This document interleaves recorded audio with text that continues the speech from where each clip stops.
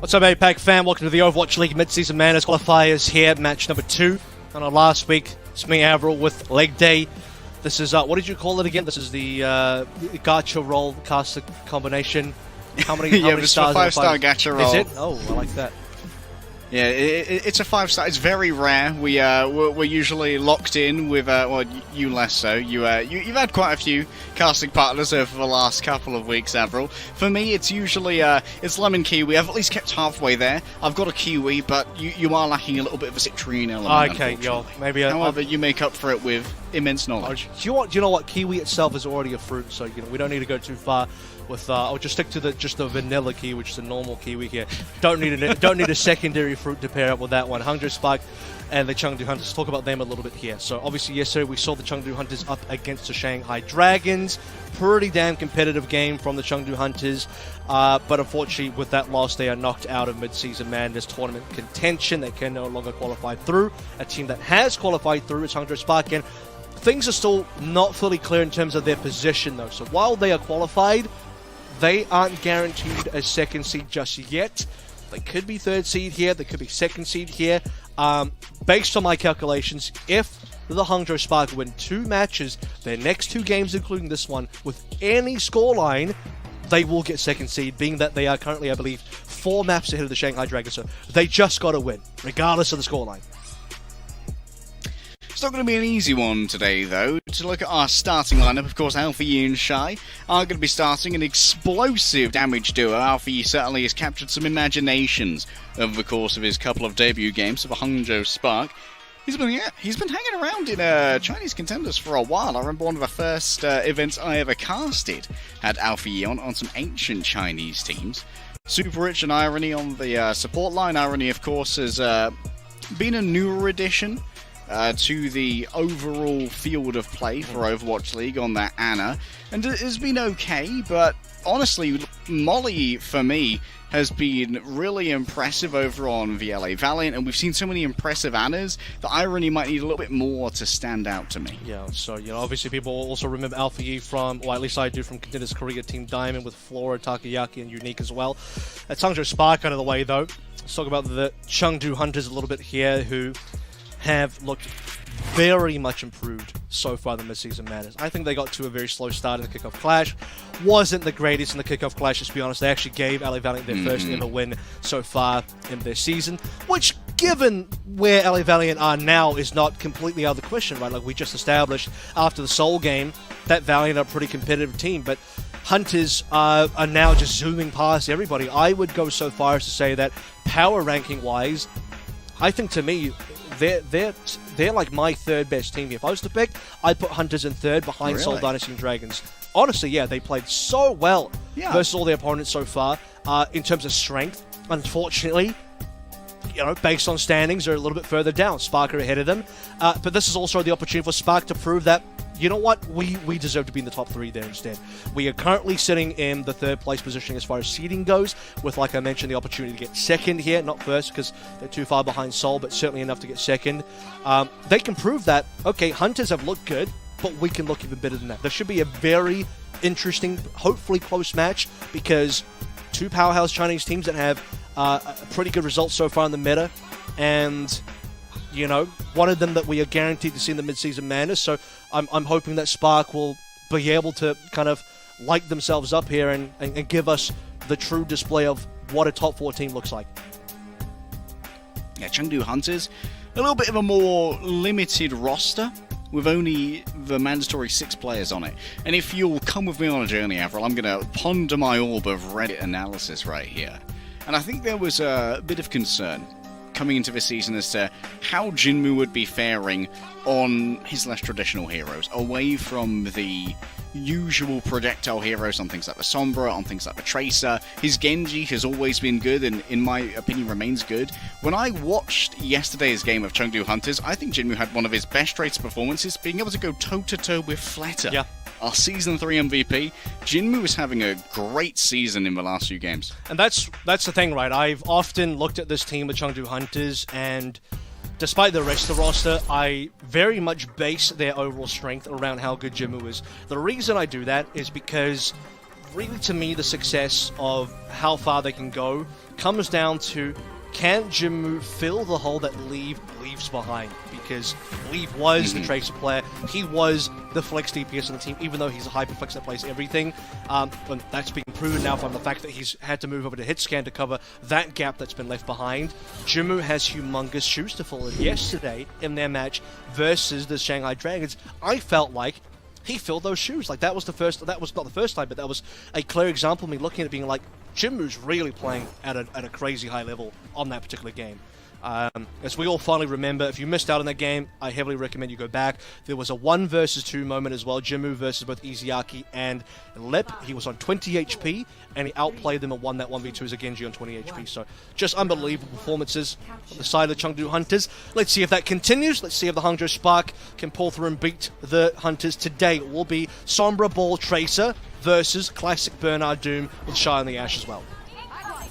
A little bit more direct damage for Hangzhou Spark with Shy opening up on that Ash. Jinmu forced to move away quickly, and of course no kill found onto Bernard, who used his power block to take out a large majority of the incoming burst and turn that into pain for the enemy team. Hangzhou Spark, when it comes to the initial layup here, do have some good control of the grounds, and Monk's just inadvertently wandered his way into the hands of Alpha Yi, but Alpha Yi might be a little bit nervous about taking that particular duel. Bernard falling low here, surrounded, and while it isn't going to be a full cancel and a full hack from Jinmu, it will at least keep Bernard out of the fight for a little while longer. Alpha Yi hacked up once again by Jinmu. Remember that the Sombra does, I believe, 40% more damage to the targets that are hacked, so they become incredibly vulnerable to taking those 1 versus 1 duels and being exploited by the huge DPS that Sombra can pump out in those situations. Just from the Sombra, though, so unfortunately the rest of the team still needs to help out. Sombra can do some reasonable damage, but everyone else needs to be piling in and being able to add. And speaking of that right now, I mean, the Hangzhou Spark between Alpha Yi and Shy get 4 kills. They lose Burner, but they come on back. Chengdu Hunters, I believe, they got First Blooded. They lost Nisha to Super Richu, then was traded out via Gaga killing Burner. But Hangzhou Spark will be to collect the rest. So a very extended initial neutral fight that goes the way of the Hangzhou Spark. Pay attention, by the way, to Shy's ultimate charge, already on 74. And we already talked about the strength of Bob against players who play Tracer, who are relying upon the svelte physique of Tracer to really give her a lot more staying power now when you don't have a second tank to really absorb some of that damage. Jinmu opening up with a hack onto Alpha Yi, but unable to really finish off the kill for now. Instead, a lot of focus giving over onto Shy. Now 10% away from the Bob. Bernard blown away by Leave elsewhere. A good sticky moving on over, and that's going to be a flip. Shy didn't want to reduce themselves to the ground from a pavilion, instead preferring the high ground instead, and now Chengdu Hunters can play from a more defensive position. Out goes the Bob, and yes, there are mines available. The question for Chengdu Hunters is, with Shy down, do they even need to invest this? Because Bob isn't on the point contesting it. I don't know where the Bob actually went. Unfortunately, it could have been hacked out. A number of things could have happened to the Bob in either case. Not going to be helping them out in this fight.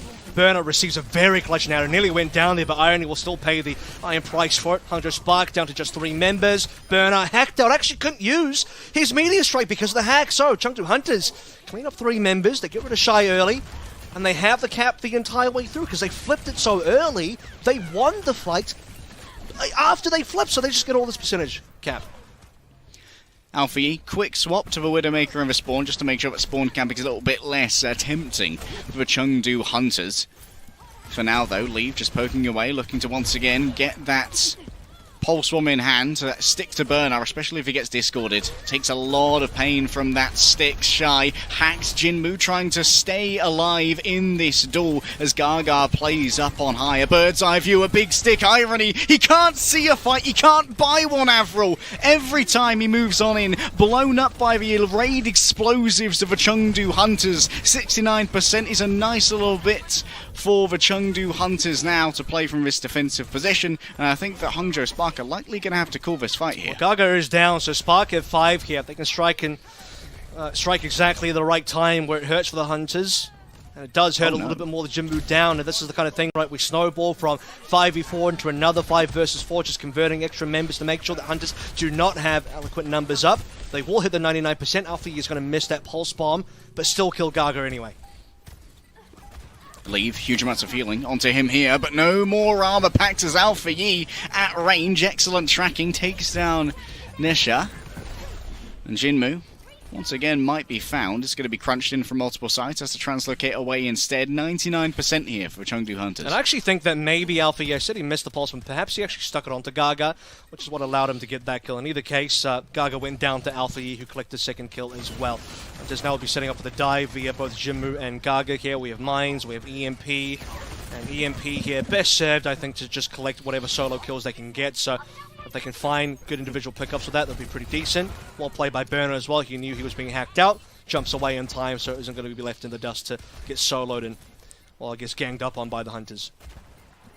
Hangzhou Spark spacing here is going to be of the utmost importance. With that EMP only hits 2 people, and that means that there's not really enough damage done there. Leave falls down to Shy. A single headshot's enough to put the Tracer in the grave. A Time Demon has been exercised by Her Majesty of Ash, who now can look over onto Jinmu, try and force him out. Taking their time there, that means Bernard is just peppered around by so many different sources of damage, and Nano given over onto Alpha Yi here. Dare you try and invest for Pulse Bomb as well? Monk goes in to tank that. Don't worry, boys, I'll just deal with this one for you. Out goes the Bob. Onto the back line, but I think it's going to be easily rotated away from. There is no touch from Chengdu Hunters. The Mines can't contest that for a while. Yeah, this has been a problem with the Hunters for a while now. You know, even yesterday as well, their match versus Seoul Dynasty, their objective control has just been a bit of an issue, and it continues to today as well. We actually saw that Leave was there, and just as we got the overhead cam of the point not being contested,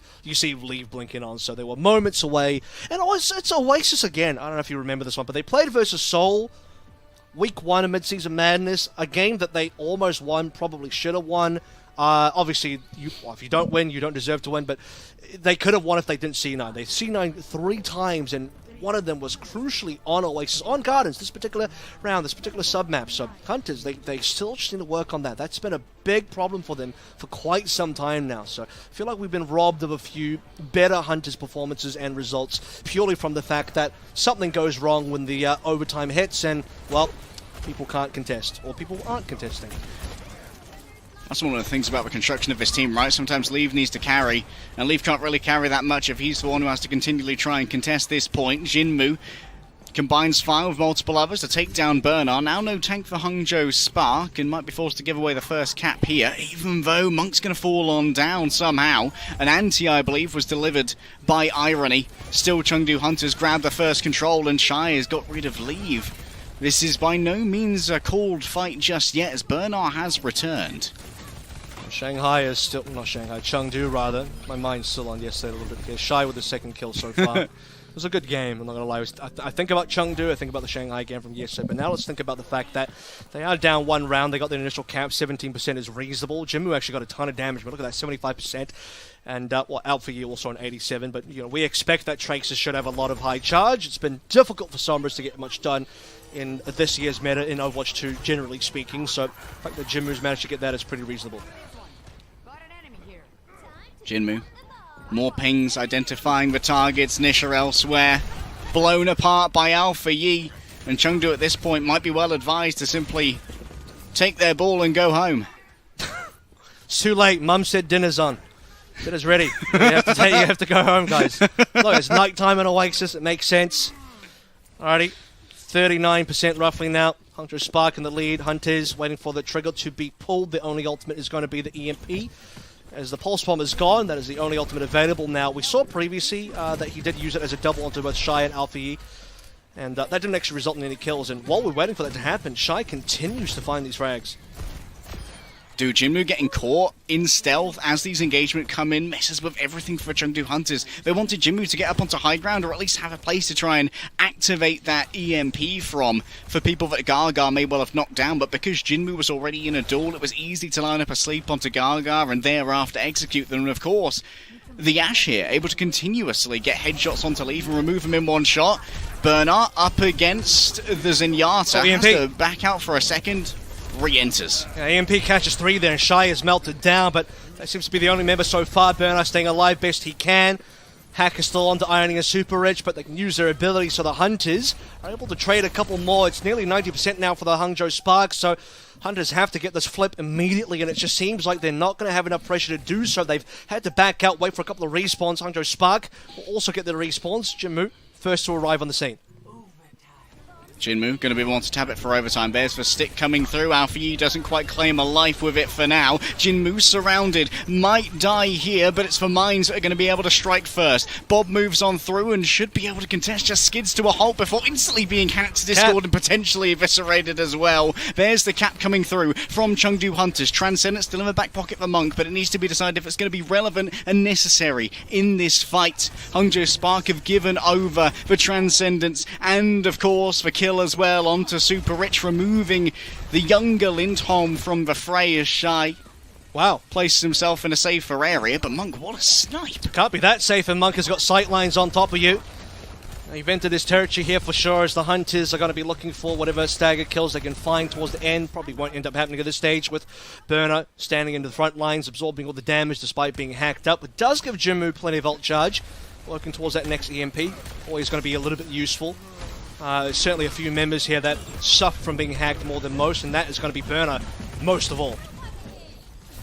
Yeah, Burner unable to really get himself away from that pulse with either movement ability because of that hack. There's an attempt at a stick, and it is going to connect. A big old yeet from Alpha Yi, and yeeting into the backline too. He's finished with this map. That's all that she sang. Alpha Yi absolutely popping off with the nano. This was the kind of efficiency that Irony was dreaming of, and now Chengdu Hunters with an EMP in that back pocket have to just dash onto a point, try and leave Gaga alive for a moment longer as Jinmu gets into position to take away so much max HP. But can you follow it up alone? Levers arrive too, Solo and Antied as well. Bernard's got the chase down, and Jinmu simply can't stay and fight for too long, but now with both the supports arriving, it might be a little bit doable. Meteor strike up into the air, and Bernard slams down on that back line, finding Monk so low, and once again, there is no touch. It's the same song 6-pack from the Chengdu Hunters as Hangzhou Spark take Oasis. Well, this time around, I think credit given to the Hangzhou Spark. They had that one locked down. They survive against the 5-man EMP. Desperation contest coming through the Chengdu Hunters. Touching wouldn't have really helped them at that stage. It was a bit of a slow burn into a loss. Hangzhou Spark had that one locked down. Very different, in my opinion, from what we saw in City Center, which was still winnable. In my opinion, to count as an actual C9, it has to be pretty winnable for the team that doesn't contest payload. If you're all dead and you're going to lose anyway, that's confirmed not a C9 from me, as I'm a constable of the C9 police.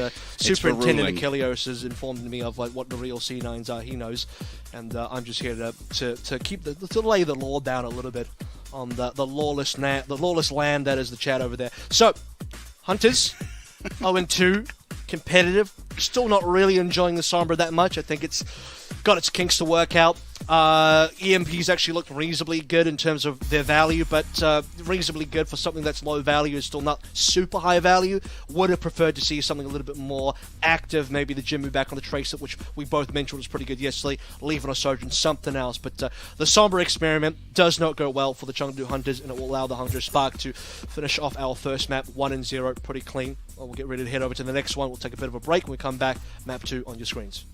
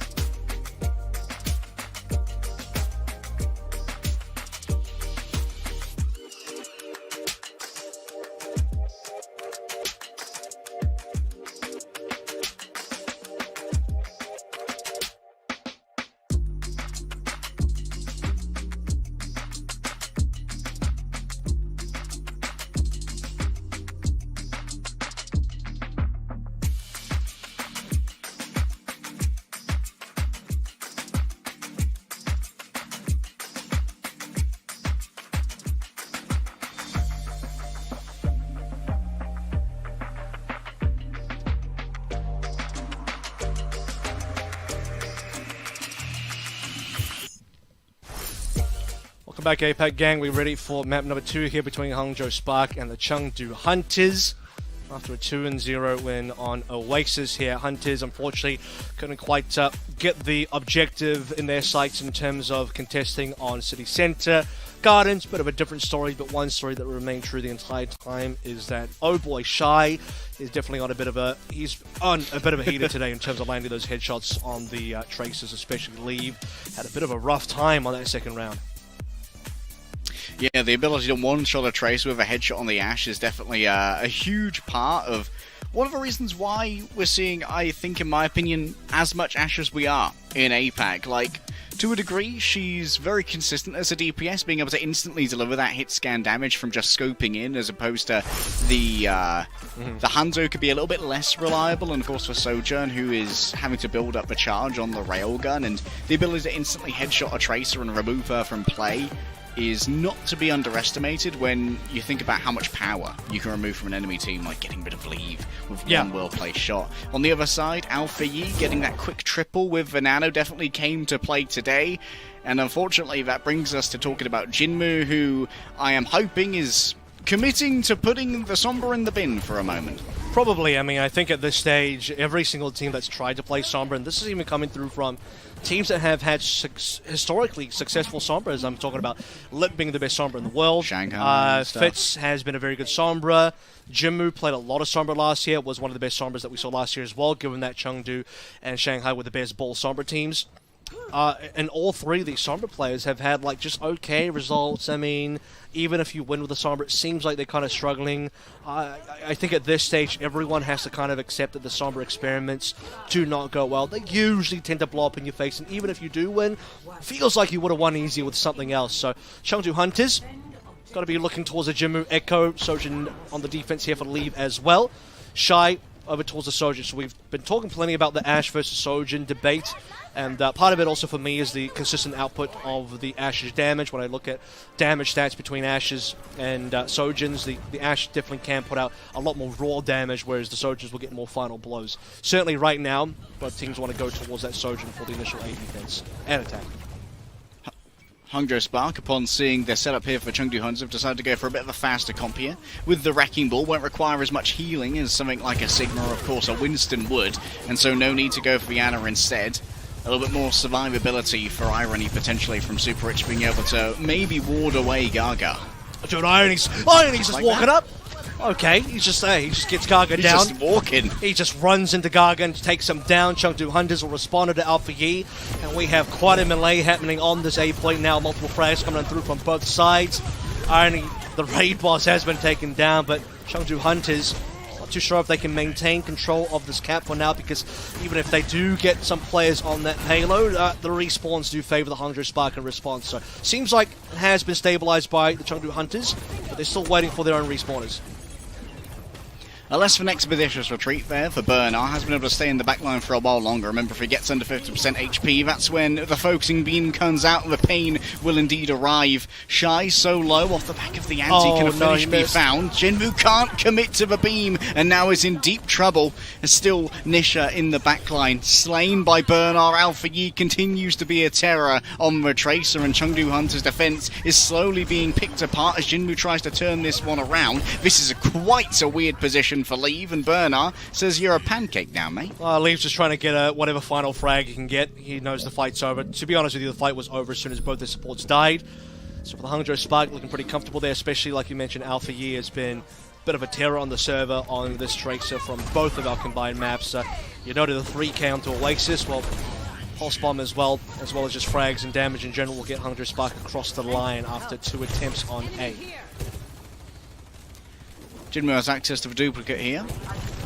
Likely to try and copy the Tracer, probably. Maybe the Brigitte, get a quick rally and really allow for a big brawl alongside Gaga. Control of the high ground here, so important for Chengdu Hunters, especially with Leave being able to bash away their Monk. Saved by the rally. And now Shy has to contemplate, do I use the overclock here? So low, there's the Brigitte copy.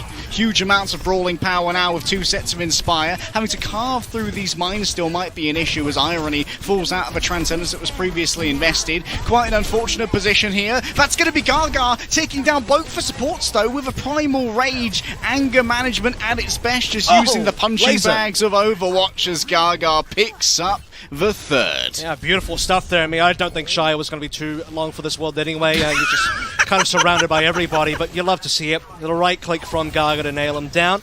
Alpha, he responds with a pulse bomb on towards Monk, who's been taken out twice in a row now, and with that, Alpha, he just keeps on going. He's converted his second frag, and will it be Alpha Yi that gave the Hangzhou Spark A point? He's going to give the B point over to the Hangzhou Spark as well. He's been doing tons of damage here. Exit frags. The Tracer's speciality as the fight begins to break down as Chaos takes hold. That's when Tracer is at her best. Bernard can easily heal up here using the Mega, and once again will move in alongside Alpha Yi. That's a priority target in the form of Leave. Dashes through the Disruptor field over to safety for now as Chengdu Hunters set up for a fight for the climax of B. Gaga has dove in alone. He doesn't have access to a Primal, but does have a target here and might be quite tempting. The Disruptor field avoided. A Nano given over to Gaga. Cleave for everybody. But this is a risk to move in against this wall. Could be knocked off here. Super Rich certainly trying for it, but such a well-placed shield, Avril. I mean, we're looking at a situation where Super, or rather Shy, just kind of evades Gaga. He slides in the opposite direction, completely, outplays the targeting from Gaga to avoid dying there. Goes back to his own team. They group up together in a position where it's hard for Gaga to follow up. And Hangzhou Spark, off the back of it, where Gaga unfortunately can't get it done. I thought it was for sure going to be a Hunter's fight win. They had Prime already there as well, multiple members in the side room, could have wiped them out, had supports being caught, Shy certainly being caught, but ends up being that nobody is netted. So plenty of fish in the sea, but none caught by the Chengdu Hunters, despite it looking like it was going to be a pretty decent catch of the day. Hangzhou Spark, after Alpha Yi getting those couple of frags, have just been snowballing the entire way through. Possibly could have been a bit more of a crunch there. Coming in from the back with the DPS. Gaga waylaid on their dive in here, and Bernard's going to be sent in the opposite direction as well, but second swing just as good. Looking for a way to try and slam down onto these vulnerable squishies. Leave moves back for a moment, trying to survive, playing the life, knowing that the overclock could be their ticket to a fight victory here. Shy packing the same, however, and Irony has so much additional HP there thanks to the forced rally. Gaga give him the Discord Orb though, and that's going to make surviving difficult. Jinmu with a double. Both for supports fall in tandem, holding hands as they move their way down the river Styx and find their hotel booking in Tartarus. Yeah, both the supports got both of these coming through from Jinmu as well. Chengdu Hunters, what a play coming out. I mean, we talked about the Jinmu Tracer from yesterday, looking fantastic. He'll bring it through finally on the defensive side of Archinvolt. The seat. Leave now getting a frag onto Bernard. Traded for Jinmu. Not really favouring the Hangzhou Spark just yet. They would need an extra frag. They have this. They have the ultimates available to get a good push on, but Snowball ending here is so massive. The Chengdu Hunters to be able to reset the Hangzhou Spark, and now look at your screens. It does not lie to you. Jinmu's decided to lock in the rag. Oh, it's going up against the Sigma here. That shield will not last long at all when faced with the raw DPS of a Junkrat, and especially on these 90-degree angles on the corners. You have to be very careful moving forward. Avoidance there of the pulse on Leave moves forward. That's the overclock and the nano as well. Huge amounts of damage to be done, and Alpha Yi's found the business end of it. No need for headshots, maybe the body will do. And Irony sending body shots Leave's way too.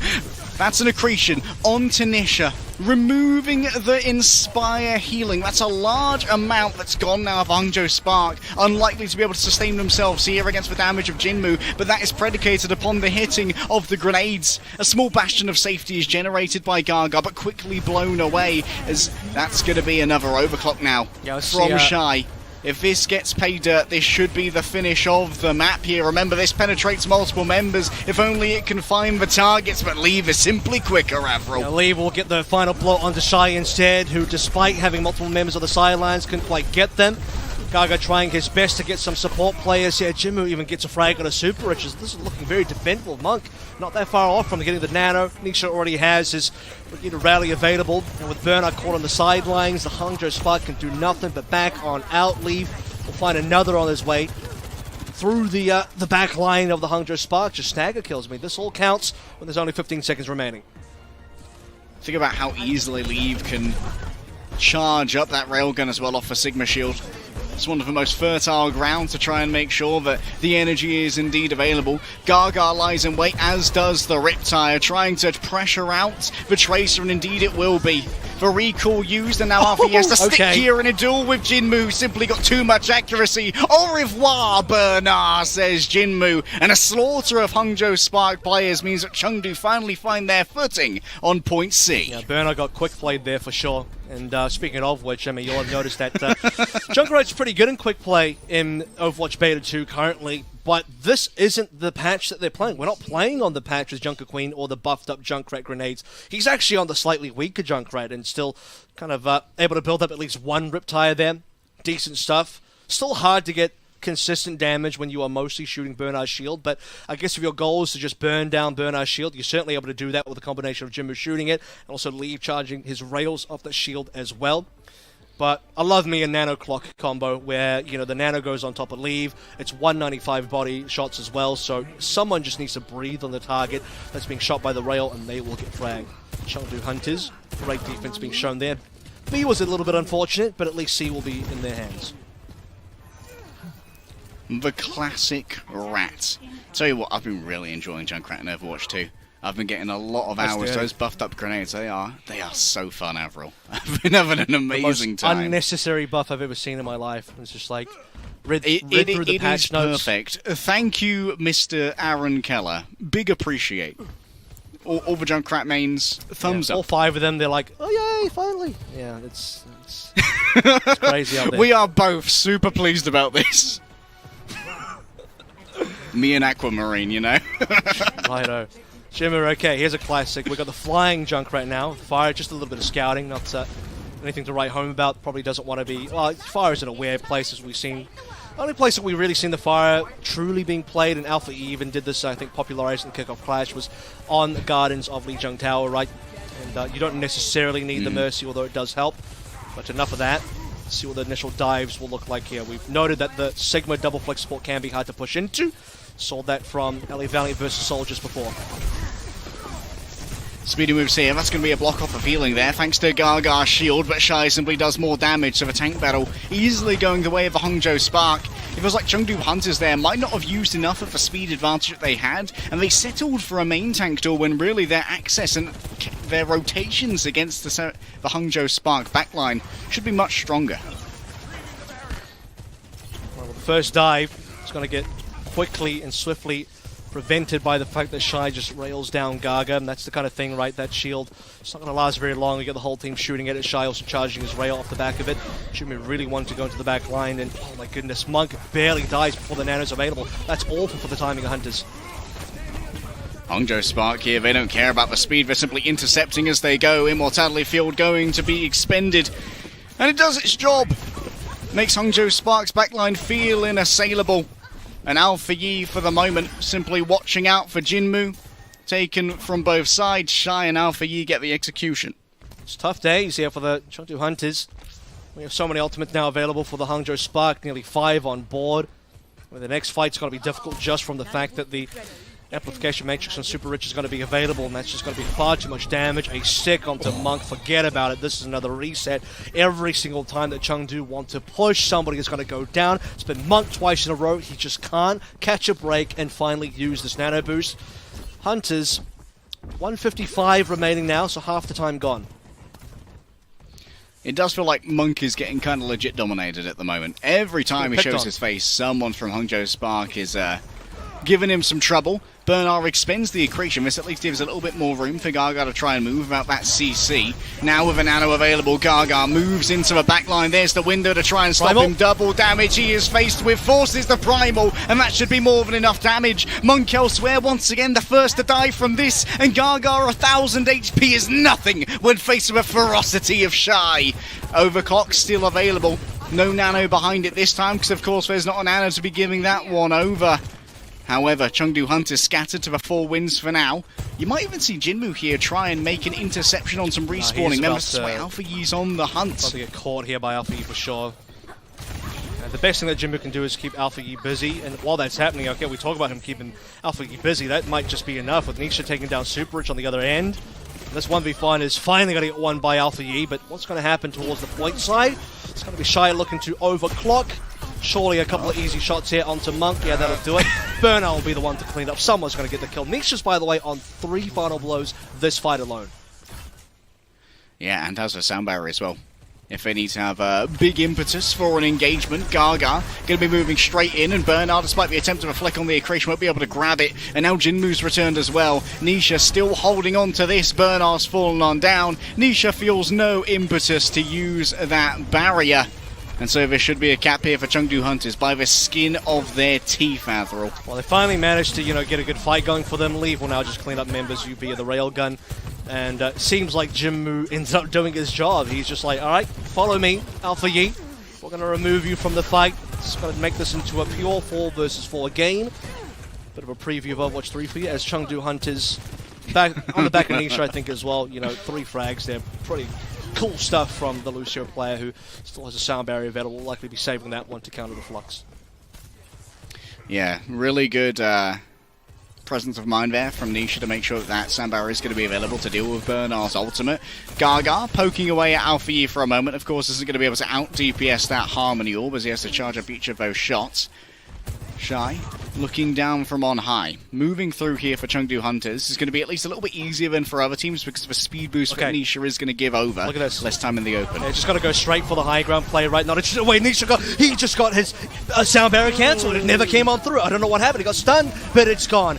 Chengdu Hunters, though, thankfully they might not need it. The Flux doesn't really get too much more done. 2 frags coming through from the Hangzhou Spark, but the rest of their members just low HP. Burner would love to get healed. Slowly is receiving some TLC, but I don't know that it's going to be enough here. And oh my goodness, that was a heart-stopping moment. Losing a sound barrier definitely hurts, but they still win the fight. Lose a sound barrier, win the fight. A worthy sacrifice. Nisha once again pumps up the jams. But Gaga, not a big fan of this remix. Moving on in. Primal Rage. Miyangi, don't like any of this. Super Rich, great evasion there. Using the new distance from the shield bash to take himself out of danger, but into a fresh hell given over. Leave with the nano, with the damage. I've got charge for days, boys, and I've got a spark that needs extinguishing. Snuffed out by the former MVP. Leave is on a tear. Well, former and still current, we haven't crowned a new MVP just yet, so Leave making himself known here. So good when the overclock comes on through. He's been dynamite on that social. We saw the 5k retake from him versus Dragons on Midtown yesterday, and he's not quite done yet. Chengdu Hunters on their way to the final position of the cap for B. Here comes the Shy overclock on the other end. Jinmu with the overclock, or rather Shy with the overclock, pardon me. Monk's taking out Super Rich elsewhere. The entire support line of Hangzhou Spark has simply fallen apart before the force is given over by the Chengdu Hunters. Prey has been discovered. The Hunter-Gatherer Society will be eating well tonight, even with Bernard having a little bit of trouble for them at the end. Once again, it's going to be close to an overtime cap for the Chengdu Hunters, who don't have a big luxury of time, even if they don't have to cover much distance. Yeah, suffice to say the hunting mission's gone well there. You got 5 tasty members of the Hangzhou Spark ready to be feasted on by the Chengdu Hunters. He got accretion. That was disgusting. Well timed, well played by Burner to land that on towards Nisha. But unfortunately, despite it being a fantastic play, it did not give Hangzhou Spark the fight win. Shy also sadly didn't get any value on his overclock, and thematically even got taken down by Lee when the overclock landed. Like, Lee was just like, okay, I'll show you how to land a rail here, buddy. That's just kind of be how it works. Oh, the longest cast of a sound barrier that I've ever seen in Overwatch League right there. Jinmu's already fallen down though, and it's going to fade away from all the members of the Chengdu Hunters. Still Hangzhou Spark have 5 warriors standing, and this Thermopylae gate will remain closed with the hands of 5 Spartans arrayed against them. Chengdu Hunters back to 5. Jinmu has rejoined the fray, but Bernard has minds to try and control this objective with 30 seconds remaining. This needs to be done fast. What a stick on to Leave. The current MVP has been removed, and that's going to be Scattering to the 4 wins for the Chengdu Hunters as Gaga stays in, waits for Nano, give him the Discord. Can he be burned on through? The Primal Rage stands at the ready, but he can't use it! Huge burst from Shy, but it's Nisha and Monk, the supports of Chengdu Hunters, who might yet make this viable. A slam into the air from Bernard, but the fire can't be concentrated in the correct places. Hangzhou Spark, let's bear in mind for the forthcoming fight, they still have this spawn advantage and the mines as well. Chengdu Hunters move over to the Moira, a huge stick onto Irony, no Discord Orb, no Harmony, and no one to touch the point. Maybe a slam down from Bernard, so low and there's no healing for him. That's going to be some excellent aim once again. Shy, we talked about how much this guy games, and the gaming simply don't stop for now. Gaga trying to force a C9 maybe, as it's less than a meter, but Chengdu Hunters require, but Irony's returned, and revenge is served cold by the Hangzhou Spark. Chengdu Hunters are peeled once again from the cart, and Hangzhou Spark go up 2-0. Unfortunately for Chengdu, they couldn't get the Primal off at the right time there for Gaga, and the resources run dry. Shy comes back out, hits some good rails. Hangzhou Spark are able to get the kills required to push the Chengdu Hunters off. A very close game. It looked like it should have been a cap for the Chengdu Hunters. It looked like they could have won that map, but it's not going to be the case as the Hangzhou Spark in the final moments there of the defense, with the overtime running, the respawns right behind them, and a long walk back for the Chengdu Hunters if they want to respawn. Simply going to be overwhelming the attacking side. So it is now going to be a 2-0 in the score lines, and despite Hunters' best efforts, Hangzhou Spark will be the ones finding match points. So, with that being said, leg day looking pretty dire here for the Chengdu Hunters, as we'll take a bit of a short break here. The Hangzhou Spark on match point, ready to claim that second seed. As a reminder, they will get the second seed locked up against the Shanghai Dragons if they win both of their remaining matches. And so far, gotta say, they're off to a great start. So we'll see you on the other side, and we'll see you for potentially the final map of the series.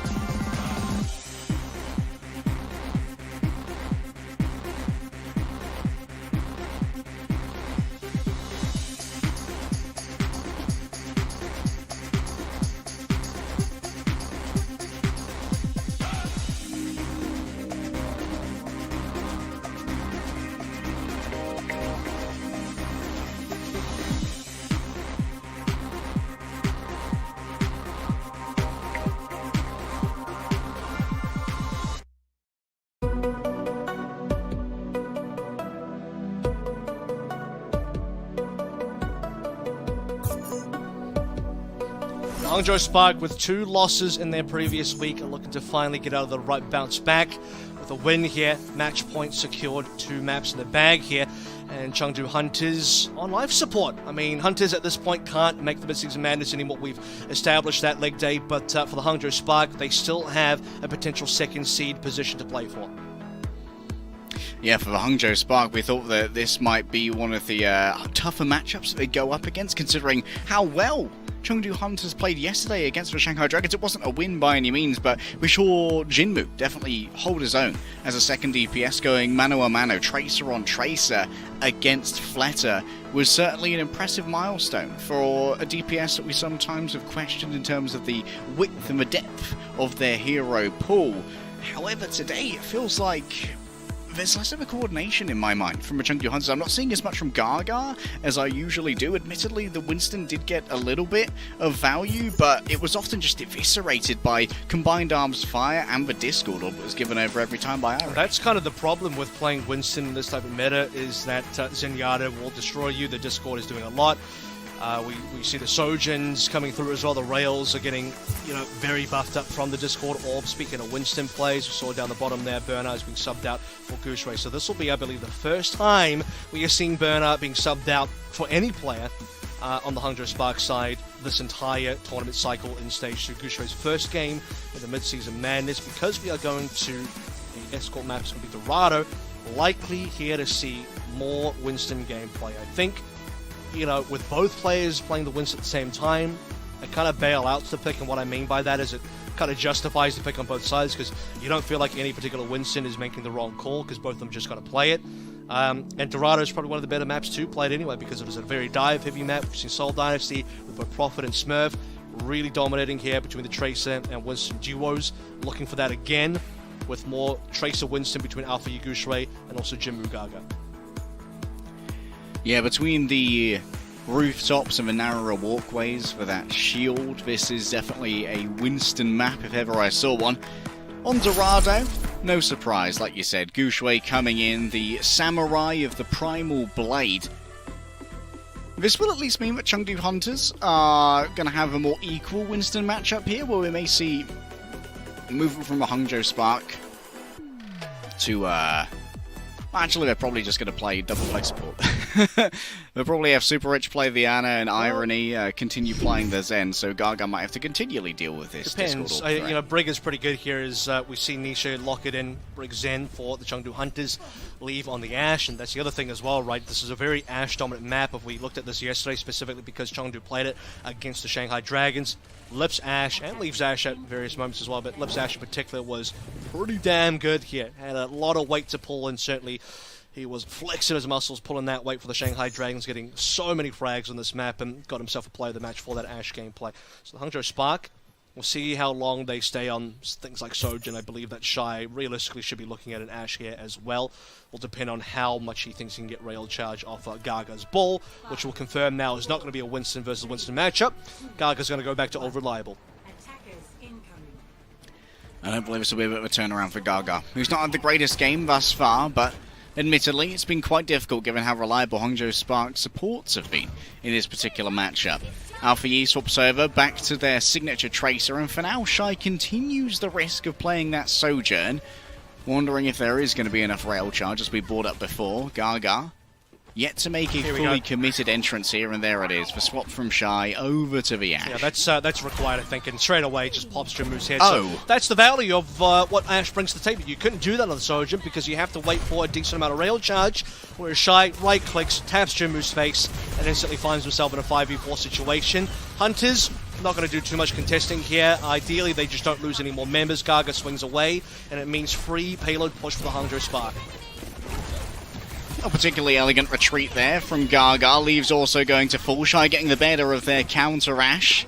And Alpha Yi for now just controlling the peripheries, playing the margins, and waiting to grab any escaping members of the Chengdu Hunters. Seems for now that there is going to be quite a bit of safety. Gushwa is getting audacious here for the cap. Space gained, cap gained, and Hangzhou Sparks show no signs of slowing down on Dorado Avril. It's one headshot to get the entire cap, basically. So Yep. It's the headshot that sent the Chengdus all the way back to spawn. Hangzhou Spark continually getting staggered kills here. We're already on towards B. Shy is currently sitting on 3 final blows. Fun fact, there's only been 3 final blows this entire map so far, and all of them are in Shy. No one else in the entire server has gotten a single kill, and we're already on to B. Major time bank to work with for the Hangzhou Spark side of things. A couple ultimates starting to finally come online. Ooh, Alpha Yi pushed his luck there, hoping to get a frag onto Leave, who is going to be looking for the same magic that was previously shown by Shy on maps like Oasis. Big stick there removes a primary threat from Hangzhou Spark, but still some distance gained on this cart. Finally, Chengdu Hunters move together. Monk in the backlines is going to be blown apart by Alpha Yi, but unfortunately, there's not really going to be much to follow up this fortuitous frag, unless Gushui can do some real magic here. Should be a cleanup now. I mean, not a fan though. We saw Jinmu get 3 frags there as well, so, you know, Shy started things out with 3 final blows. Jinmu was the first target of that, and the reason why Chengdu, I guess, never was able to regroup together for A again, but he'll come back with a lot of fury. Off the back of that, Hunters will maintain control of B. Payload distance is now being shoved backwards. Bob available. Jinmu again to open the fight onto Alpha Yi. Oh, Leave. Exchange though, and Irony's taken out Jinmu. That's both the damage players now gone. Monk might have to take their place using that Zenyatta. Gaga just does his best to try and hold the high ground here, and Gushui doesn't want to stay up there for long, considering that the Discord Orb is on him, even with a lack of array damage. Chengdu, with 4 ultimates to work with, are going to do a little bit of trolling on that cart, keeping it from moving too far forward.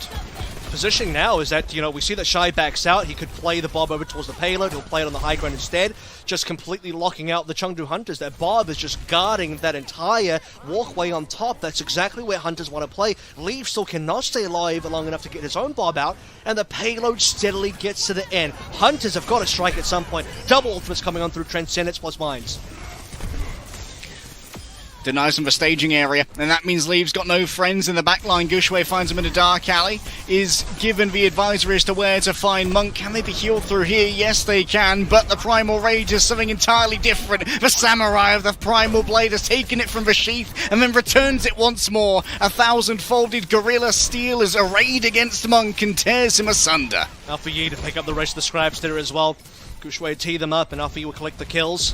Chengdu Hunters have just not been able to get very good fights in here outside of Jinmu's initial 3k to put Leave on the high ground. Shy shuts it down very quickly with just putting the Bob on there instead. At least for the Chengdu Hunters this time, they will open up the fight with an opening pick. Leave on towards Shy, as we saw. They've not had, you know, they've had some pretty consistent first picks to open up fights, but to clean them up has been something different here for sure, as Jinmu will find the stick, and this time Spark for sure is going to get reset. Yeah, quickly backing out, just trying to hold this forward ground here to make sure that no wrap around can be negotiated by the Chengdu Hunters. So Shy's just going to plink away again and again and expend that dynamite to try and do some zoning. We'll see if Leave can finally get this Bob down here as well. We've been waiting for that for quite some time now, as tease it even onto B, which would have been very useful, but has been the target of a lot of Hangzhou Spark's aggression. It hasn't stopped here. High ground now been taken by the Hangzhou Spark. Hunters have really struggled to maintain control of that. Irony taken down, mass amount of healing now removed from the fray. And Hangzhou Spark have decisions to make. Might be difficult for Gushui to try and remove himself from this zone. A long leap as Gaga, just make sure that this cart's going to stay in this position for a good long while. A shield placed down by Gushui makes this a favourable fighting angle, but look at this, Gaga, what a well-placed pile driver, crushes Gushui underfoot. That is not a humane execution. Further kills to come on through as well. You're looking for a cleanup now. Hunters onto Spark here. I mean, you got to be careful here if you're supers. You could just be kind of staggering yourself, but with the dodge on the pulse bomb, they had the shield up, the rest of the team respawning, ends up staying alive, so that works out for the Hangzhou Spark in terms of maintaining the members up, not getting staggered. They would have lost a lot of time for that, but as you sort of mentioned there, props to Gaga for opening up the fight with 2 frags. Hangzhou Spark, couple of tools to work with here, including the nano. We've seen this before. Over onto Gushui just yet. Oh yes. Opening headshot onto Jinmu. I've seen this movie a couple times. And that's going to be a slam knockback as well, so you actually see that Gaga, I think he might have been whip shot there, doesn't end up landing his pile drive onto the payload and catching any members. Chengdu Hunters have ultimates available. Again, still waiting for Bob, and that should be coming up maybe this fight, considering that Spark will be actually landing on the payload. To be fair to Leave, he hasn't had to use it on C yet because they've won fights in other ways. Kind of stuck in spawn currently, so a bit of spawn camping by Gushui, who's looking for Primal. Oh, okay, this is not the ideal position for Nisha, mind. Getting out of that low ground position could be a little bit difficult. Asleep there. Onto Jinmu, should still be safe as Bob moves onto the cart to keep that contested. Might have actually gone a touch too far, but no, wedges himself into that little corner. It is going to deny sightlines maybe, but in the end it's just keeping the cart from moving. Shy so low, given the Discord orb, and Monk's getting stuck in, baby. Alas, the dexterity isn't high enough. The AC's too low, and Jinmu feels the heat as Shy hits shot after shot, and Gaga forced to run away. Now the cart can start hauling, but Hangzhou Spark, they've used everything here. Yeah, well, Gushui, okay, well, he'll clean up Nisha. So they have certainly used all their ultimates, but they're keeping the Hunters low in terms of numbers, and Hunters themselves have only got that pulse bomb available. Jimu's got to be so careful. He's just been continually shut down by Shy. Look at that. He has to be trepidatious about this. Eating a dynamite, even the pulse bomb will go wide, and they would love to get a stick on the Shy. Not going to be the case. Jinmu going to need to come around the long way, but will at least grant access to Shy, and there it is. Well, you're aiming down those sights, you're slower, easier to pick off. And Alpha Yi run over by Gaga.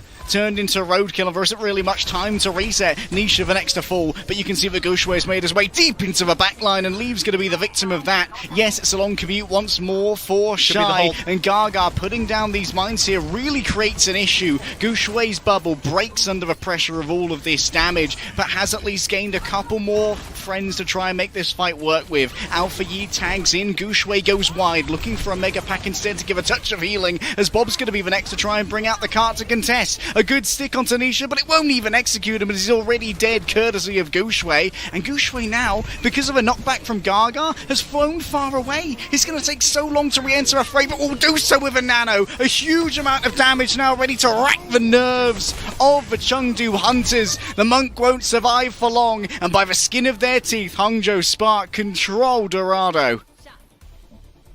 Just barely got it over the line towards the end there. The late rally coming through from Nisha. Well, just popped it really as soon as he could. Trying to save Monk's life, who had the Transcendence available, but clutching out onto Gushui.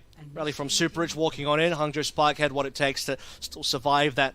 Just had to play the payload enough to survive the initial minefield from Gaga. And the Hangzhou Spark will get it across the line. Very reminiscent, I think, of what we saw in Eichenwalde on that C-cap as well, where it looks like Hunters probably could have won, probably even should have won. I distinctly recall a moment where we saw 3 alive for Hangzhou, but no support at all. Hunters had all the respawn advantages in the world, plus no supports on the side of Hunters, on the Spark rather. That should have been the cleanup there. That should have been the fight win for the Hunters, but it's not going to be the case there, as Spark just kind of, yet again, defy Hunters from getting a hold on C, or getting, I would say, the win on C. And that could end up costing Hunters later on.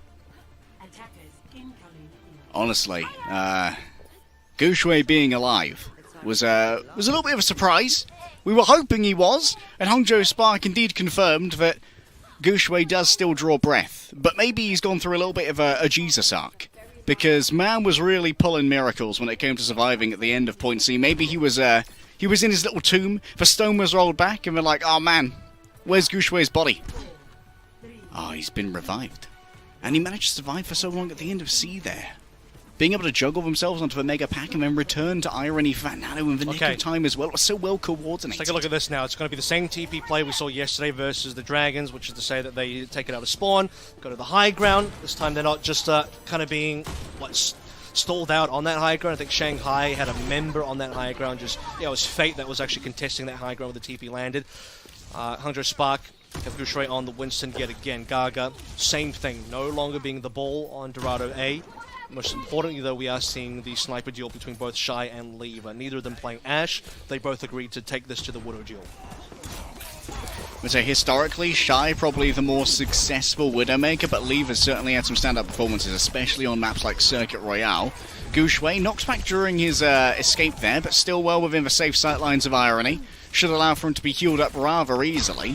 For now, neither Shy nor Lever's really been able to get any purchase, and Shy is not in the LOS of Irony, so that is an easy frag for the divers of Chengdu. Yeah, so it's going to be Gaga picking up first blood here on this opening offense. Payload positioning is great as well, because they can instantly convert that frag into great distance. Archway being found here. First ultimate online in just a hot second from Alpha Yi, and he'll get leave down as well, so it's going to be Pulse Bomb plus the fact that they've got a frag. Chengdu Hunters struggling to stay relevant in this particular fight, and indeed they're going to get locked out. Alpha Yi is simply too good, instantly finds purchase on that Pulse Bomb, and the rest of the Hunters will get cleaned up. Sigma male? Nah, I'm an Alpha Yi male, mate. Unbelievable performances thus far on the Tracer. No, I'm not going to play Sigma on this map. It's all about the Alpha Yi today. No Sigma males here. That was that was Eichenwalde. We played that map already. We got Gushwei in now. Shy, a brave position, mind you. No grapple now. Might make him a tempting dive target, but as Mad Max would say, that's bait, Avril. Let's take a look at Jinmu. This is certainly going to be the first thing you've got to keep your eyes on top of. Back over on towards his own old faithful, which is the Genji itself. He's going to go for a blade anyway. It's going to be a nano. They didn't get the nano. The nano went onto Gaga, and Super just slams him out. This is why you got to nano your Genji blading, because otherwise that happens. Oh, some Overwatch just... Oh, Gaga messed up his jump out as well. I think he was... Chengdu. Some Gaga Overwatch is occurring. Gaga probably would have self-staggered if he tried to actually jump out. He would have been deep in enemy territory. I'm glad he didn't actually use his primal there. I got to say, though, that's really a bit of a blunder from the Hunters, considering...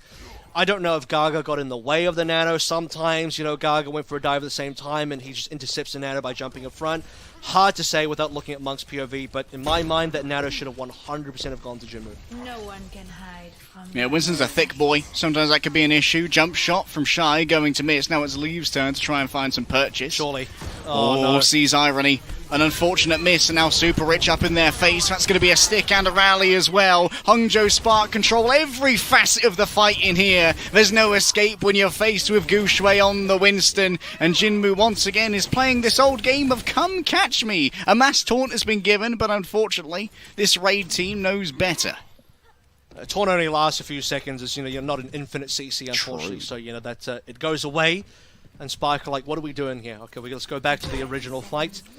And Hunters, at risk of being full health here, this would certainly be a bit of a disastrous 3-0 given that case if it ends up being a full hold. Only a primal left to play through, for both sides actually.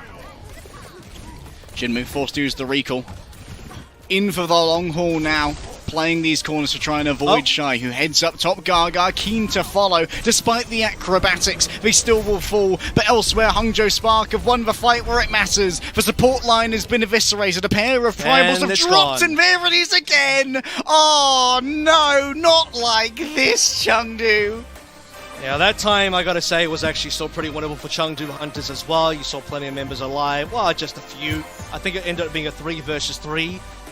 Interestingly enough, it was exactly the 3 same members. It was both the Tracers, both the Winstons, both of the Brigaders alive towards the end there. So about as even as you'd hope for, with a, I would say, minor respawn advantage there for the Chengdu Hunters. Gushwei receiving some props from the coaching staff there, as I think well deserved his first game, his first map, returning into the lineup since the kickoff clash. And he'll be able to take a win straight away, as we noted that Gushwei actually kind of struggled to get wins initially in the kickoff flash. But here, comes back, gets a W. Spark 3-0 on their way to looking towards getting that, second place seed. Number 2 seed going to Midseason Madness. They had to win both games, and they've won one of them now. Yeah, they've won it bloody cleanly as well, Avril. 3-0 against Chengdu Hunters. Coming into this, we really were thinking that Chengdu probably were going to be able to win this one out. When we did our initial spiel, you were saying Chengdu probably the 3rd best team in the region after Seoul and Shanghai, but Hangzhou Spark definitely have, they've made their case here that the 3rd seed or potentially 2nd seed is legit. I mean, like I said though, I did say that, perhaps Chengdu were the 3rd best team here, but on top of that, I did also mention this would be Spark's opportunity to prove that they instead should be that 3rd best team or even 2nd best team, depending on, where those sort of seedings fall, or how good you think these teams are. Certainly a player that really impressed today and has been impressing me throughout the entire Midseason Madness, win or lose for the Hangzhou Spark, has been Alpha Yi. That Tracer performance was undeniable today, so he will receive the player of the match across all 3 maps. I mean, it was lights out. He got so many frags. The fact that you have a situation, Eichenwalde, where Jinmu just keeping Alpha Yi busy was enough for the Hunters walking forward. I mean, this guy's been raid bossing so hard that just removing him from the fight, not even killing him, but just like putting him out of commission is enough to give you a decent 4v4. We're like, okay, thank God we got rid of Alpha Yi, even though he's not dead. But look at this, when he's alive and he's hitting sticks like that, he's getting the kills that he's getting. The amount of impact that Alpha Yi found today was immense. A true Alpha Yi male. Here's a quick look at the stats for all of you numbers nerds out there. Pulse bombs attached 14. Yeah, he's been a pretty sticky boy today. Remember, that's only across 3 maps. 29 so final this blows. is quite a bit. Yeah, that's quite a few 68 for Alpha Yi. I mean, across 3 maps here, and they weren't all very long maps either. Consider that Dorado ended up, I think, finishing pretty quickly. Oasis was a 2-0 as well. Eichenwalde was the only one you could say is maybe a long map, but that one didn't even go to Time Bank. So you could say that we got 3 short-ish maps, and I think when you look at those stats across 3 maps, it's more than reasonable. You got a lot of the work done there. Certainly Impact, if we talk about Impact frags, he got a lot of important sticks, a lot of important tracer kills at important times. As you know, I think on Oasis in particular, we saw that 3K that really pushed the Hangzhou Spark ahead. But Leg Day, that's our second match done now. We'll take a bit of a quick break. We'll come back, we'll talk about the game in a little bit more detail, and then after that, we have our final match of the day. We'll see you soon. The Overwatch League is brought to you by Upper Deck, the official trading card of the Overwatch League. And by TeamSpeak, the official voice supplier of the Overwatch League.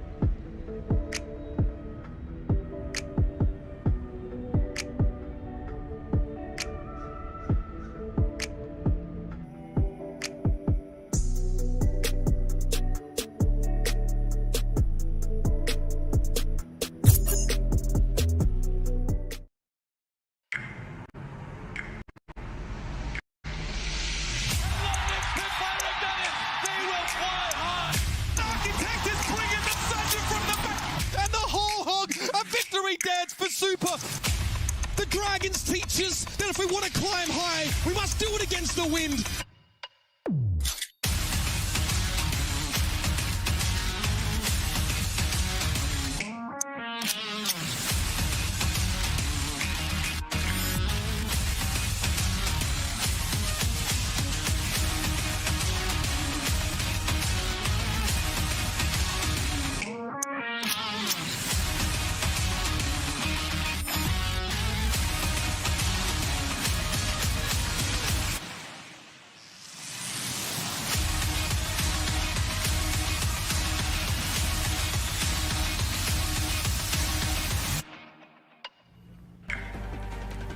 Welcome to the Watchpoint pre-show. Me, I'm Johnny the host. We have Danny, insert name limb, and Scott, Costa, Kennedy. How's it going, guys? Yeah! Woohoo! Saturday, baby! Big energy! Overwatch. Nice! Yeah, how are you doing, Johnny? I'm doing very fine, thank you. Okay. How are you, Danny? You're draining my energy. Yeah, you're ruining the Can you flow. talk a little Alright, I'm sorry. How's it going, Dan? What nickname do we run with today? Today I want to be called Hammond. No, Dammond. Hammond? Danny Hammond Lim. Damage limb. Dammond the Limb. A true baller. That is I'm still working on those. There will be a day, a pre-show, when I've actually nailed my transitions and my punts, and it's going to be a glorious day. But today is not that day. It was, however, the day for more APAC games throughout the night. We had 3 great matches, and even though we're not really playing for the qualification, Costa, they were great. They were so good, and we're gonna get right into it. Why don't you kick us off, Costa? Why don't you kick us off with Seoul against the LA Valiant? Yeah, I'll start us off with the 3 Overwatch. We had the LA Valiant beating the Seoul Dynasty. No, we had the Seoul Dynasty taking an easy 3-0 over the Los Angeles Valiant. There was a bit of a fight kicked up by the Valiant. Not on this map. Lijiang Tower was very dominant. Someone finally coming up with a solution to this Lucio Zenyatta Sombra composition that the Valiant somehow keep making work. But yeah, the Dynasty just on another level. We got to see more Stalker come out in replacement of Fitz on some of those hit scan roles, just being absolutely incredible. I think when Stalker was first signed to this lineup, not many of us were expecting to see him play. Fitz is such a phenomenal player. We expect him to be in the lineup most of the time, but Stalker is making a case for him to be there. I don't really understand why the subbing strategy works, but it's been working for them thus far. When we went over to this Eigenwalder, Becky was the standout player for this Valiant, pulling the Valiant, kicking and screaming over the line, getting an overtime push, and actually getting all the way to across the bridge on the second point in the overtime push. So it was looking like the Seoul Dynasty were going to drop the map, but Smurf said no, Prophet said no. When you push them up against the wall, they always fight back. So they came back, did manage to get that win, and then we went over to Route 66, another map that the Valiant were in the driver's seat. They were going into the final fights with 5 ultimates, only to then drop the spaghetti as they do.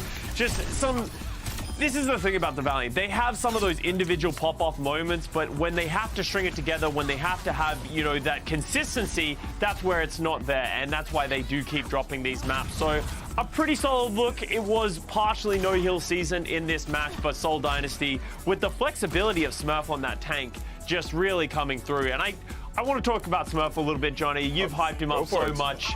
His Zarya, his Sigma, his Doomfist, his Winston, his Reinhardt, literally everything he has played so far. Can I say something controversial?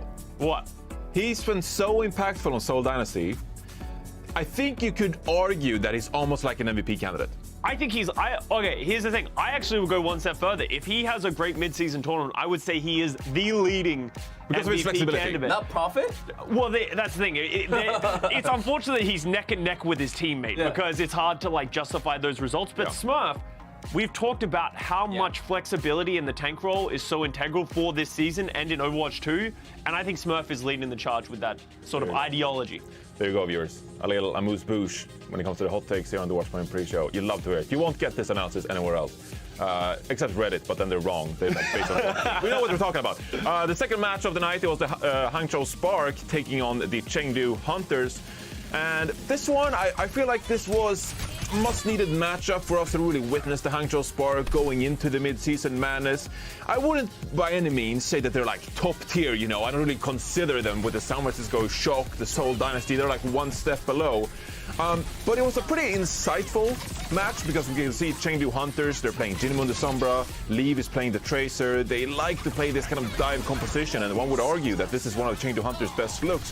But Hangzhou Spark, they sat back a bit more. Obviously, right here, they're playing some Sigma on Eichenwalde, but they also prefer the Doomfist. They're playing some super rich Brigitte to slow things down and really take care of Alpha E, whether it's with armor packs or Pocket Shy when he's on the Ash, for example.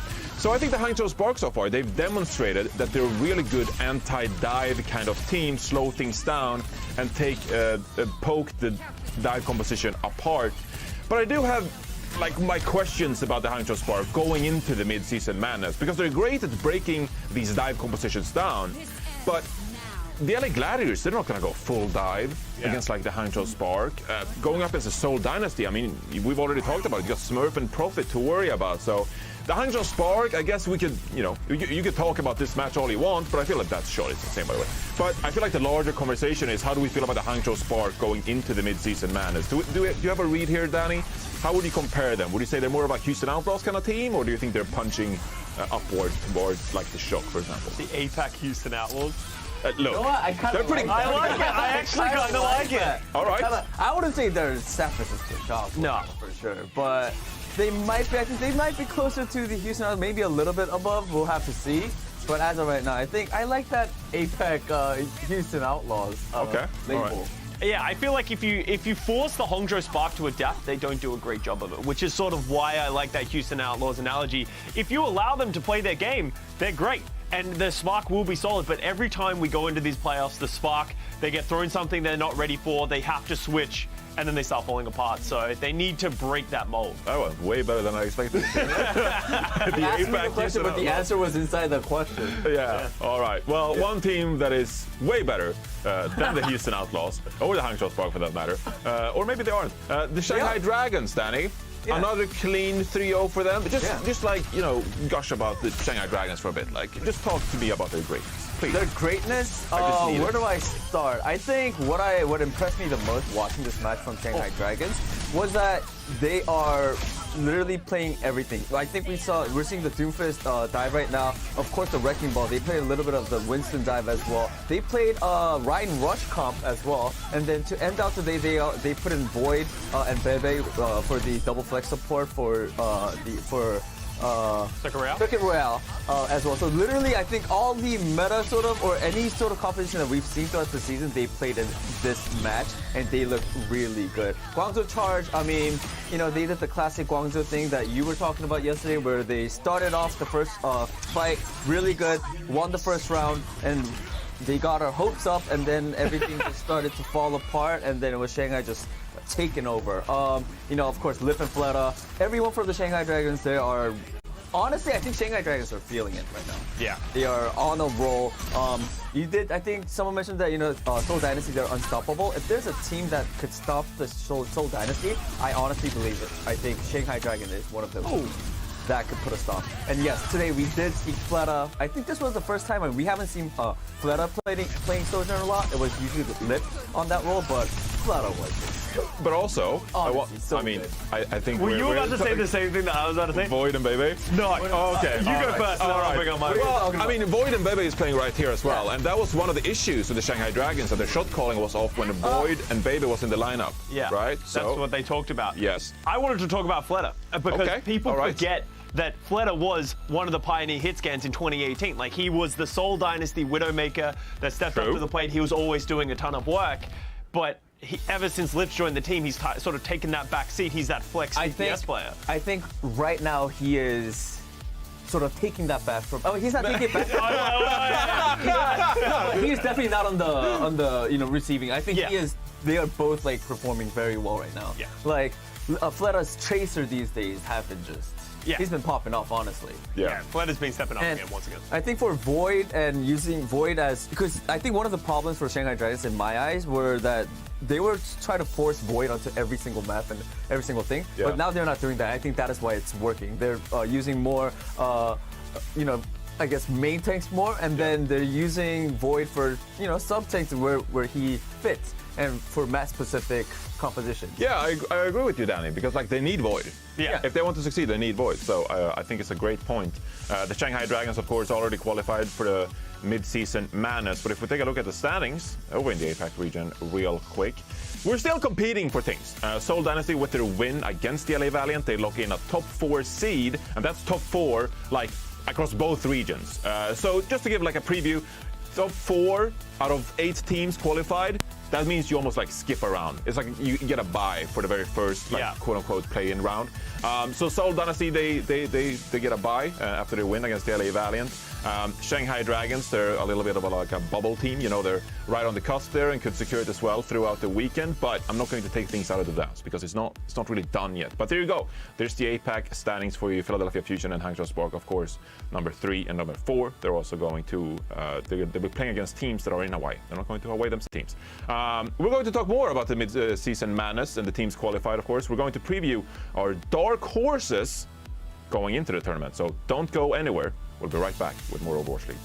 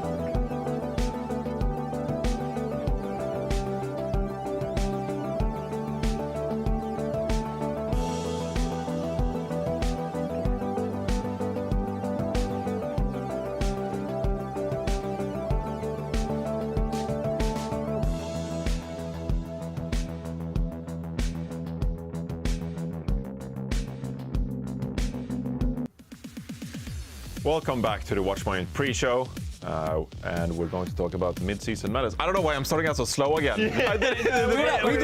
Redo. Mid-season madness. Let's do it. Watchpoint pre-show. We're going to pick our favorite dark horses going into the tournament itself, because we can talk all we want about the San Francisco Shock, the Seoul Dynasty, very exciting, great teams, but there are some underdogs or well, underdogs, dark horses, lots of animals in the tournament as well. So Danny, why don't you kick us off? I will kick this thing off with my dark horse, and my dark horse is. Yes, it is none other than the Toronto Defiance. Of course. If you guys don't do this, we agreed on doing this. Let me talk about it. Toronto Defiance, I think a lot of people would agree. I mean, I think the most recent example was their match against the San Francisco Shock yesterday, and they looked really good. And of course, I know Mitch hates this word, but the talent is there. Before I talk about it, here's how they got to where they are right now. I mean, of course, they have some losses, but look at their wins. They beat the Washington Justice. They beat Paris Eternal, and of course, they lost against Gladiators and Shock, but they still got some maps off of it. And also, it's a quality loss, I guess you could say. It is. Yeah. It is. Were there a time where, I mean, other than like the first couple matches when Toronto was sort of struggling, I think after they came back to their senses, even though they had losses, they put up a good fight every single time against really, really strong teams. And, like I said, the talent, like Hisu, like Muse, of course, we talked about him yesterday on how great his doofus was. He was leading the charts on everything on his stats as well. So I'm honestly very excited to see Toronto Defiance in the Midseason Madness tournament because of these reasons. Talent is there. Also, they are looking good. Of course, they're not the best team, but they know what they're good at, and they could put up a fight against these good teams. You're actually kind of selling me on it. I don't know about you, Costa, but I'm actually like unreasonably excited about Toronto in a very long time. Here's the thing. We talked about this going into the show, and I was like, yeah, I like Toronto Defiance. And then you showed me the graphic of their wins and losses, and I'm like, that's not selling me. But that was my point. You got my point. Yeah. It's like if you watch them, they can perform to that level. And I don't think any team can go into a match against the Toronto Defiant and be like, yeah, this is going to be a pretty easy win. You never know what this Defiant team is going to pull out. Consistency is their issue, but if you're a team going against them, you have to always assume a team's going to be playing at their best. All right, so Toronto Defiant, our first dark horse team, and I'm throwing it to you, Costa, because you got some APAC representation going on. Yeah, okay, so my dark horse team in the mid-season tournament is... Pause for effect.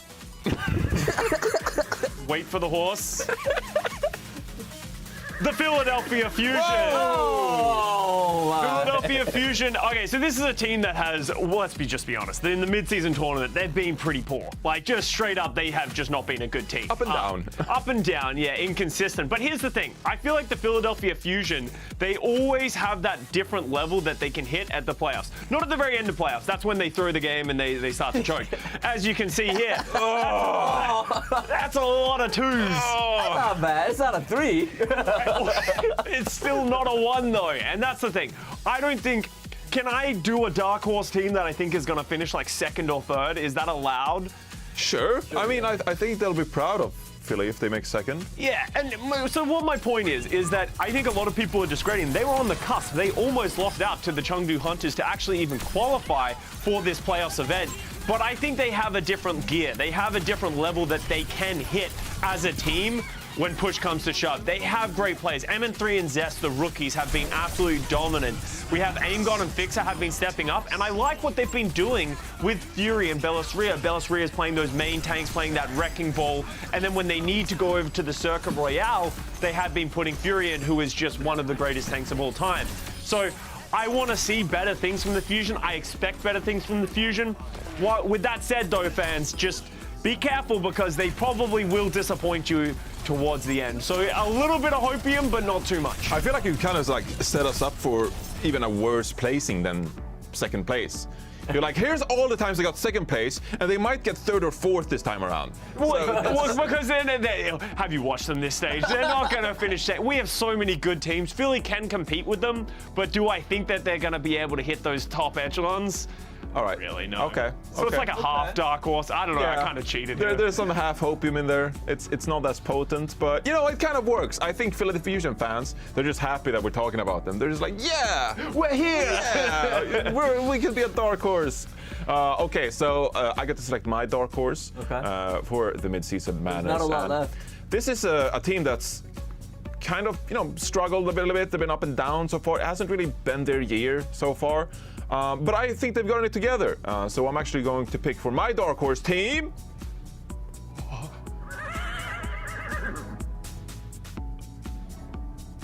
It's the Shanghai Dragons. Are you serious? Did I just hear the Shanghai Dragons? I don't think that counts as I a think dark they could horse. win. You mean the last year's champions? So far. You do know what It's been dark kind of horse rough. They had 2 awful losses this stage. It looked really bad. But Fate starting playing the Wrecking Ball. You can see the stats yourself. 4th in hero damage, 3rd in eliminations, 4th in grappling kills, and the 2nd least deaths per 10 minutes. Out of 15 players, that's pretty good for Fate. So this is a team that's coming up, the fans are rallying. They're like, hey, maybe this is Shanghai Dragons' time. They could win the Midseason Madness. So I'm not counting anything out. I really do think that the Shanghai Dragons, they're a dark horse for the Midseason Madness. What do we think, guys? I think Shanghai Dragons are a very light horse, not a dark horse. What do you mean? How are they a dark horse? They're literally one of the best teams that we have in the APAC region. Yeah, but they struggled. A little bit. In like 2 matches. Yeah, 2 matches. And then everyone was just like, oh my god, Shanghai's not Shanghai that we know. They got like 3rd out of 7 teams in APAC What a last week. tragic performance by the Shanghai Dragons. That's like 3rd out of 7. Quick math. I mean, that's like top 40% in APAC. If they had beaten, if Profit hadn't gone crazy on that Ilios, they would have gone to the grand finals and probably beaten Philly. Okay, well, you could say that about Philly's like 7 things. Just like, if you had actually won the finals. 7 things. Yeah. Look, Shanghai Dragons, they're a proper dark horse. No one is expecting them to win. What are you saying? Okay, that is. You're laughing at your own statement right They can't see it because we're watching highlights. No one's going to predict Shanghai's going to win. Oh, I would. Really? I am. Okay, it's a hosting thing. So we did the exact same thing. Every time we had to do hot takes, any kind of thing, go out on a limb, they just chose the most vanilla thing ever. Next time I'm just going to pick ever. San Francisco Shock for everything. Yeah. Look, someone granted me all this power as a host, and I'm going to make sure that I utilize every single ounce of power in the hosting role. So therefore, I pick Shanghai Dragons as my dark horse.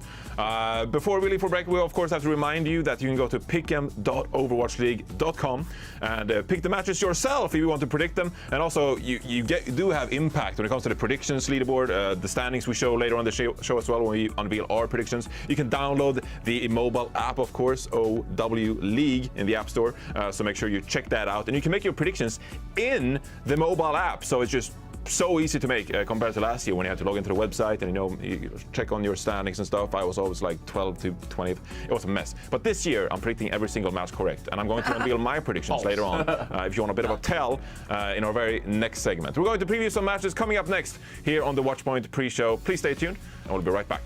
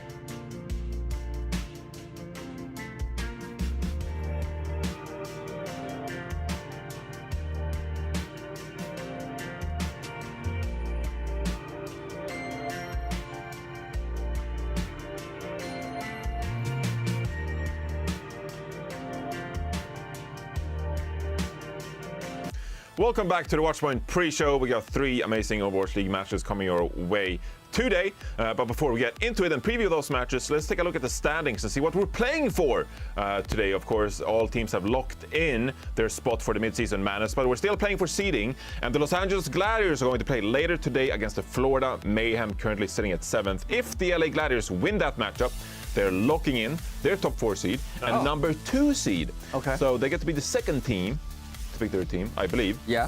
I believe. Yeah. It's with Soul Dynasty and Shock there. Right. But they look great stuff in, which is the most important part. So it's really good for the Gladiators if they win today. Great! Yeah, if you're a Gladiators fan, you really want your team to win today. Extra much, just a little bit extra seasoning.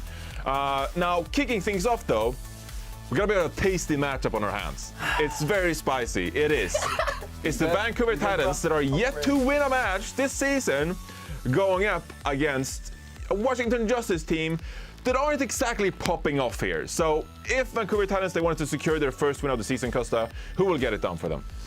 Yeah, this is going to be an interesting one, and I'm a little excited to just see everyone play. But I want to talk about Aztec. I think he is someone who is not really getting enough credit for this team right now. He has been dominant on that Zenyatta. He's a player who has been in the league for a while, but look at the numbers. Obviously, he plays for the Vancouver Titans, so let's just give it a break on the 18th in deaths.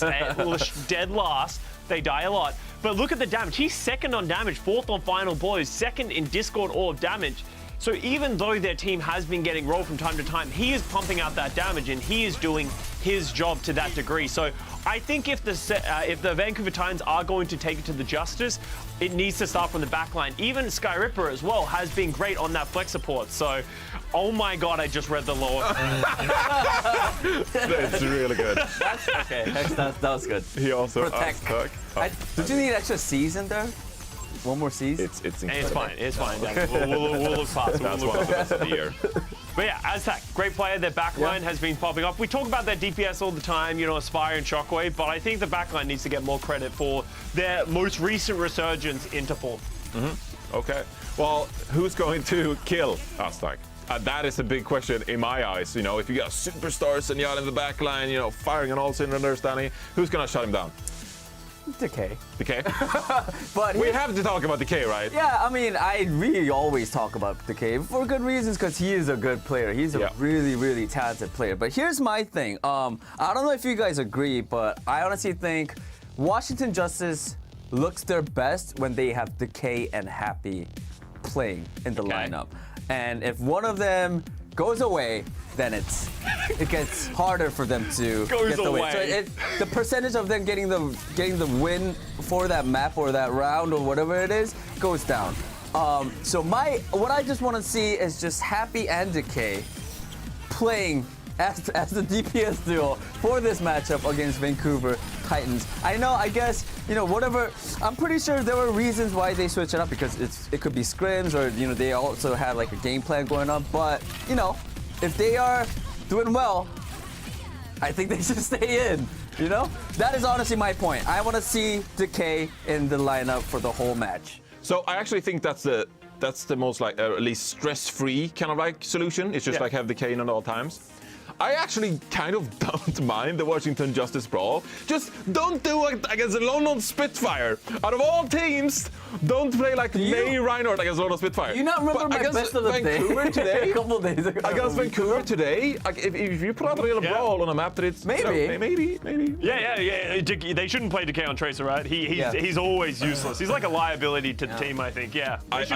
We could go on and on about this, and frankly, I don't want to. I don't think we can go on and on. I'm over it. I do want to highlight one matchup in particular, though, before we throw it over to our casters to start the game. It's Shockwave against Happy in the Sojourn battle, because I actually think that this is going to be really important for both teams. Happy, of course, known for his hit scan play. So this is as Sojourn so far this season. You can see that Happy, he has the advantages when it comes to final blows, railgun kills, hero damage, dies way less, actually. But Shockwave hits those overclock kills. I do want to say, though, Shockwave, incredibly difficult strength of schedule so far. So he's played really good Sojourns, and it's harder to get those stats, right? I think Shockwave, we shouldn't sleep on this guy, because he has been really good in the past. He's good this year as well. He racks up those highlights for us. So if Vancouver Titans were to win today, it could be on the back of Shockwave's Sojourn, looking kind of crisp. Now, we're going to take a look at our predictions before we leave you, of course, and I think it's going to be a little bit spicy. A little bit spicy, perhaps? Maybe. What have we got in store for today? Am I seriously the only one? Have you guys learned nothing? Have you guys learned nothing over the last few weeks? Yes, it's a Vancouver. They're right. Okay, whatever. I'm going to be right. I have my fingers crossed that Washington has learned their lesson finally from your scolding. Year and a half later, they're going to learn their lesson, Danny. I had to break my promise. I couldn't. Yeah, you broke your promise. I couldn't. Is that a hosting thing as well? I found so many ways to justify it, and I was like, it's double push weekend, and like Washington Justice, they're pretty good at push. So I had to do it. I'm sorry. One last ride. Let's see how it goes. I don't even know. I lied to myself, and I'm just like, I hurt myself by doing this. But I did predict the Washington Justice because I do think they'll win. So, gotta be through with yourself. Anyway, let's just get into the action. That's it for the Watchpoint pre-show. We got the Midseason Madness qualifiers continuing right now. Stay tuned. Let's go, Washington. End it on a high note.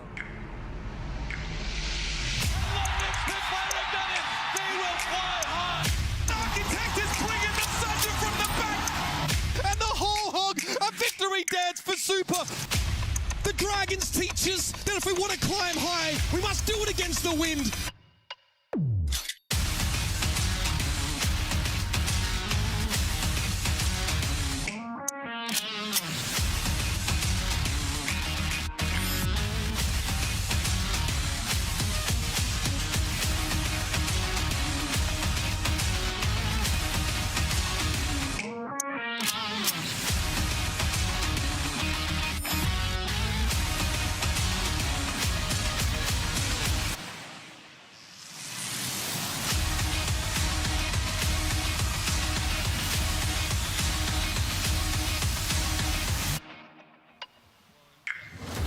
That's right, ladies and gentlemen. We have our qualified teams for the Mid-Season Madness here in the Western region, and there are a few teams on the outside looking in. We're going to be dealing with two of those in our first match up today. The Washington Justice go up against the still winless Vancouver Titans in a match that could be described so many different ways. Probably all of them will get me fired, so I'll let you put your spin on this match. I'm extremely excited for this match. Look, the Titans, they have not won a game. I think I said August 14th against Paris. That's right. The way Washington has looked lately, maybe this is the one. You can't be serious. If I was like DPay, I'd be showing my players footage of recent Justice matches, being like, look, we can do this. we're getting better. You guys are popping off in terms of the DPS. Aztec, keep him alive. He's doing good. I also think that the Justice are under so much pressure, right? Just kind of from everybody as a whole, that if you take like the first map or something, maybe you can really kind of catch them off guard and end up really kind of spiraling the series in your favor for Vancouver. Yeah, obviously Washington Justice in a position where they maybe, could have qualified for the Mid-Season Madness, and they're in a map 5 scenario, Matt. They sub-decay out of their roster because it's Lijiang Tower, and, what we heard later is that they just felt like having the, Mag in that lineup and having a different configuration for the team they felt was better. It was the plan. It didn't work. They lost in that map 5, and obviously that was heartbreaking for them. So now the Washington Justice have a chance to sit and think, take a long think, and a video game to play here, of course, against the Vancouver Titans. Definitely, they don't want to be serving up that first W to Vancouver. And I got to hand it to Scott. He takes his disdain all the way. Really, he's true to himself there, but there's a reason why, most of the other desk people did not predict a Vancouver win today. Yeah, which, this one for me would have been tough to predict. I know it sounds crazy with a team that hasn't won a game, but I just think the Justice are in a really weird spot, Mitch, right? Where some teams, it is clear they're kind of building towards the future, and some have rosters where hey, we're kind of going for it now. The Justice roster strikes me as hey, we're going for it now, but they're kind of like floundering in that like middle of the pack area where they really need to start to come together as a team because the roster is kind of built to contend like today. Right, and I think that's our issue. It's sort of like the way that this roster was constructed. I mean, that's why people are so hard on this team, I think, because they just see these players and, yeah, not a day goes by without someone saying the talent is there, whatever. Let's talk about their opponents, the Vancouver Titans here. I didn't say it today, you did. No, Danny did. Danny said on the desk, and everyone has to quote me as well before they do it. That's fine, guys, no worries. Okay, the Iron Shoulder Doctrine starting to take this team off the bottom of the ladder, or will it? I guess that's the question here. So far, so good. We have a Mirror Aspire DPS line today, though, Matthew. Yeah, and interesting with Falson and the tank rolls. So we'll get an opportunity to see kind of like what they plan on running here. Like the desk mentioned, double push week. New Queen Street here up first. So what would you have planned possibly? Like I think you would have played probably Mirror in terms of the tanks if you were going to run something like a Doomfist, right? Right. Kind of what we've seen from him as of late. Is this the kind of play, some Reinhardt type of play of like, hey, we just saw the well, kind of like lose against London. Can we just pull it out ourselves and run it and maybe make something happen? That is the question because, I mean, we know that False was more known as an off-tank player. He was Reiner's off-tank in the past. And when we saw Vancouver try and make main tank setups work, and I want to point to the Winston, I think that Winston was where some of the issues were the most glaring, right? Where, you know, it was quite clear to see that False was not quite finding his feet at the league level. Mirror comes into this team, but he doesn't necessarily just fix that particular issue, that dearth of main tank experience. It doesn't solve your Winston issue, yeah. No, yeah, I mean, well, again, he comes in and plays Doomfist and he looks, you know, great at it, right? So that's not an issue, but it's some of those other main tanks. And, you know, we just heard Atlanta on Twitter say, Brad Rajani sort of saying, well, why do we run Hawk? Because we think right now having our tank player, having the deepest hero pool possible is the best way forward and the best way to treat this game. And I think we all agree with that, right? Yeah. Yeah, we talked a little bit yesterday when we saw Hawk playing like the entire series and the tanks that he was playing. I completely agree with Atlanta and that type of mindset. And it's early enough in the season where, in Atlanta, you know, they're a little bit more fortunate, right? They built a bit of a cushion. They were able to do that. So False will come out on Sigma here. So Mirror going to play the Tracer. So this is a really interesting look because you do have Aspire and Shockwave, but is Mirror going to get the start today on Tracer? And for the Justice, they're going to play the Doomfist with a Widowmaker and Tracer here against the Sojourn. This, you know, he wouldn't really think of this map as a Widowmaker map. No. It's an odd choice, but it's happy as well. Aztac gets ruined there. And the reality is that Vancouver are not playing a composition that can do much about where Happy is, right? False is playing Sigma. Okay. Yeah, good start here. Mirror realizing, or maybe remembering what it's like to go up against Happy, previously like a DPS specialist. You know, for the Gladiators, we saw him come in and play, you know, Doomfist. We saw him come in and play Farah. You know, more the projectile-based DPS here. So he's got a tough job trying to deal with Decay and Happy. Yeah, and Miro would also come in and play some of like the Zarya for those teams. Yeah, that's right. That's right. Well. Yeah. But it'll be the Justice in control of the bot first. Some nice pickoffs from Happy is still not a ton of like meters gained, right? So if you're the Titans and you end up winning this fight, you're probably able to, you know, at least match.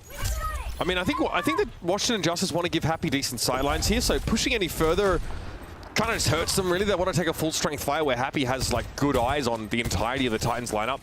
Aspire is living a little dangerously here. Definitely outranged by the Widowmaker.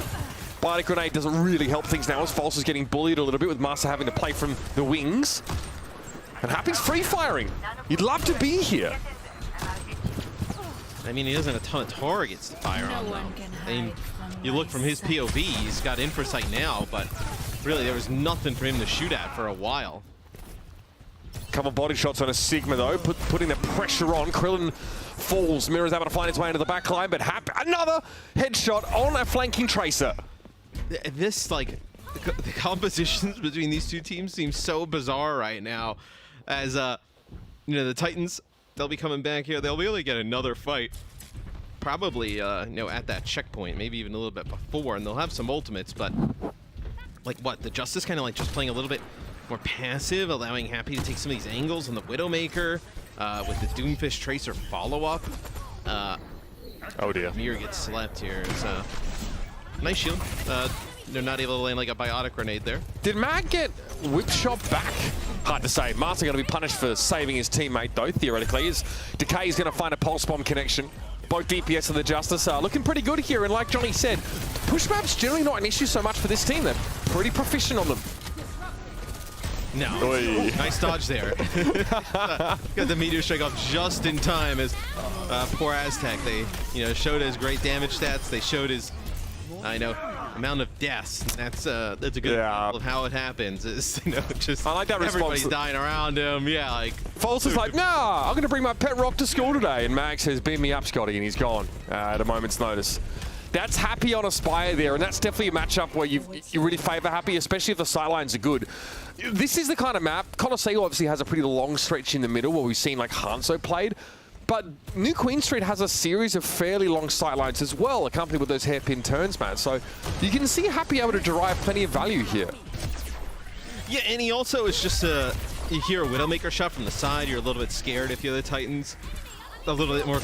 Nice shot there from Aspire. Like, you can get to these like medium range battles, right? That's when you're like, okay, the Sojourn can really do damage here against the Widow. Because the Widow obviously has to load up those headshots, and hit them, where it's a little bit harder against the Sojourn in that close to medium range. Mira loses out that Tracer duel. Bit of a rebaptism of fire as Decay finds yet another DPS. Look at the bot. So not only does Decay kill both DPS, but he moves them all back to neutral here. This is very bad for the Vancouver Titans now. They're stuck here. Magcorn and Gravitic Flux, he can abscond relatively easily, but at low HP, he tries to pressure. I mean, yeah, false down. I'm not sure about that one. And gets removed. Yeah, they got the bots, though, going in their direction. So, in the Justice direction, so it's got to make this trek all the way back to the barrier and then move on forward. So now they're going to play Tracer Genji here. Maybe this is why they want Mir in the game, for a little bit of flexibility to play the Genji in this type of role, like the Tracer or the Genji. And now you're going to try and put a lot of pressure on Happy. Yeah, I mean, allowing the free fire for most of the round gives just such an incremental advantage to the Justice fight by fight. But Decay is also an issue. So, right, you want to switch into sort of dive, Matt? You want to pressure Happy? That's fine. That's also not happening yet. But Decay is more than happy to duel with Aspire, duel with Mira, and he often has the assistance of Krillin's Discord Orb. You'll constantly see that in the kill feed, and that slants that Tracer matchup heavily in Decay's favor.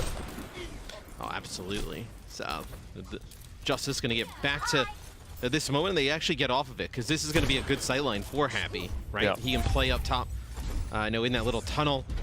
Players have to move freely through this area of the map. That's where you think he can get the most work done. It's going to be very difficult. Maybe not. Okay, he's able to just jump a little wiggle. I mean, takes out Aspire. Krillin is behind him, behind Aspire. So just sprays him with orbs. Now, the kill credit goes to Happy, but I'd say a lot of that damage, it was a body shot, right? So a lot of that damage probably came from Krillin behind him. But yeah, this is a big problem now for the Titans, and they don't really seem to know what to do. They try and counter Happy, then Decay just, runs game all over them. This is when you would want, like, can you play like a Doomfist, or can you play a Winston, right? And, maybe change your comp up a little bit, but it doesn't seem...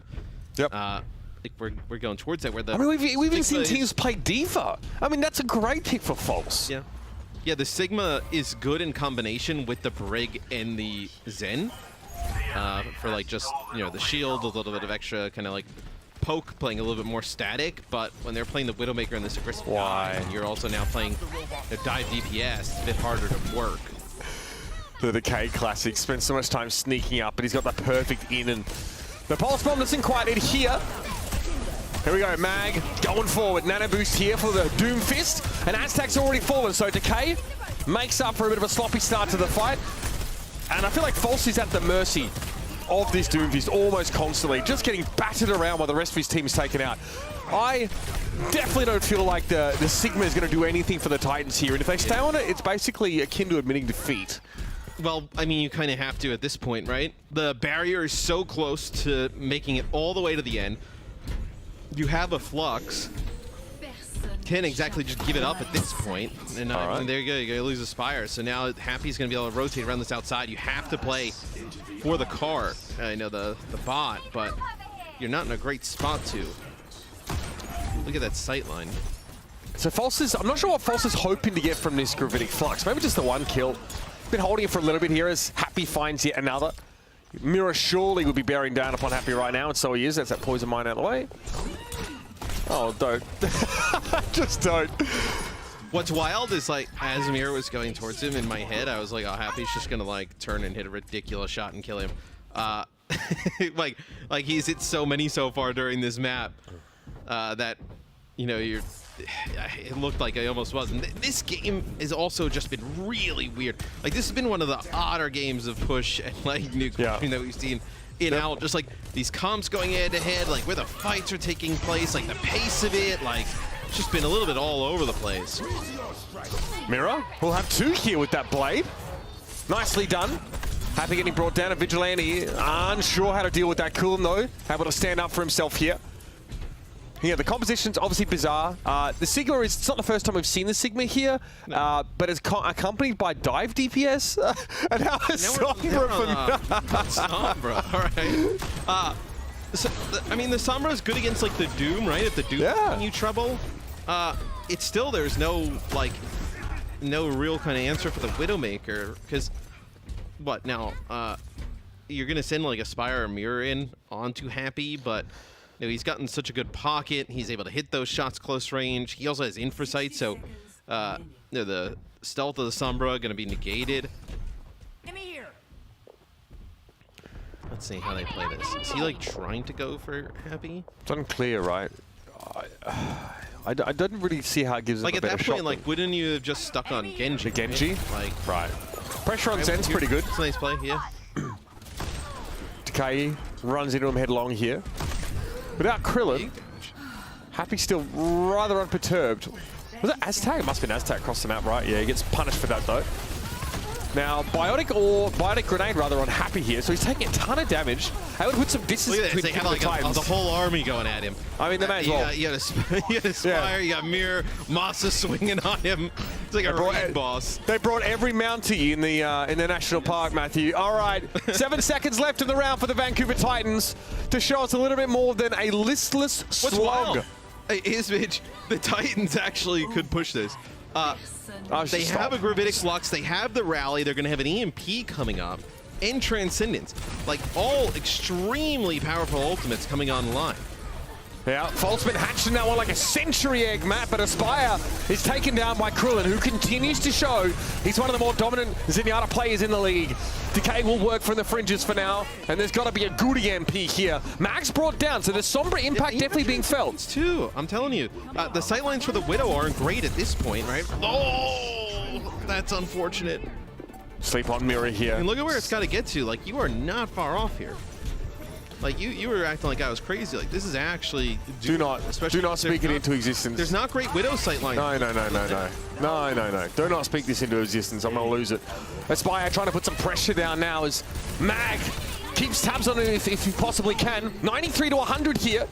It is awful close. Aspire's put to sleep as well, and still there's no ability for the Justice to follow up. Meteor strike in from Mag. Who's he looking for? Masa. False is in his way as well. Bot gets ever closer here, and the Titans are winning out in these trades here. Krillin's out of position. What is he doing back there? Decay also with a Harmony Orb on him. He's not going to have that for much longer either. Decay trying to harass now, maybe buy a little bit of time for the Spawners to come back here, but Krillin gets taken down around the kiosk, and that's a hack on Decay. You cannot be serious. This isn't allowed to happen. It's wrong. It's wrong. Okay, it's so close. It's just wrong! The Vancouver Titans! Don't tell me, they're 50 meters behind! 50! Yeah, but okay, they were.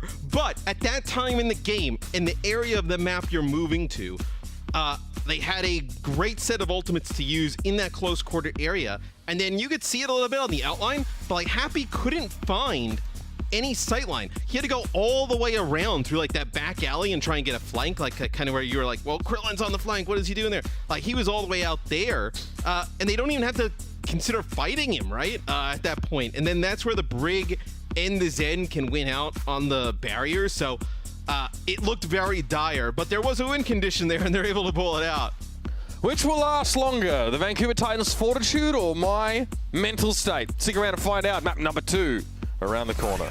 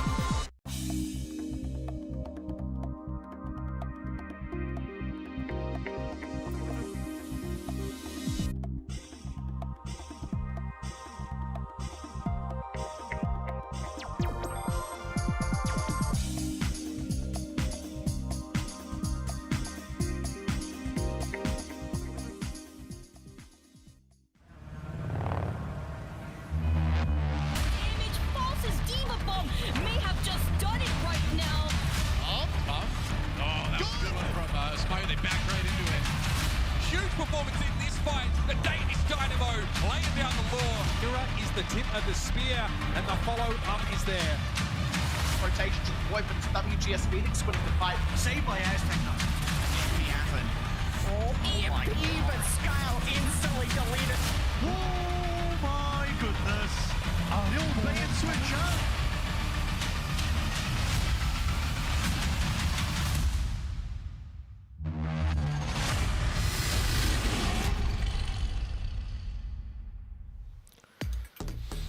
Some pretty insane final moments in that last map at Aspire. Just gets to run roughshod over a complete disarray here from this Washington Justice squad. Now, I mean... These are the few moments he was not slept by Vigilante.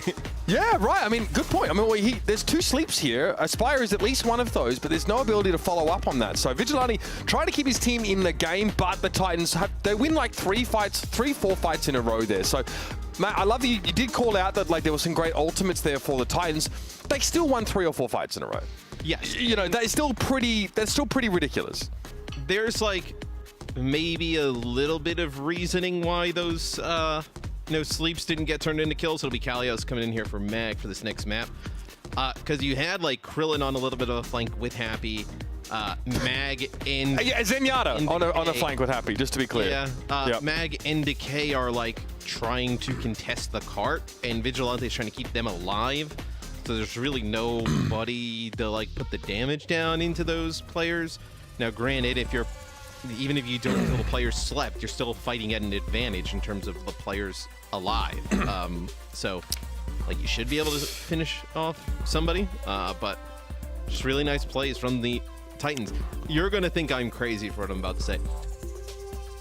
That is like a picture-perfect start for the Titans, in the sense that, like, the Justice have been, like, boomed for a few games now, and they're on the cusp of winning, and they're by so much, and they get boomed again.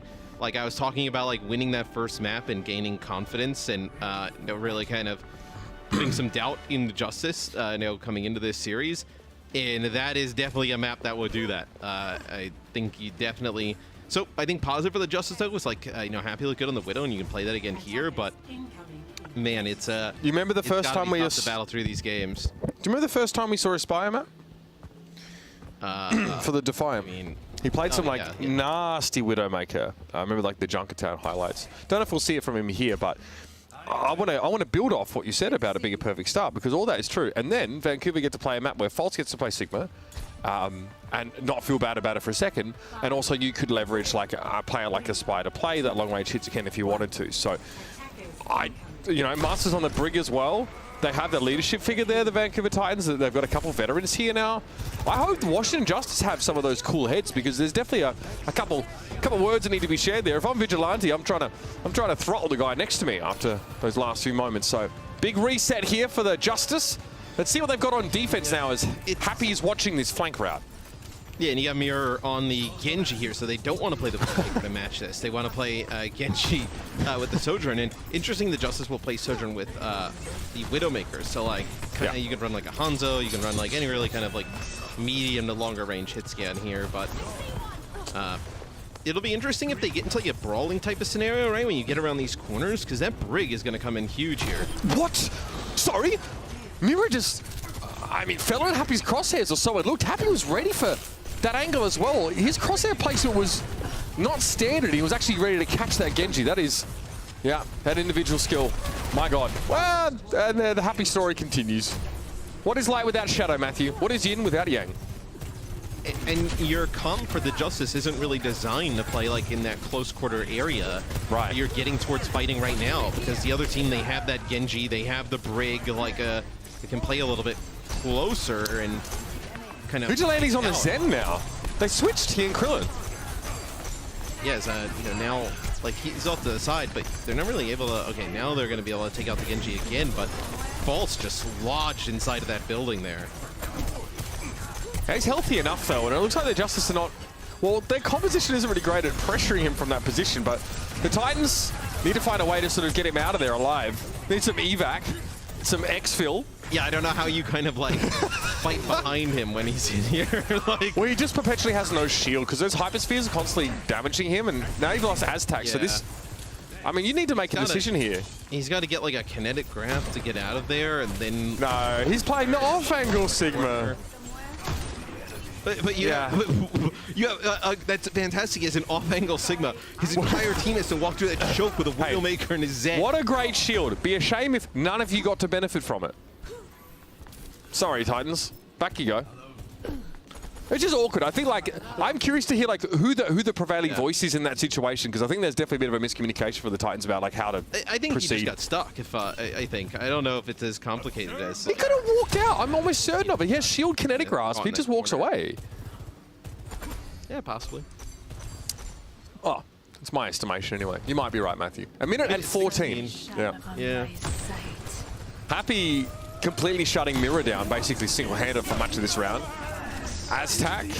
Oh, that's nasty. Biotic grenade, yeah. Yeah, you spotted it. Kalios able to steal that extra damage on Master. Frustrating for the Titans. They're losing a player despite having Transcendence. Never a good exchange, especially... Okay, that's pretty putrescent. Yeah, I mean, what? With the way things are going, are you going to get a blade here? Like overclock of 2? Like, what is the... what is it? Probably no blade. Because you're playing up against the Sigma shield, like, it's probably pretty hard for Mirror to get that value in 30 seconds. It's going to be brutal. Oh, no, never mind. They're going to back out. Okay. There's so much here for the Justice to play around ult-wise as well, Matthew. Gravitic Flux is here for false, though. Got him out of trouble on New Queen Street.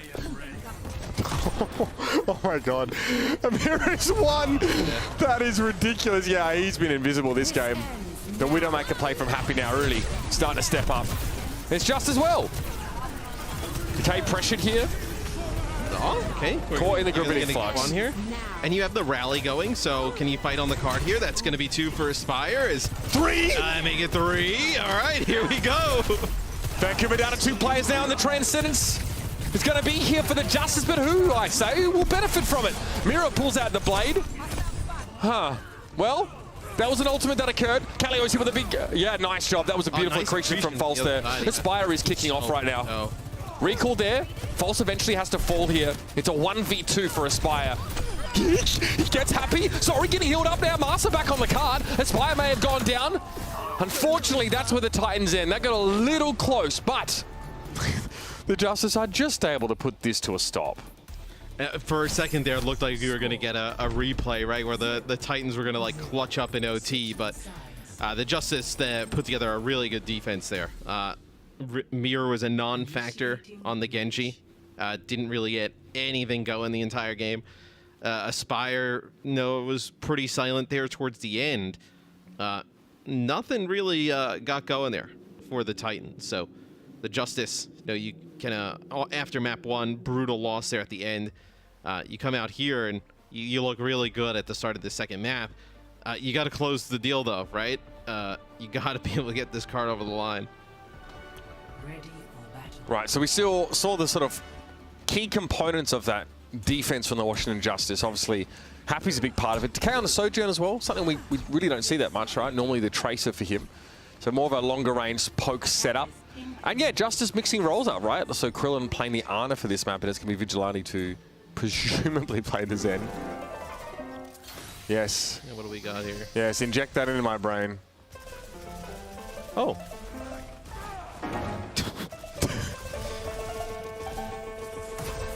Okay. It was good for a bit. I feel like there might be something here, yeah.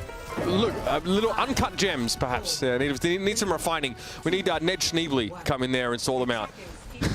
Okay, here we go.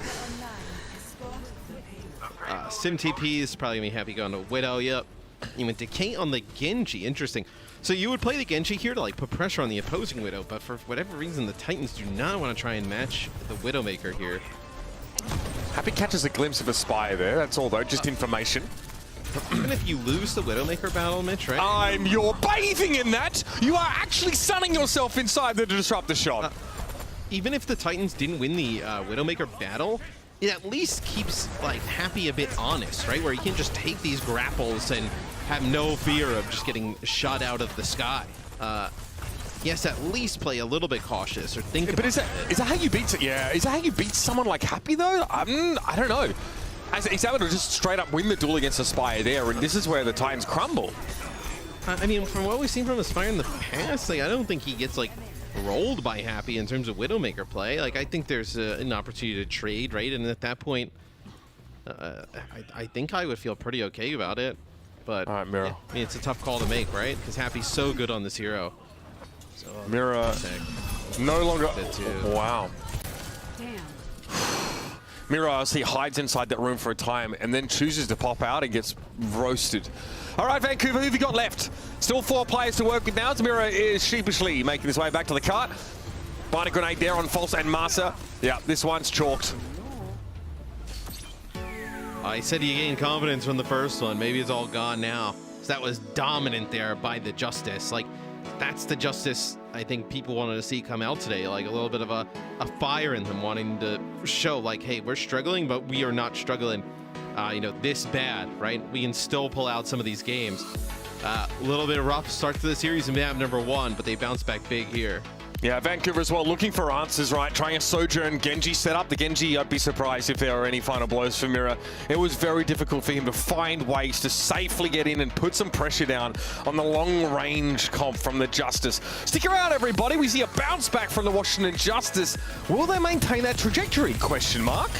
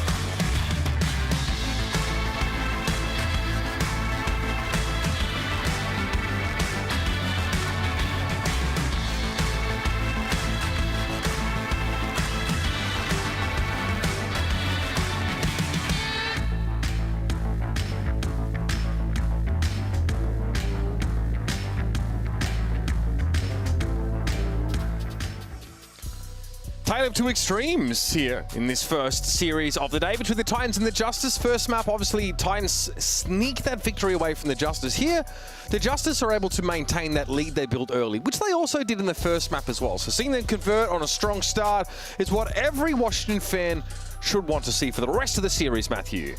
Yeah, overall, I mean, the Justice have been the stronger team through the first two maps, right? It was just some late map heroics there in map number 1. Oh my god, I just got some stats, Matt. Yeah. I got some stats. You want to hear it?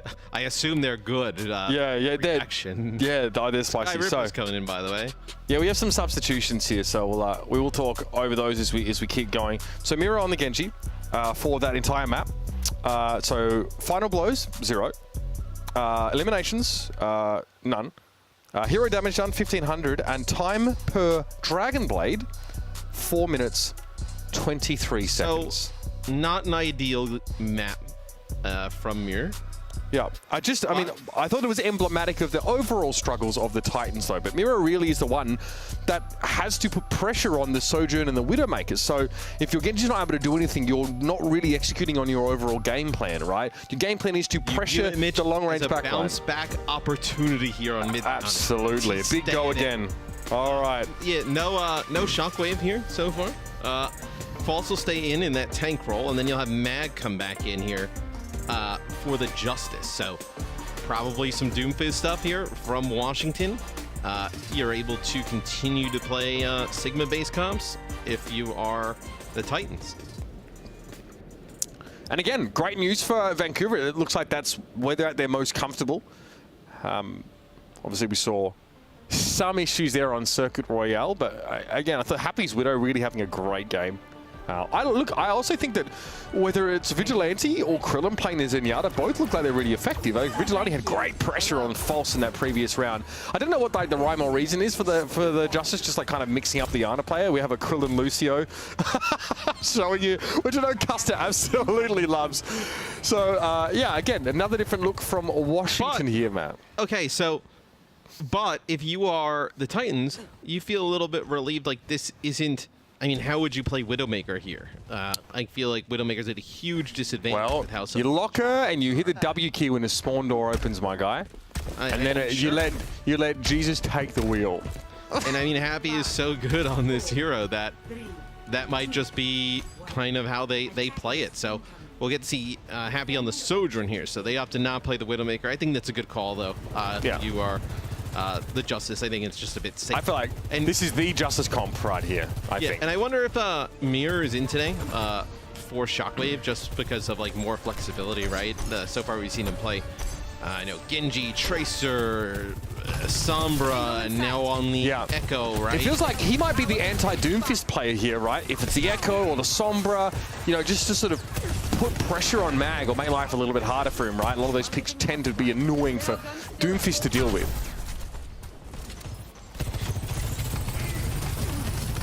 Farming up on the shield here. Krillin gets an early pickup on the Aztec. That hurts if you're the Titans. That really hurts. And you're quite split, right? Because you're playing with this Sigma composition, so you really need to be careful here. And you can't group, because then you give up map control. So, slowly but surely, your players just get dragged off their horses. Yeah, as everybody's falling now here for the Titans. Is oh, nice play auto grenade there from Skyriva. Just no follow-up as everybody else is dead. So, really fast first fight that goes in favor of the Justice. Is it enough to take it? We're going to see a contest here. It looks like the Titans do not want to contest. Okay. Tough to play from that position, but we saw it, I think, geez, we saw it yesterday. Pretty insane Atlanta contest. played really nice out of that, yeah. But again, you're not playing with the most mobile composition. You don't really have a Tracer, right? Your main tank has to walk or float in that direction. So fair enough, the Titans, we'll see what they try and hold False. I think that's going to be quite interesting, especially to give Aspire ideal sidelines, and also Mira, probably pretty good for Echo, actually, playing around these buildings, right? A little bit hard to kind of take him out of the air. It's true. And you're walking into you know, the Zenyatta, the Sojourn, and the Echo damage on top of just the constant spam from the Sigma. So maybe this is a composition that can put together a a good hold here a little bit early, because they need to burn some time off the clock. It's a really fast first point take there for Washington. All right. We know what the Echo Tracer matchup can look like sometimes. Pretty good for Tracer. Decay can kind of frustrate Mirror as much as he can, and he can get a pulse on them. It's not impossible. That one pulls up a little bit short for Decay, but Happy gets a Spy. You saw a Spy go to the high ground there, Matt, try and find a better advantage. It doesn't pay off. Gravitic Flux did come in, but Nano Boost was just deployed on a Krillin who has a Transcendent. So everything's really here for the Justice now if they want a longer fight. The Titans need to be decisive now. Yeah, Zamir's in a tough spot, just getting drilled by Krillin from the side. It's going to be the Transcendence that comes out, so... Hey, they followed up in a sleep dart. Beautiful. Yeah, so you're going to lose this fight if you're the Titans, but the Justice had to... It was an expensive fight, though, for Washington, right? Had to unload pretty much everything. You come back, duplicate, an overclock, a Transcendence. You think you get a hold here, right? If you're the Titans, then you start to get the clock down to like about 2 minutes, and you put yourself in a position to maybe stop this from getting a second checkpoint. But what's Echo like when the attackers have this high ground, Matt? How do you maneuver into... I guess Miro just like gets close and tries to pop up on him? Yeah. It seems kind of awkward for him. It's hard. I mean, there's nobody to really go in and engage with him, right? He's kind of on his own, but that's a huge pick. I was going to say, you may not even need to use any ult. Yes! See the duplicate come out, but... Yes! I know. Aztec with that early first kill, that's massive. That allows them to hold on to their Transcendence and Overclock, build towards a Nano. Or that kill allows you to save some of those ultimates going into the next fight. They get a kill on Decay here late, so that was, you know, they're able to hold. You look at that fight as maybe the one that swings in their favor. Yeah. Re-establish that high ground now. Mirror can be much safer. Look at him still stick to the right-hand side as much as possible. I love the Zen dupe. Just shows how scary Zen is, and Krillin just reinforces that point. He's got so many early kills in these fights. And then Destructo Orbs. Nicely done with a right click. Don't laugh, you don't know the reference. I don't think anybody knows your references. It's not true. Someone got the School of Rock reference last round. And then you just have to laugh at your own jokes to make it seem Life never gets boring that way, man. All right, Vigilante Nano on Mag here. Mirror getting pressured pretty heavily, going to have to back away now as that Doomfist gets a little close for comfort.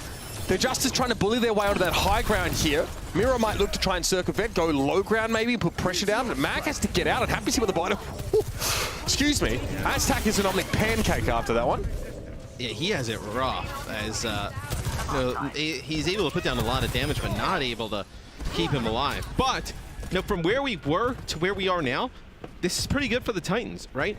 It was like 4 minutes plus on the clock. You get it down to below 2 minutes, 2 minutes and 47 and counting here for the Justice to take this last checkpoint. So there's some the Mag wrecking ball here. Yeah, there's some tough angles here you can hold and make it difficult for the Justice to complete the map. I'll tell you, someone who has no angles. Wrecking ball. Gonna switch off him though, fair enough. Because it's a circle, it's a sphere. Yeah, I know. He's a okay, ball. just checking. Okay, Mag obviously maybe having switched there just to try and get back to the fight a bit sooner. You gotta so get now your back to the Raider from season 1 back. You know? The season 1? Right in your joke. No, I don't think I think my jokes in season 1 were pretty average, I won't lie. Yeah, I don't remember any of them. No. The Spy with Overclock here. That's all the Titans really working with now. So Happy gonna go first, and well, now Overclock's off the table now. Spy wants to push up, or rather Happy. And that's beautiful. Patience there, taking the head off Skyripper. Pressure from False, but Happy's able to get away pretty comfortably. Very clean sequence from Happy. So you'll get the car rolling yet again here for the Justice as you make it around this final turn. Just a pulse bomb available. Man, Mirror's like had to play so many different heroes. You almost wonder, like, did they play really Aspire and Shockwave like throughout most of the season thus far? That damage dealer combo, they've looked quite good. What it kind of looked like in this series is you're gonna lose Aspire and Aztec so fast. Yeah, Skyripper down to a pulse as well. Decay starting to stretch his legs a little bit. Great sleep on False. Follow up what course was there once more, and looks like the Vancouver Titans after. Yeah, like you said, really good hold on second, Matt. It's going to be over a minute for the Justice, all said and done.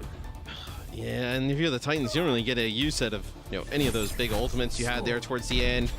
it's a really rough way for the map to end, because you had an opportunity to dwindle some of the clock there with some key ultimates, right? All they had was a pulse bomb, but you lose some players really early and fast, right next to each other, and just no way to bounce back from it. But yeah, I do really wonder, like, kind of like, where is Shockwave today? Because I think Shockwave's been pretty good throughout the season.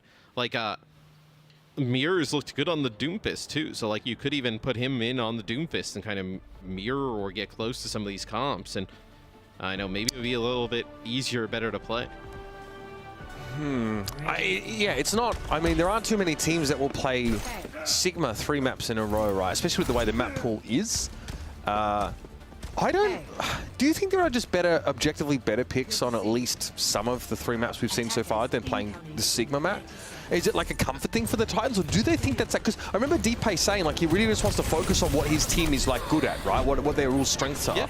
I feel like somehow there's a bit of shoehorning here of the Sigma maybe. Yeah, it might be. And I think you kind of, if you're going to like shoehorn the Sigma into comps, you probably need like Mirror's flexibility to be able to like, play so many different things around it. Yeah. But if it's not working, eventually you got to move off, right?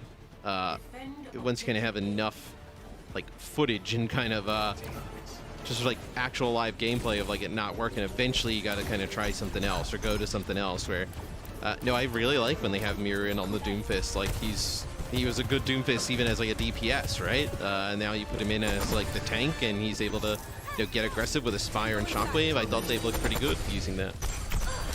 So the Titans are locked into this permutation, at least for now. Obviously, maybe a late sub, but that's more of a Justice trick than anyone else's, as we know. Whoa, that's nasty. Nice combo there. A lot of that damage came from Krillin Salvo, who again is just leading the way. Again, Zen is so good, and we have some insane flex support players. Gangnam and Krillin, just to name 2 of them.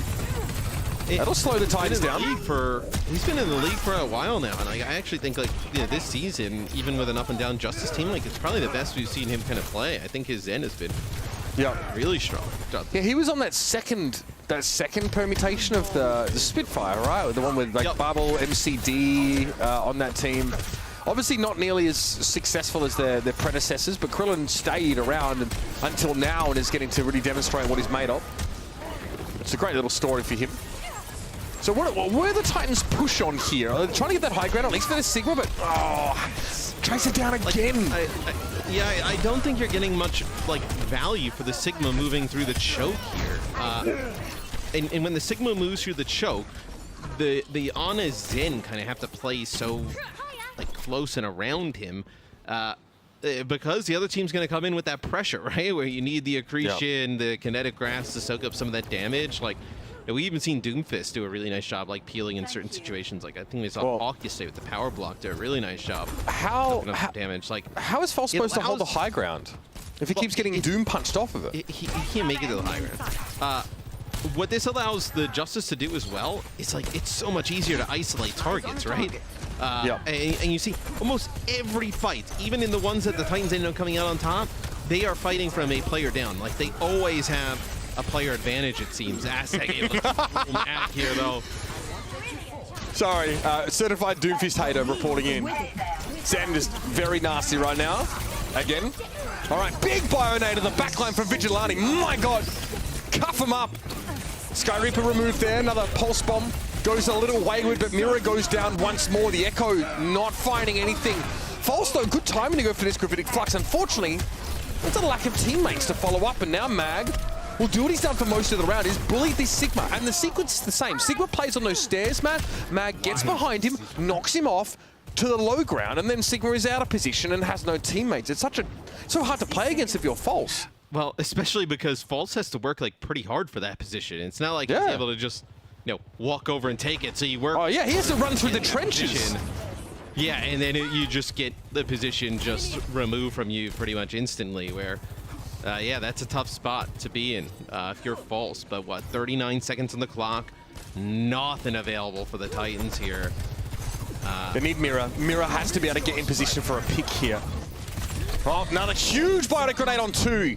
That's going to be traded at the very least, but Sky Reaper getting taken down. False is not getting healed up. Yep. No, and I'd love to see the stats. Like, it just seems like every fight is starting with the Titans losing a player. Yep. Like, we can talk and argue about comps all day long. If you are going to lose a player first in every single fight, it does not even matter what you're playing, right? With the kind of the nature of the game. Krillin is pretty incredible. That is, he's so good. Yeah, he knows it too. Beautiful stuff. Vancouver, like you said, facing, you know, a player disadvantage at the start of every single fight. It's not, it doesn't even feel like Overwatch at that point. It's something completely different. Well, it's so difficult to fight as a player down in Overwatch 2. I would say probably even more when you're playing a composition like the Titans, because it's so easy to collapse on you then with a player advantage. Difficult to keep False alive, difficult to keep the supports alive. You've got to do a better job here for the Titans coming up next. And they're still in this series, right? Still an opportunity to get it to a Game 5. Yeah, stunning stuff from Krillin there as well. Double-digit final blows. 10-1 is Krillin in that round.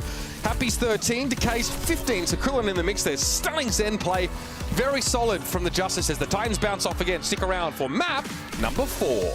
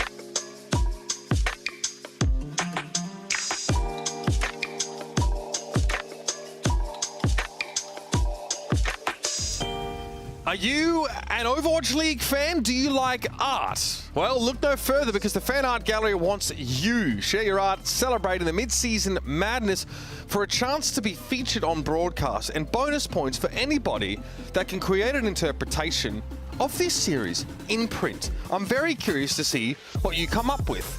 Been quite the run so far here in this matchup between the Washington Justice and the Vancouver Titans.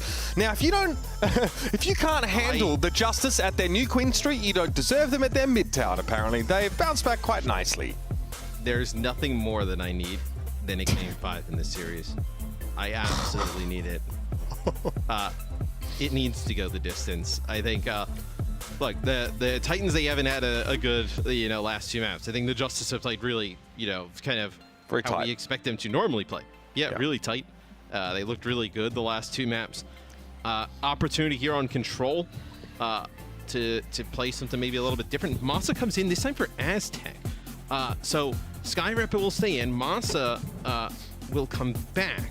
So that's interesting because usually, Aztec will play the Zen. You have like Masa, he'll either play like a Lucio or a Brig or something. Skyrapid usually stays in to play the Ana. So does this mean we're going to get a compositional change? What is this signal here for the Titans? So interested in? You probably want Lucio and Ilios, to be fair. It could be Ana Lucio Winston from False. You could probably replicate that same comp with the Diva as well. That's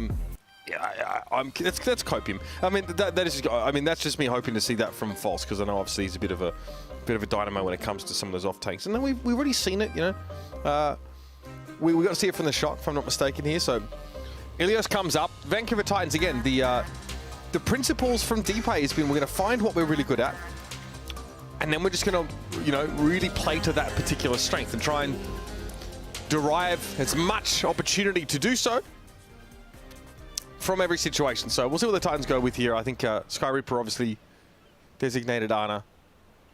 I think having Aztec out though kind of hurts. I mean, having that Zen presence there was pretty scary. I mean, you saw what Krillin, Vigilante have been able to do in this series. Aztec's also a bit of a standout. And this would be interesting. I would really like to see maybe this come out from the Titans. So right now, False hovering over the Diva. We saw, what was it, Kaluge yesterday played the Diva, especially against these Doomfist comps, and was able to play a little bit more defensive and play it pretty well. The Moira is interesting though, I will say. They might play a bit more aggressively than Kaluge did. If you recall, Kaluge was playing very peel-oriented. And the Moira is a little bit of a... Is it a bit safer of a pick than the Ana, right? Because you're constantly losing players first. You're getting dove constantly, and Decay and Happy are able to kind of have their way with the backline. Moira is able to have a little bit more self-sustain, harder to hit. Obviously offers a lot of just HPS, so maybe a little bit of a safer option here. Right. Yeah, this is a very unique composition from the Titans. See how it plays out again. They really want to try and start the fight, and False is looking good already. Yep. I already like it better.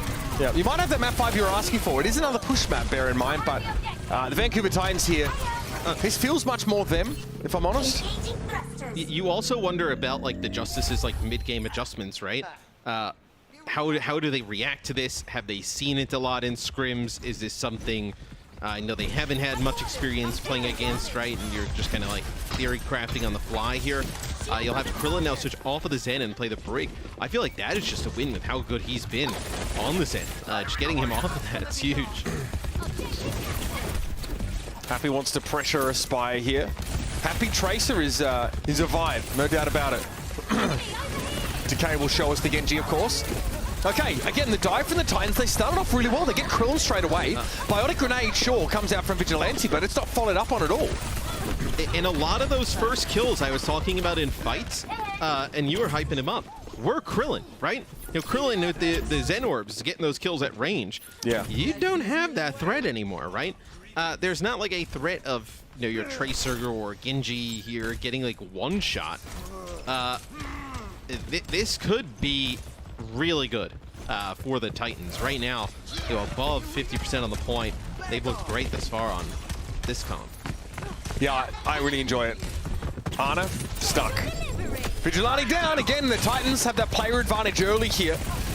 Happy seeks to remedy that, but isn't able to quite get close enough, and this is going to be another wash. But the Justice don't know what to do here. You can see the pace of the game change, though, right?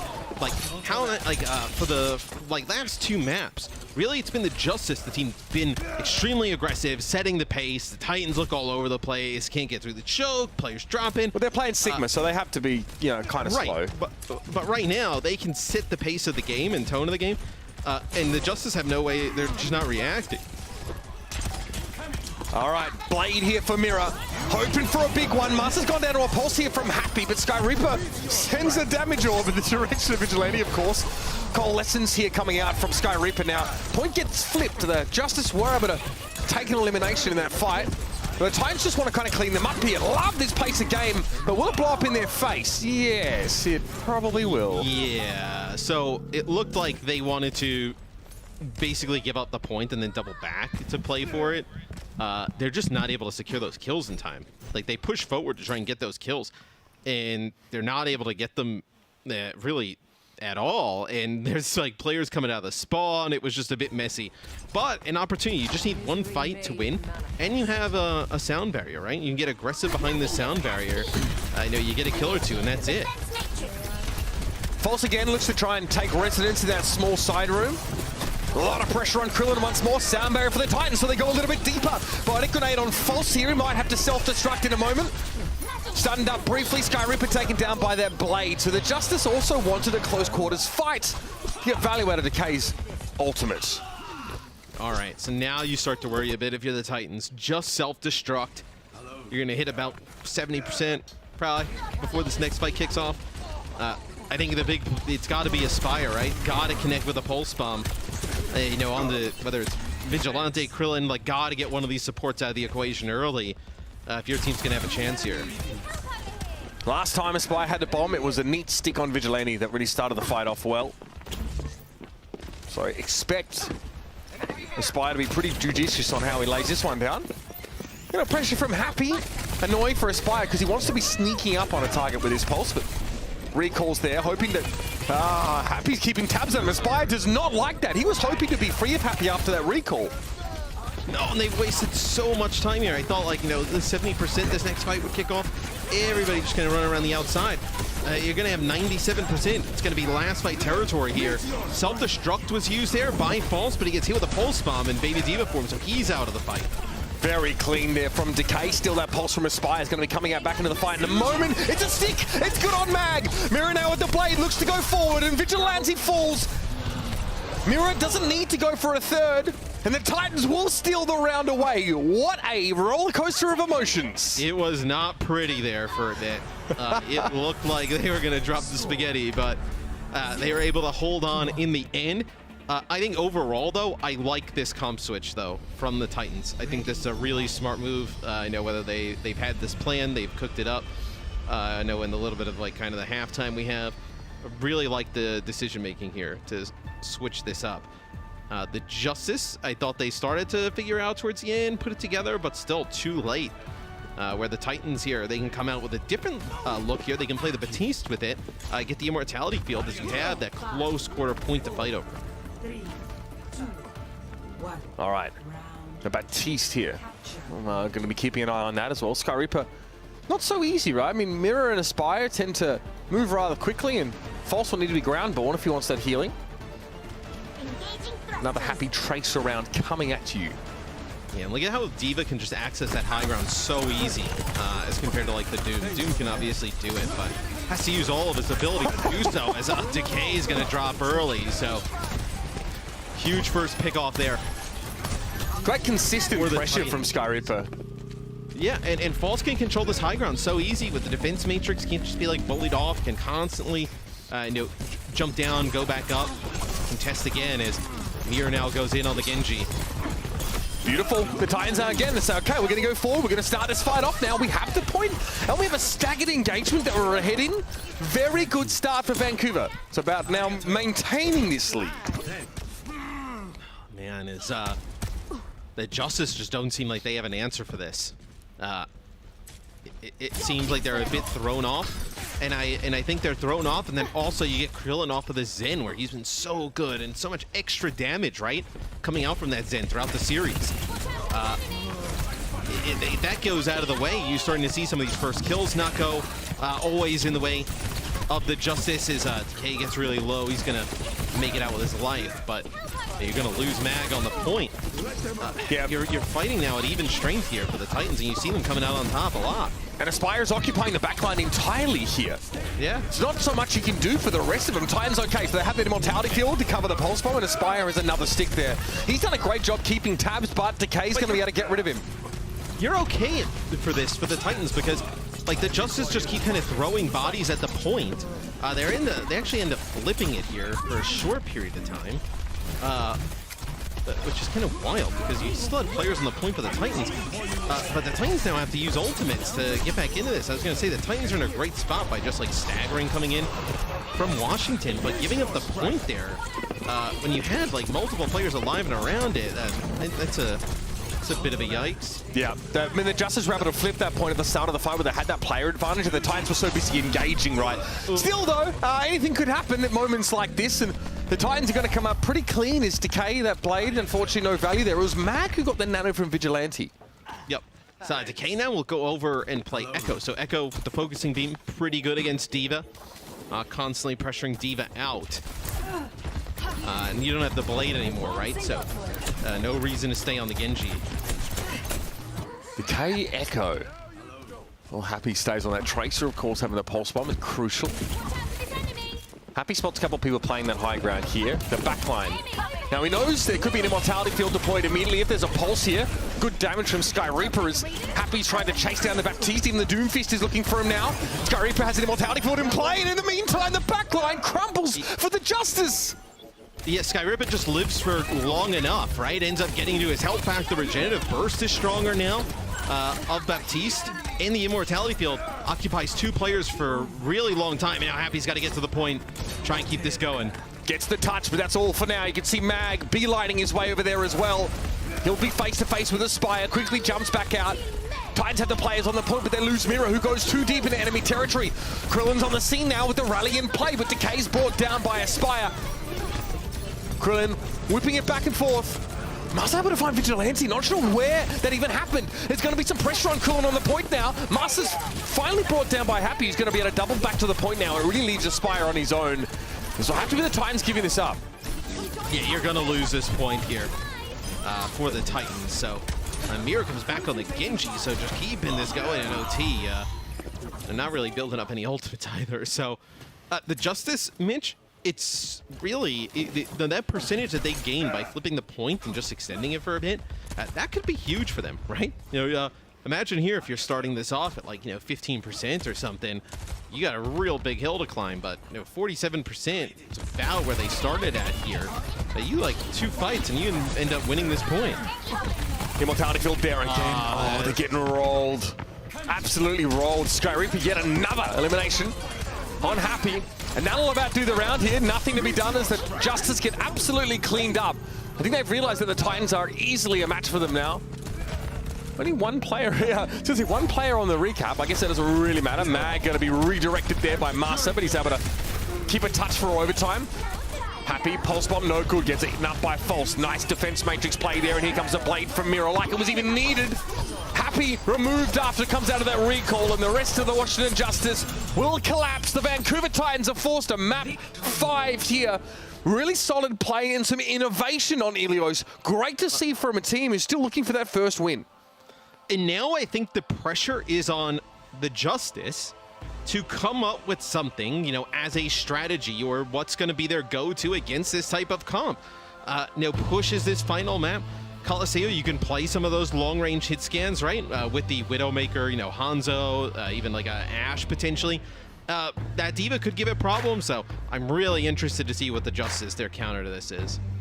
Yeah, the Washington Justice going to need to have something up their sleeve. They look good for most of the push map at the start of the series. They're going to hope to be able to do it for the entirety of the one coming up. It's map 5 here, and the Titans, again, could have their first win of the season on the docket. Stick around to see how this one ends.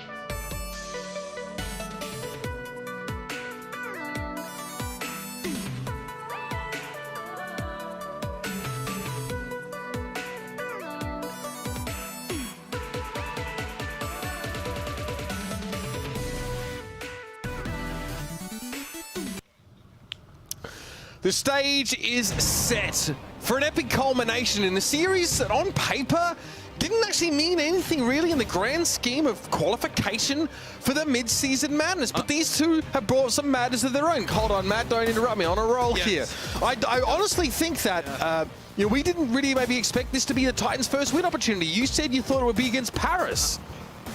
Yeah, but I did think it would be against Paris, but with the way that Justice have been playing, I thought they had a fair shot today.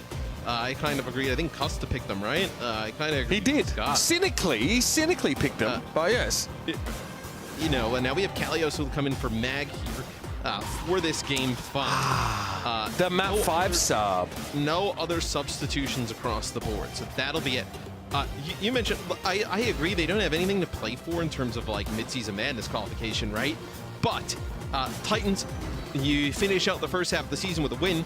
You're really kind of looking at like, hey, you know, T3, let's try and get top 8, qualify, and then, you know, make up enough league points to get into that top 10, give yourself a kind of punch chance at playoffs. For the Justice though, like, you've had so much pressure on yourself with this team, and, you know, just community chatter, everybody's kind of talking about it, having opinions and whatnot. You know, a little bit of a layup of a game, it looks like here at the end of your stage, right? Give yourself some confidence going into a break. I know the other team's 0-11. To lose a game like this and then just kind of have that time to dwell on it and whatnot, that's pretty brutal. Where I think, you know, this is a huge game for them in just terms of like their entire season, right? Because games like this can like really like derail a whole year, right? I know, kind of spiral things out of control.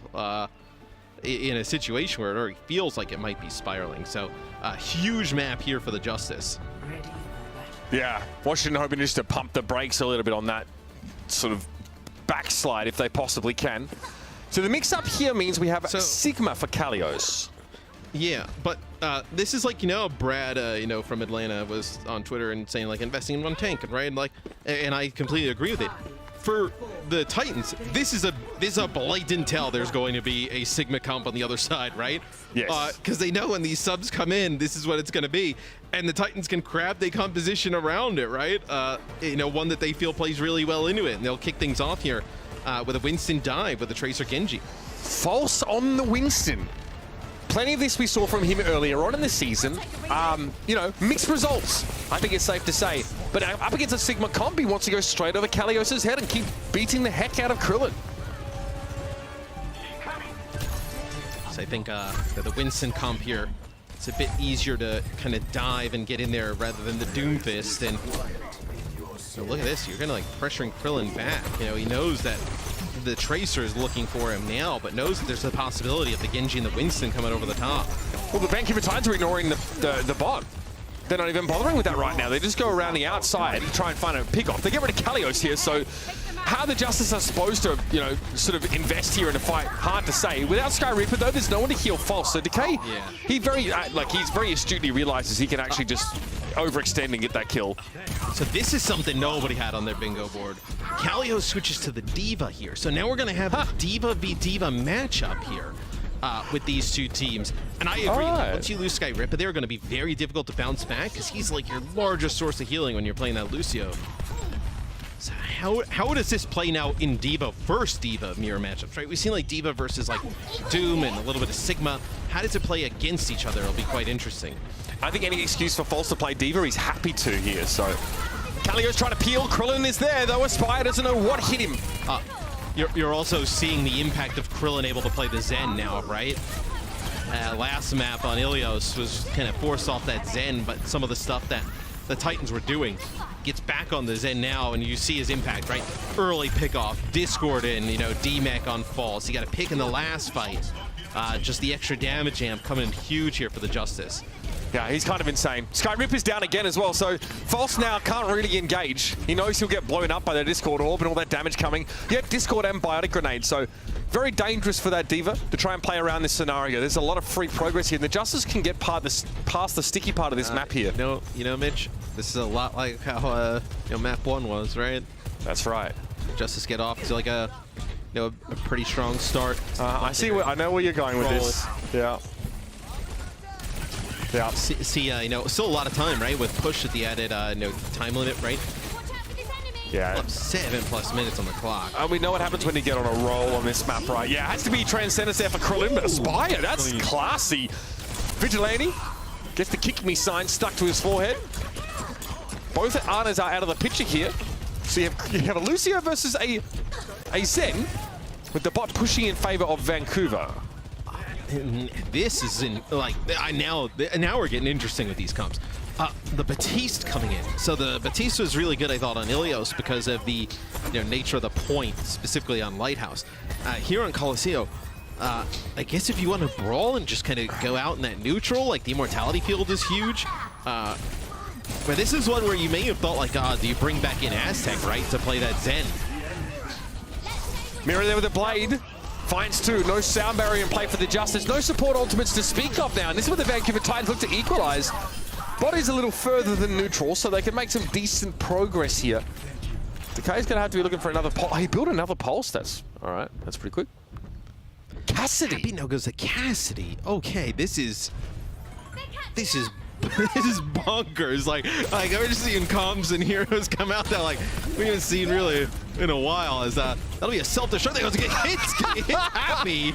All right, so just chucking it in there. Gonna connect with the Cassidy. Doesn't have the best mobility. Vigilante now. He's over to the Baptiste because nobody's following up any of his sleep darts, so may as well. I wasn't ready for that. Chaos. All right. 50 plays 53, though. The Titans are in a position to keep moving up. Happy. Very aggressive here. Maybe concerned about Tracer. I mean, Mag Grenade, I like that. Very cute. Not quite sharp enough, though, but the aim is good. Yeah. Aim's good. Able to pick up a few kills here. The Titans get close to matching. They'll get another fight here in the mid. I think the Cassidy in combination, like the amount of damage Justice are going to lay down, right? With the Batiste Zen Cassidy combo, it's going to be a lot for the Titans to deal with. Where you have Masa still in the Lucio. There's not many options that he could go to, right? Like, does a break even make sense here? Like the sight lines are so long, it's tough to close the gap. Especially with some long-range damage dealers on the other side. It almost feels like you're kind of stuck on this Lucio, committed to it for the rest of the game. And you may be right about that. But again, Master on the Lucio doesn't feel terrible. Happy, the dive on Happy is extreme. That's why the Immortality field's there, though. Nicely done by Vigilante. Also an air matrix thrown down. How to make use of that as Happy's able to fend off his assailants. And Justice should be back on the push now. Yes, you just have Aspire here. The Mag Grenade connects right to him. It's a few times now we've seen Happy when the recall comes in, able to predict and land that Mag Grenade. As a lot of people have said like Cassie isn't as good as like killing those flankers anymore, but if you can get some of their cooldowns down, the Magnetic Grenade is even easier to hit than the Flashbang, right? It kind of like auto locks and it does so much damage, you're probably able to just kill them instantly at that point. Especially if a Tracer's coming out of recall in an extended fight. With any type of damage, right? All right, so the Justice weren't able to extend their lead with that last push. I mean, both barricades are under bridges here.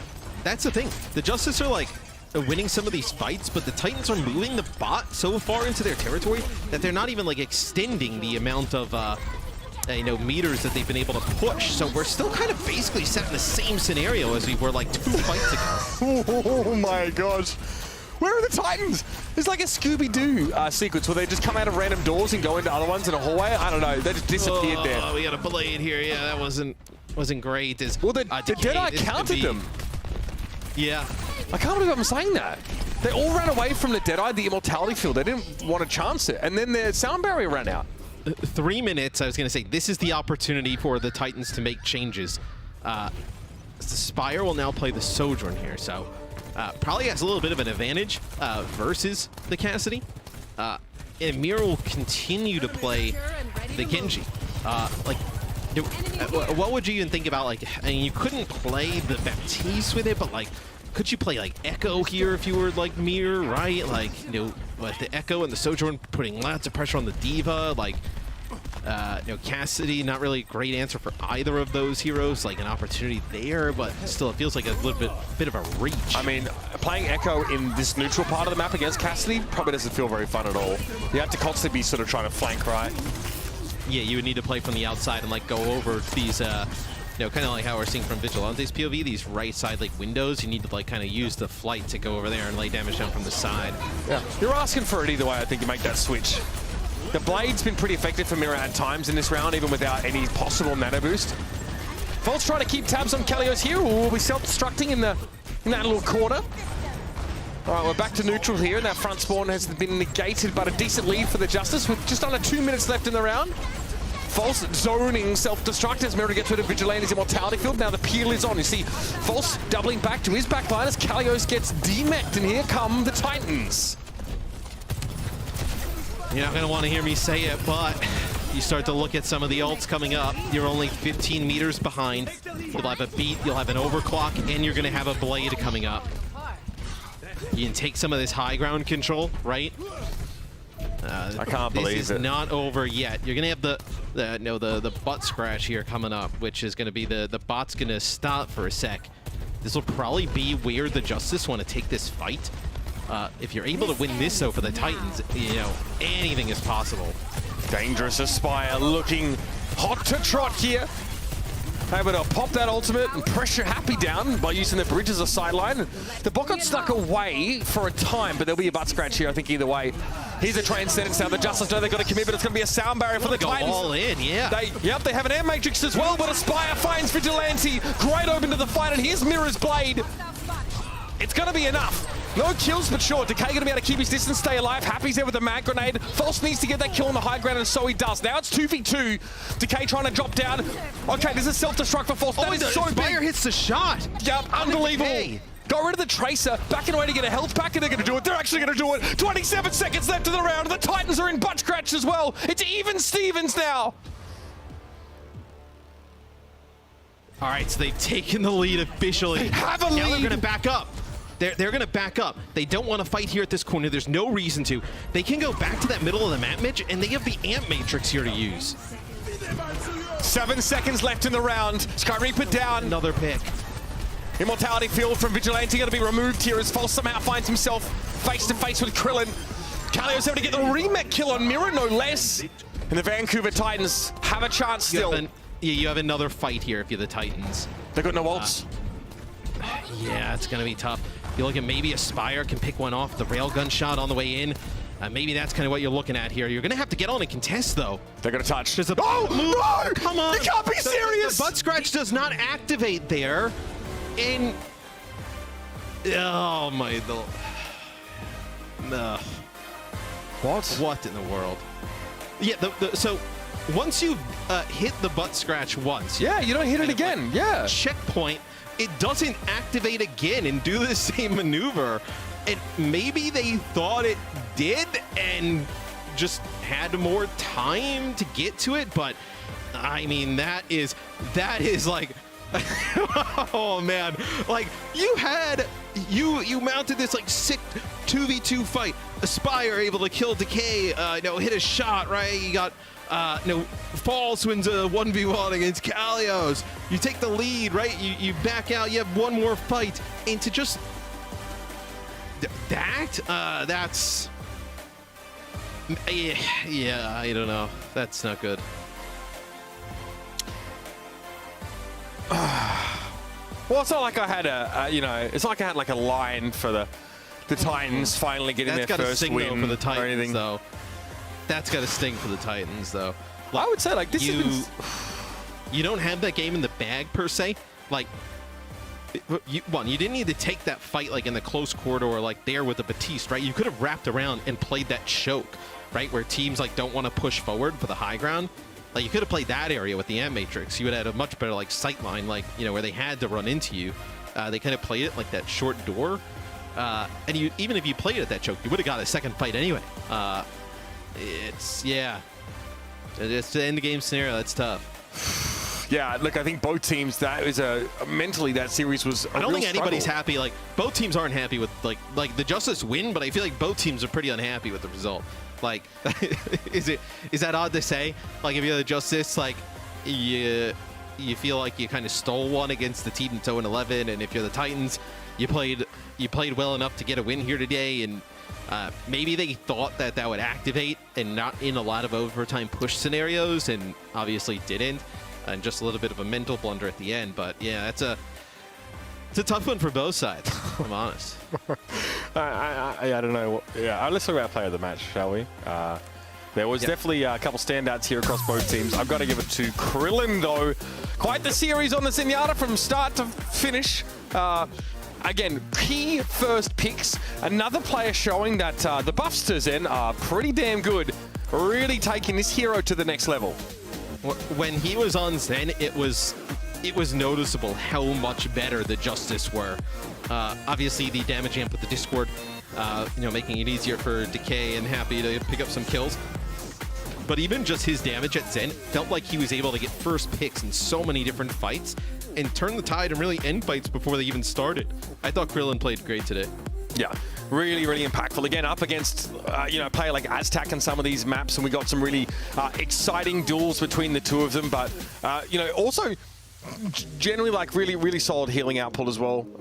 Zen kind of can do it all right now. It's very, very hard to be pressured down by, things like Tracer and such. We're seeing, Zen handling themselves up against Doomfist even. So this is what you want when a hero moves into a power position like this while getting some really nice buffs. You want a player to immediately be able to take that and run with it. It's another weapon for the Washington Justice. And finally, a weapon that's not aimed at their bloody foot. Let's have a look at those final moments here, Matt. You talk me through this. You explain this to me. Yeah, so the bot does not stop at the nipple and OT, right? Right. Once you or anytime you've actually kind of pushed to it, it won't stop again. So yeah, there's no. I believe like everybody's like alive at that moment. But there were players on the bridge. In there, like there were players on the bridge, right, who were watching them come in. There was. So I think Decay was in that room that leads down to where the point was, and maybe he's just forced them away. I mean, Krillin even typed C9 in chat there. He's not really sure what happens. Yeah. I'm booking therapy right now, so we'd have to see it from the overhead POV to really kind of get a sense of it. But yeah. I mean, from that one, it does not look good. Yeah. Or you could just erase that from my memory. That would also be fine. I'm happy for you to lobotomize me, at least for in that part. We're going to go over to the truck and hear what our friends have to say about this. I know Scott's going to be in shambles, so this is not a segment you want to miss out on. We'll see you later on. The Overwatch League is brought to you by Upper Deck, the official trading card of the Overwatch League. And by TeamSpeak, the official voice supplier of the Overwatch League.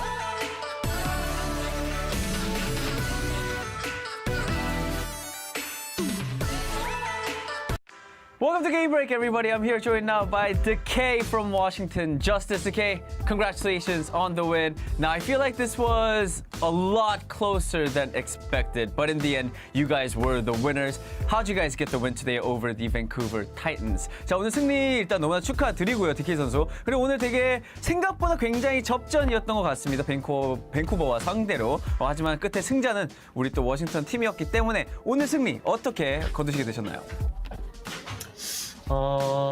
솔직히 마지막 세트는 좀 쉽게 이길 줄 알았거든요. 상대가 뭘 할지 좀 예상도 하기도 했고, 근데 이제 마지막에 거의 추가 시간 비비는 상황이 왔는데 거기서 저는 진 줄 알았어요. 졌다 생각했는데 뭐 안 밟더라고요. 그래서 이겼습니다. Alright, I think we won because I think honestly, when we got into the last map 5, I thought it was going to be easy fight. We were sort of predicting what the Vancouver Titans were going to roll out with. But when it came overtime, I sort of lost that confidence and we had a feeling that we were going to lose. But fortunately or unfortunately for them, they weren't on the point or with the robot. So I guess we got the win. I do want to follow up on that because, yeah, that last moment of, I think, Coliseum was very interesting. What was going through your head, and can you explain to us what was happening towards the very end when you guys were pushing the robot?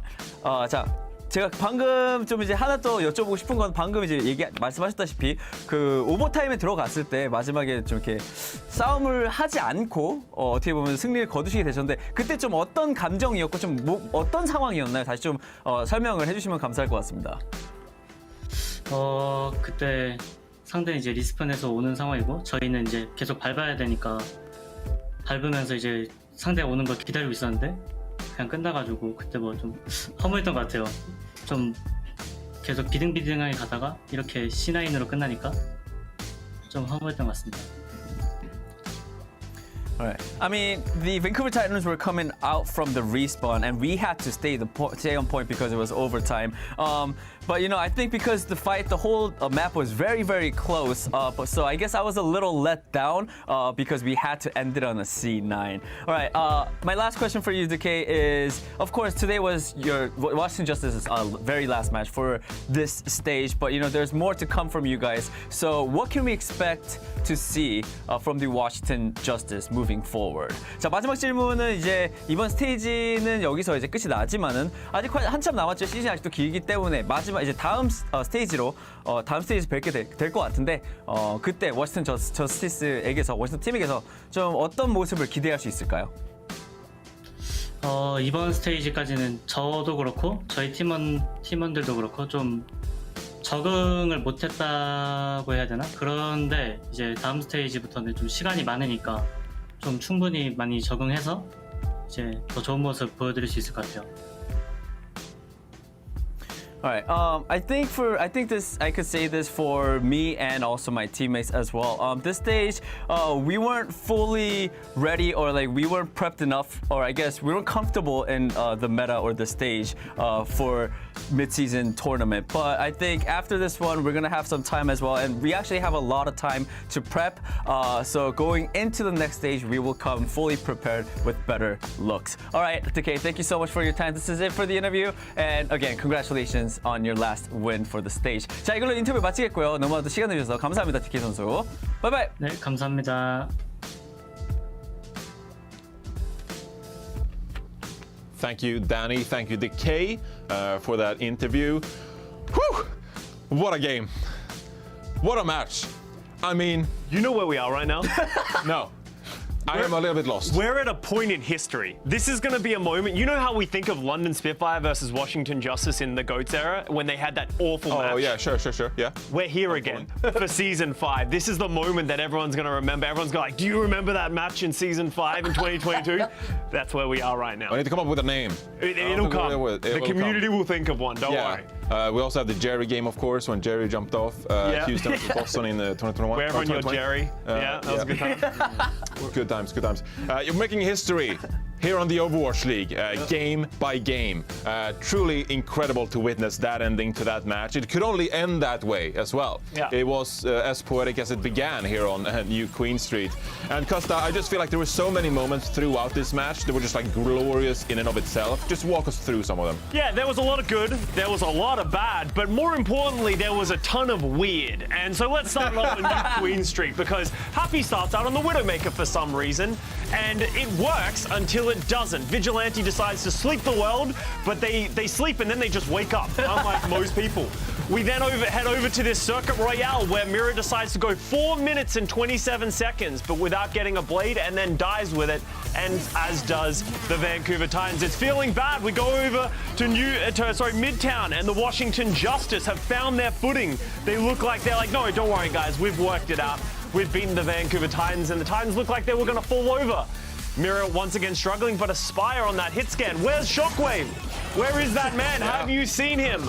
I don't know why. That's why we're hyping him. But then, out of nowhere, we head over to Ilios. False jumps onto the Diva, Skyripper onto the Moira, and they dive. Instead of just playing Sigma everywhere for no reason, with no rhyme or no logic, they decide to play the Diva Moira dive, and it works. They absolutely pop off against the Washington Justice, and then Coliseum. Oh my God. We end up in a Diva mirror. Some reason, somehow, we end up a Diva mirror on Coliseum. We're going all the way, and then we get towards overtime.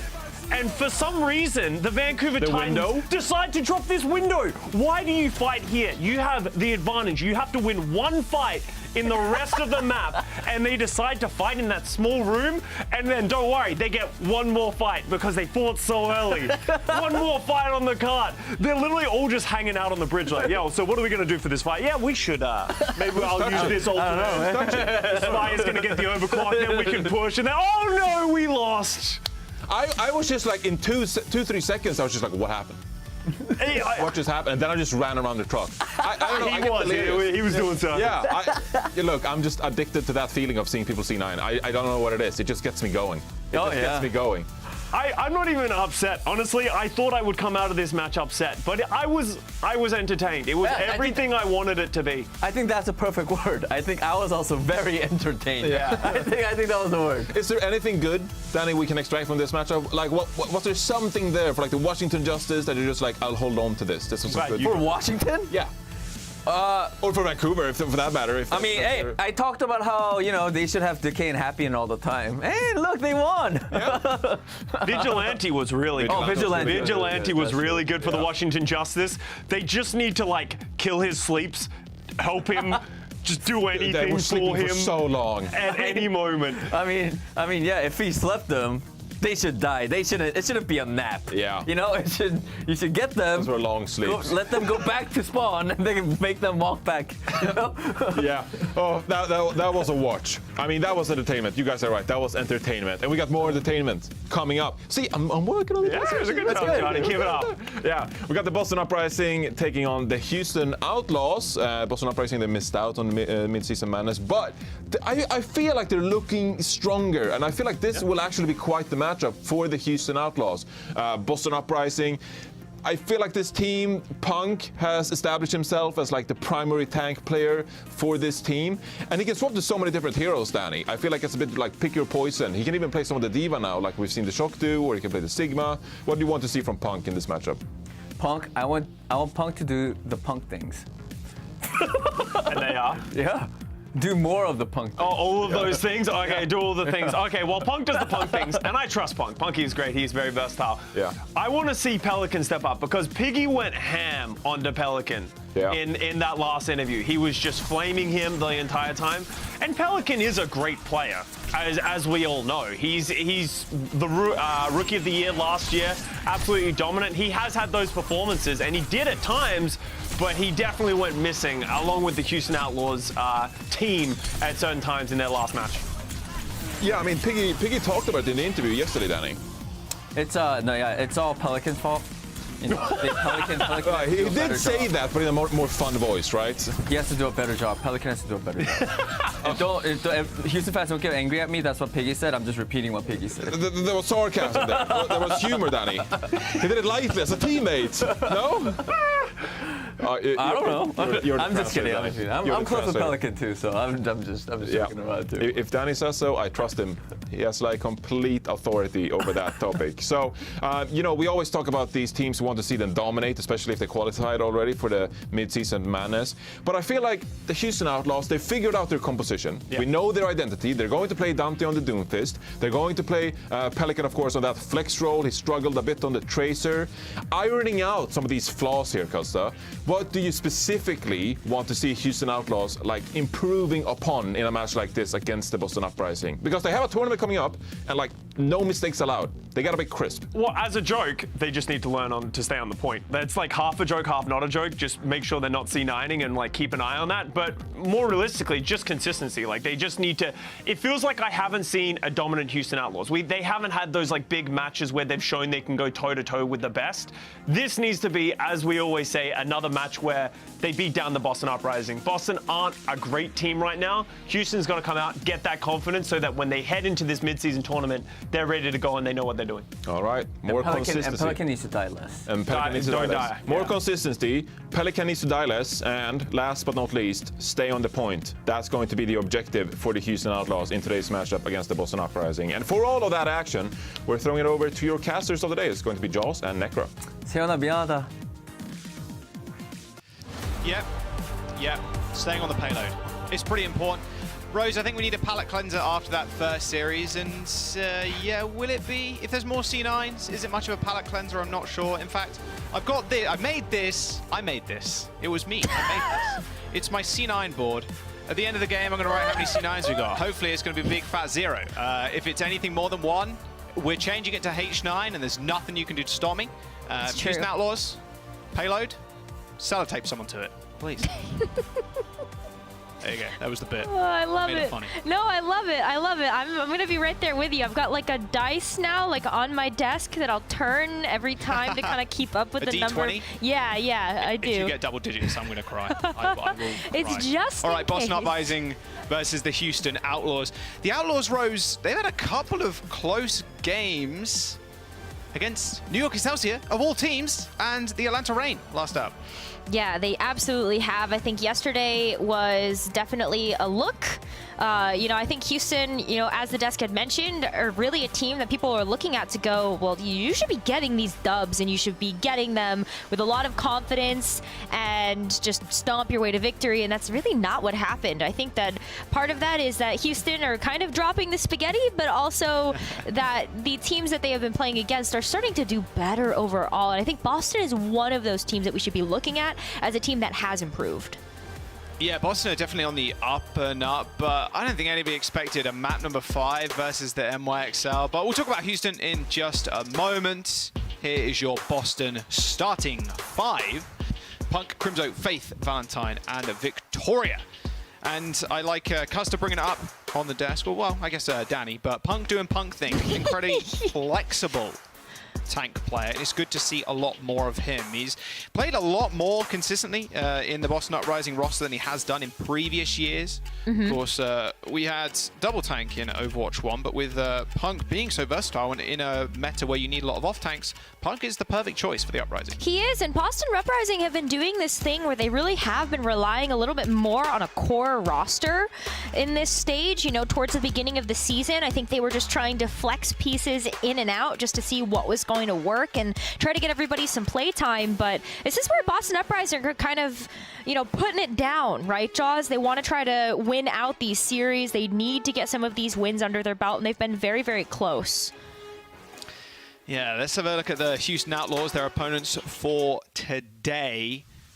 And I hope they're not suffering from some sort of mental block. You have to hit the mental gym to get back into the server, I think, after that map 5 versus the New York Excelsior. They almost granted them New York's second win of 2022. And yeah, Pelican did get chewed out by Piggy a little bit in the interview, and it will be Pelican and Merit starting Piggy, Lastro, and Iris. So no Dante, no Doomfist to start off the day. But Pelican, Rookie of the Year, needs to be able to step up. He looked very flat in the one play that stood out to me yesterday. The perfect example was in the little video before the game even before we got underway, was the headshot on the nanoblading Genji. Like, yes, very, very good shot. But how much of a dampener is that on you as a player? Like, you pop the blade, this is your time to show the server and everybody watching what you're made of, and you get insta-binned. Yep. Yeah, that's about sums up what happened yesterday. I'm really hoping to see a little bit more life coming out from the Houston Outlaws. This is still a team that we look at as one of the strongest in the league right now for the Western region, and they really need to kind of back that up. You know, especially going to Coliseo as well, Jaws. This is where I start having some questions about, you know, I think this is where Houston Outlaws can start putting their money behind their words. But money where the mouth is. Yeah, but what are you thinking about this one though? As we look at kind of the aggressive style that Boston has been starting to play these matches with against a starting lineup that includes Piggy. Yeah, so on this map, like, Piggy can just play that Sigma, one of his best heroes. Well, he can even flex the Rhine if he really wants to. You just got to be worried about what Boston are going to be running, because, like we mentioned, Punk, an extremely versatile player. Looks like he may be starting on the Doomfist, but the gates are unlocking in 10 seconds. You can still change. Just getting on top of Lastra and Iris might be the aim of the game. Or disrupt the front line, just crush Pelican some more and hope he doesn't recover. Looks like the Outlaws running with a brawl composition. Okay. Pelican on the Mei, Piggy on the Reinhardt. They've had a little bit of success with this in the past, but not something we usually see. Is Piggy on the Rhine. But I love this because I think this is where Houston Outlaws faltered in their match versus the New York Excelsior. I think when they had Piggy in the roster playing that Sigma, they were playing a little bit too much on the back foot, and so this rush composition really allows them to continue to control the pace a little bit better, so they're not going to just get rolled over. On the flip side, though, it's going to be Sigma here for the Boston Uprising. Yeah, you don't have speed boost, which is quite frustrating if you're Punk. Outlaws just have to play extremely fast. There you go. There's the wall, trying to get on Punk. What a dodge by Pelican, jumps straight beside the rock. Lamp's been utilized already by the Houston Outlaws, quickly taking care of Victoria, but without a speed boost. In fact, Pelican on the sidelines. Do the Boston Uprising know he's here? It definitely will now, as that giant green wall gets erected. With Valentine backing up with low HP, it's time for the Outlaws to go in once again. They got speed boost, and there goes Victoria. Yeah, that should spell a disaster here for the Boston Uprising, especially as Piggy continues to charge in. Ooh. Yeah, that looks really good. Houston Outlaws going to start this one off with some control of this bot, and it's exactly the look that you want to see here. I think this is the confidence we've all been expecting coming out from the Houston Outlaws, and of course, you know, while you're fighting in the neutral a little bit, it's going to take some time to be able to get that control. Houston Outlaws were rewarded with quite a few ultimates that they can use here to start rounding this first corner. I'm looking at the Earth Shatter from Piggy to get something done. Oh, they actually walled Punk off there. Not exactly where you want to be. Punk almost falling. In fact, he does. Open field now for Piggy to shatter, but with Valentine going down too, Boston Uprising going all the way back to spawn. Outlaws, Rose, look how close they're holding right now. Yeah, well, they have to. They don't want to allow any forward positioning here for the Boston Uprising onto this bridge, because as soon as Houston rounds this corner, they have a really big advantage being the attacking team. Look at Boston trying to hustle back, though, to stop this progress. Blizzard from the back. Do they expect it? Slightly. Crimzo pops the Transcendence. Victoria's in a little bit of trouble, but with the Immortality field, he should be good. Piggy has also been frozen, but saved with an Immortality from Iris. Merit, what? Wait! Was that triple collapse? Where did that come from? I think that was a triple kill with one railgun. I could be wrong. That was a triple kill. Replay. No Did it just way go through did he all line of that them? one up. Oh my god. Oh, they were standing in a straight line. Best Sojum player in the league, stats-wise.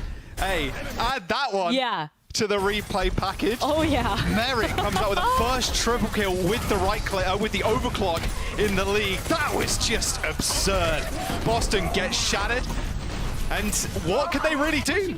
Victoria has popped the overclock. Punk already died and had the flux. Outlaws have the checkpoint. This was Houston we wanted to see yesterday. Yeah, absolutely. Oh, Yeah, I mean, even at that point where you saw Boston just try to take back control of the payload, they can't do it. Piggy is enough of a threat by himself that Boston doesn't even want to get close despite having the number advantage in players.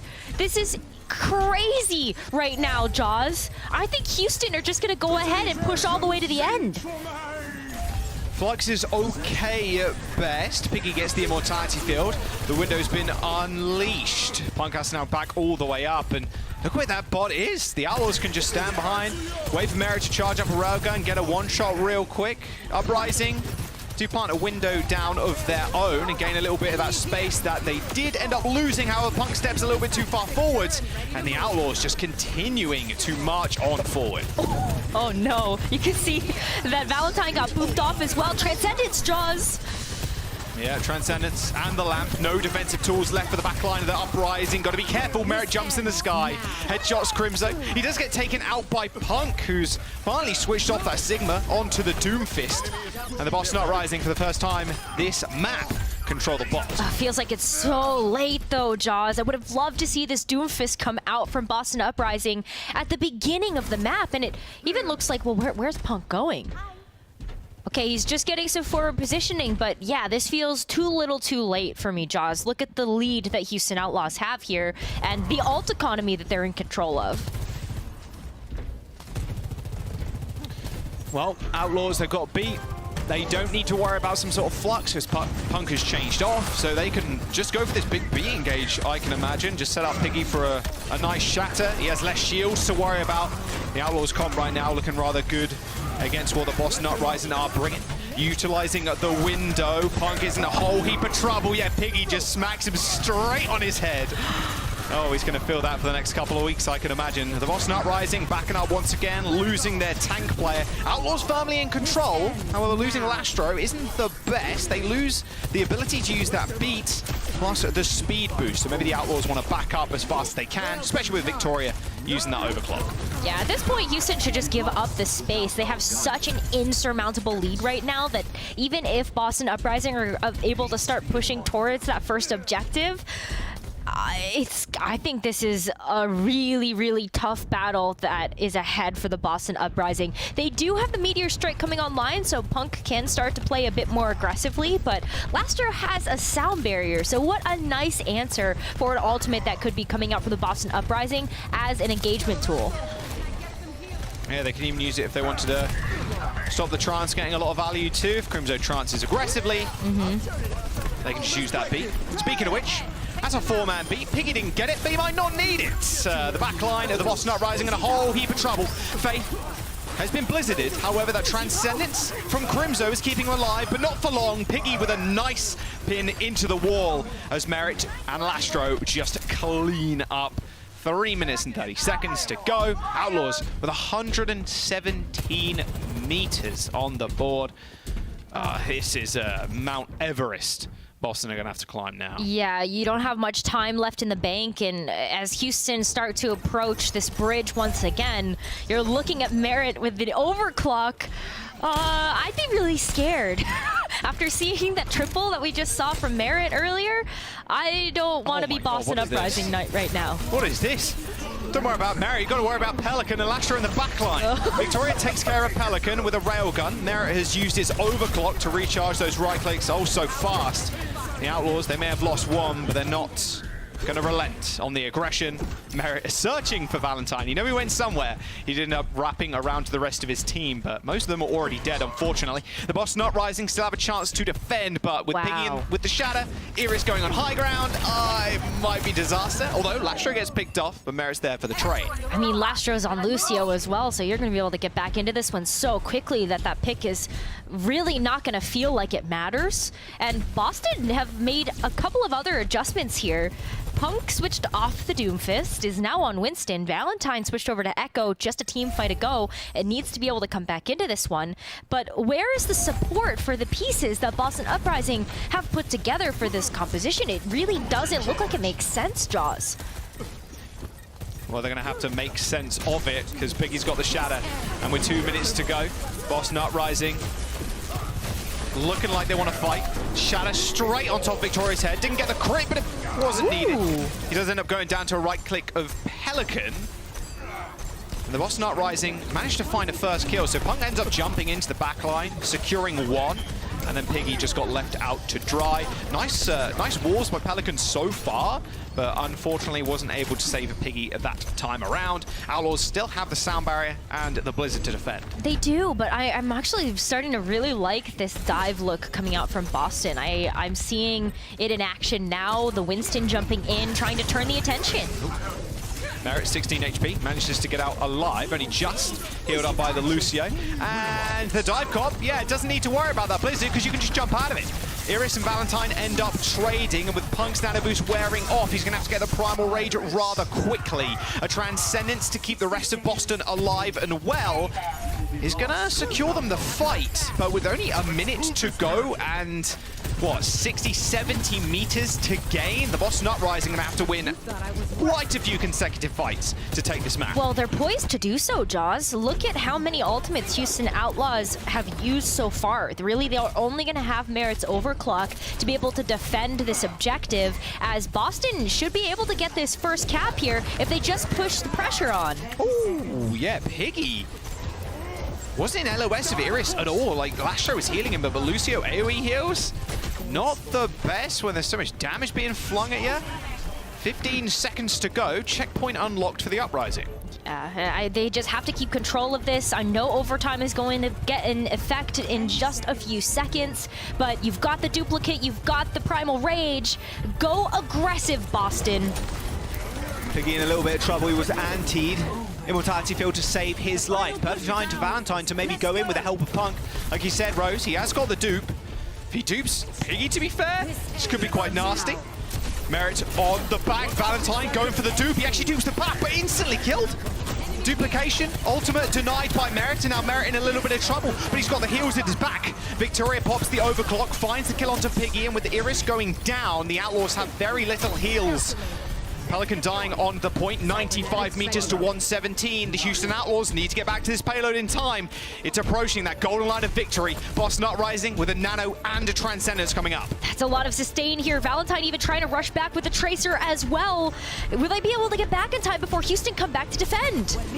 Nano Boost on it to Punk. Crimzo needs this Transcendence to come up, and it's come up now. Punk's already killed Merit. Big damage dealer now missing for the Outlaws. Piggy needs to get healed. He's so low. He's a couple of percentage points away from the Shadow 2. Iris jumps high to the sky trying to avoid Punk, but gets chased down. Piggy's so low, can't get healed. The Boston Uprising, they've managed to turn it. The Houston Outlaws, with over an 80-meter lead, managed to lose it. The Boston Uprising are going to claim map number 1. Oh my goodness.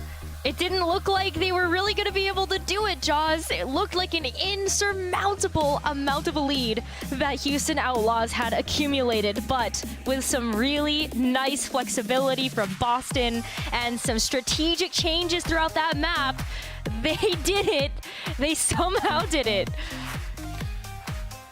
You can see how excited they are on the cameras. I mean, what an unbelievable comeback. Some people would have called it pretty early on when Outlaws get over 100 meters and almost touching their spawn doors, but the Boston Uprising did not.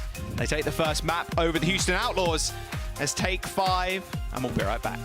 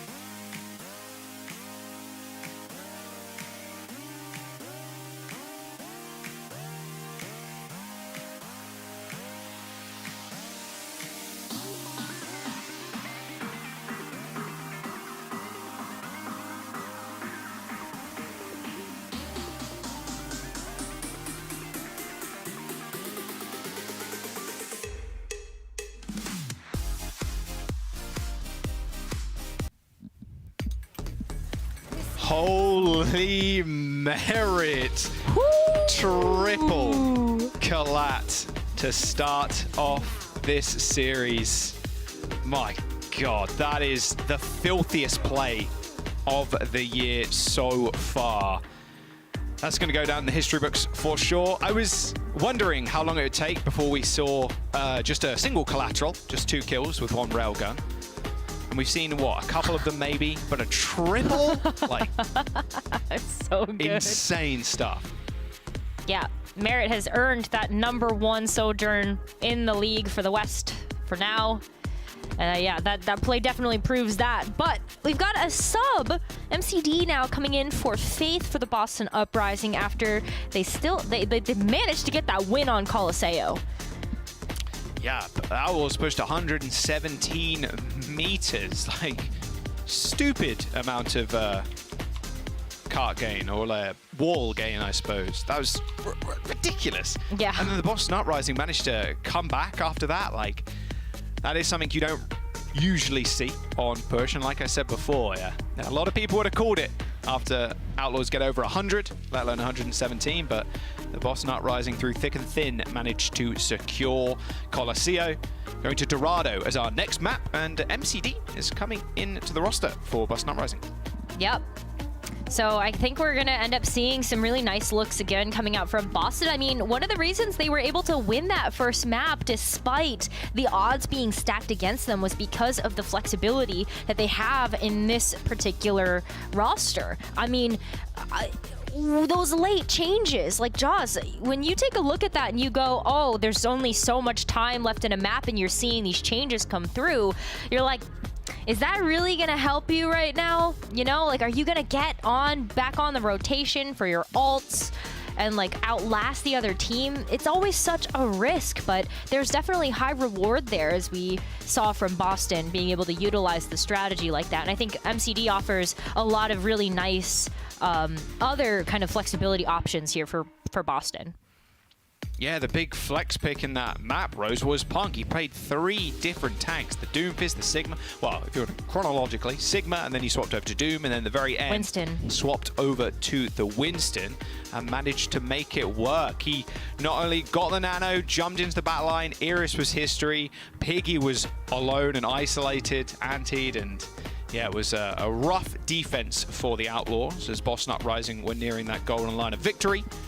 But we'll see what they want to do on Dorado. A bit more of an interesting map, and again, a map that you can play a lot of these long-range hit scans. We've seen Hangzhou, we've seen things like Ash even, but I can imagine the Outlaws going to stick with the same kind of thing. Their Merit is going to be back on the Sojourn, Piggy probably on the Sigma. I'm curious if they do play this rush style again, Rose, because Dorado, especially first, how close it is.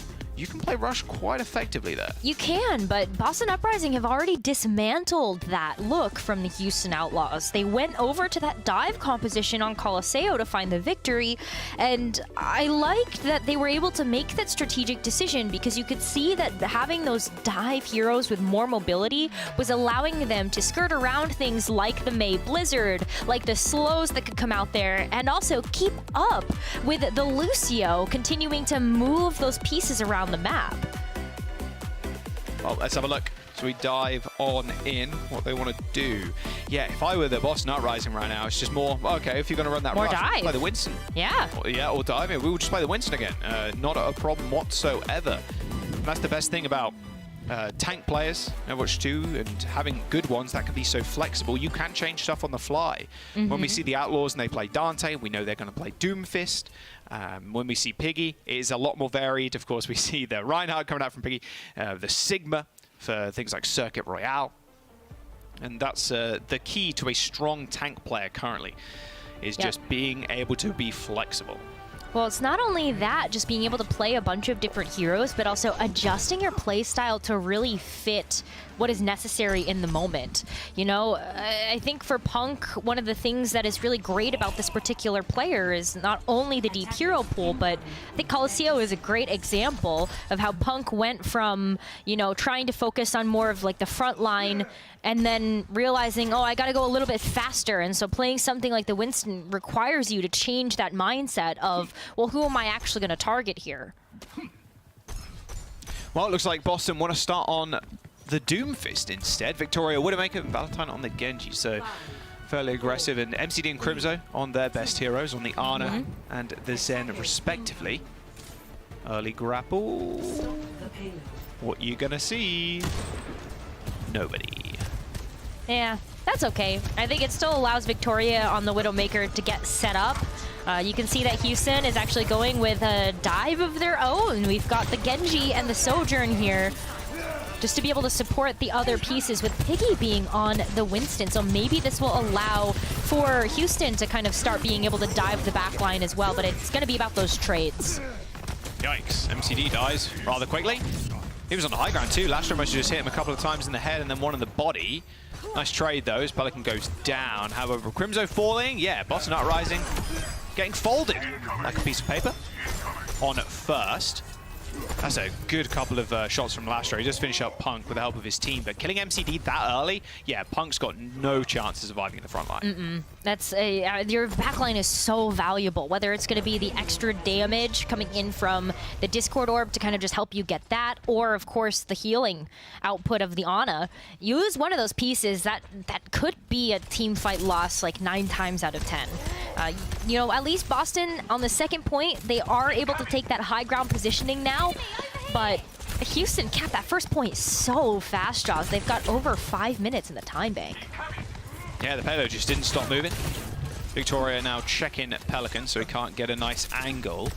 Outlaws can kind of chill for the time being, I suppose. Just wait for Iris to get this nano, move it as far, move payload as far as possible.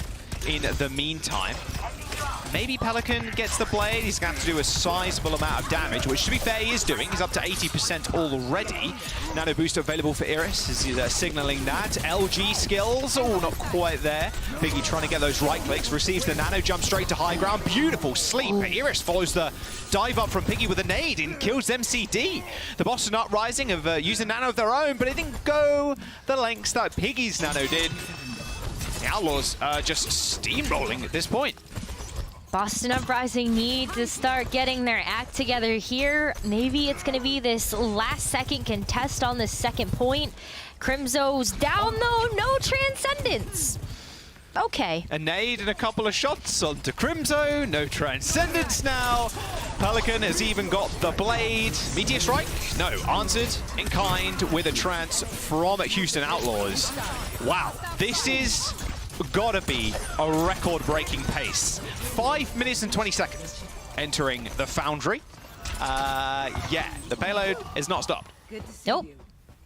This is giving me vibes of the Atlanta Reign series that we had versus Washington Justice, where we saw a full cap with, you know, I don't know if Boston's going to win a fight here unless they use this Transcendence from Crimzo aggressively. I know that there's a blade coming out from Pelican, but are you really going to wait for the nano? Blade from Valentine, he's pretty low. Polzon got thrown out too. Kills Lastro, hasn't got a dash reset. He's getting battered by Piggy in the primal. Oh, nice sleep by Iris there. Can they get the execute? Doesn't look like it, but a big anti on Valentine and Punk send them pretty low. And now Punk without a shield block ends up falling down.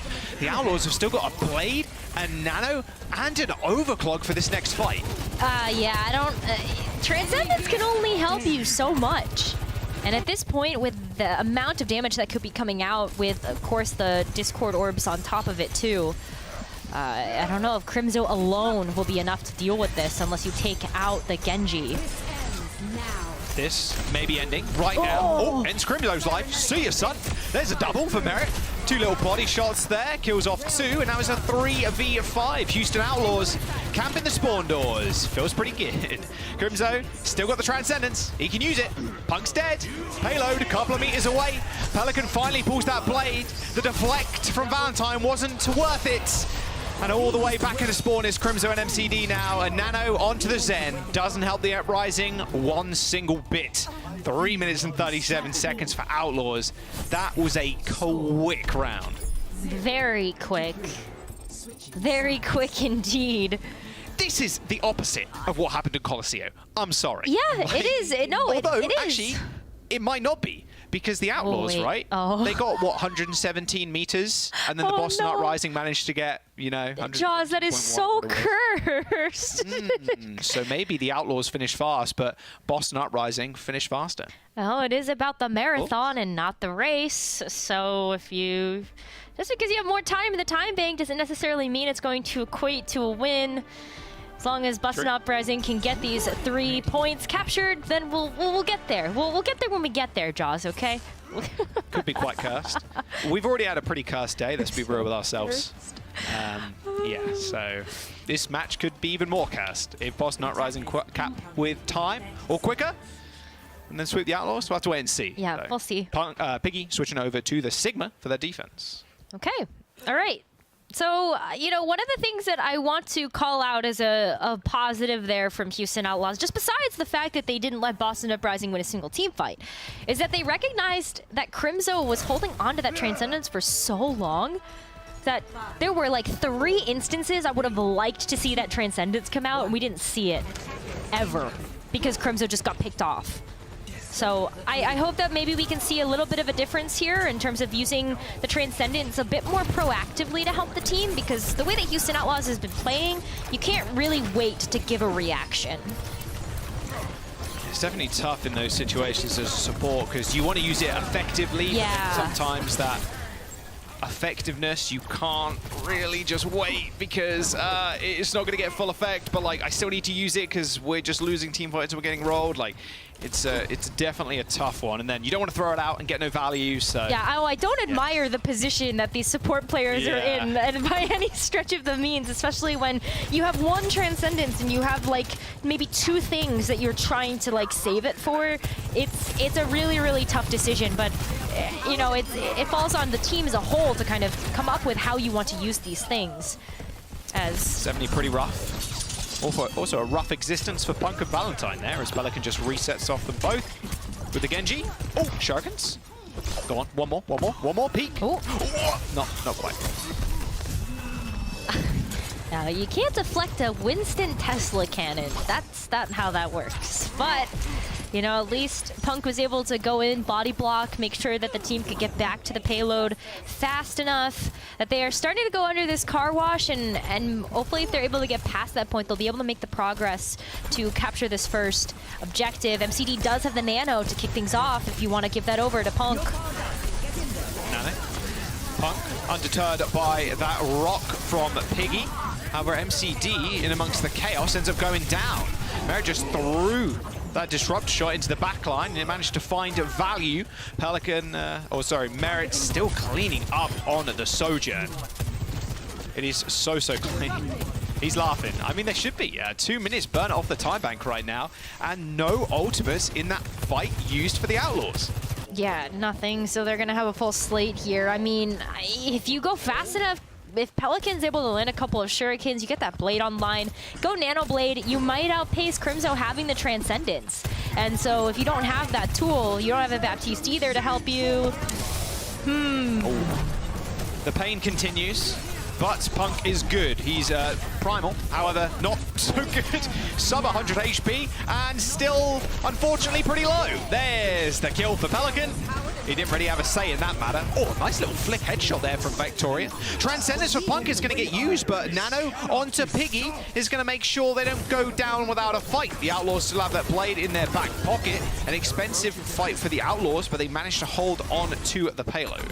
Yeah, well, I mean, that's okay. I mean, they still have Pelican's Dragon Blade. They forced out the Transcendence, and now it comes down to DPS ultimates versus DPS ultimates. At least for Boston Uprising, they're a little more in the tank here, as Valentine is coming up to that duplicate, just provide a little bit of extra tankiness.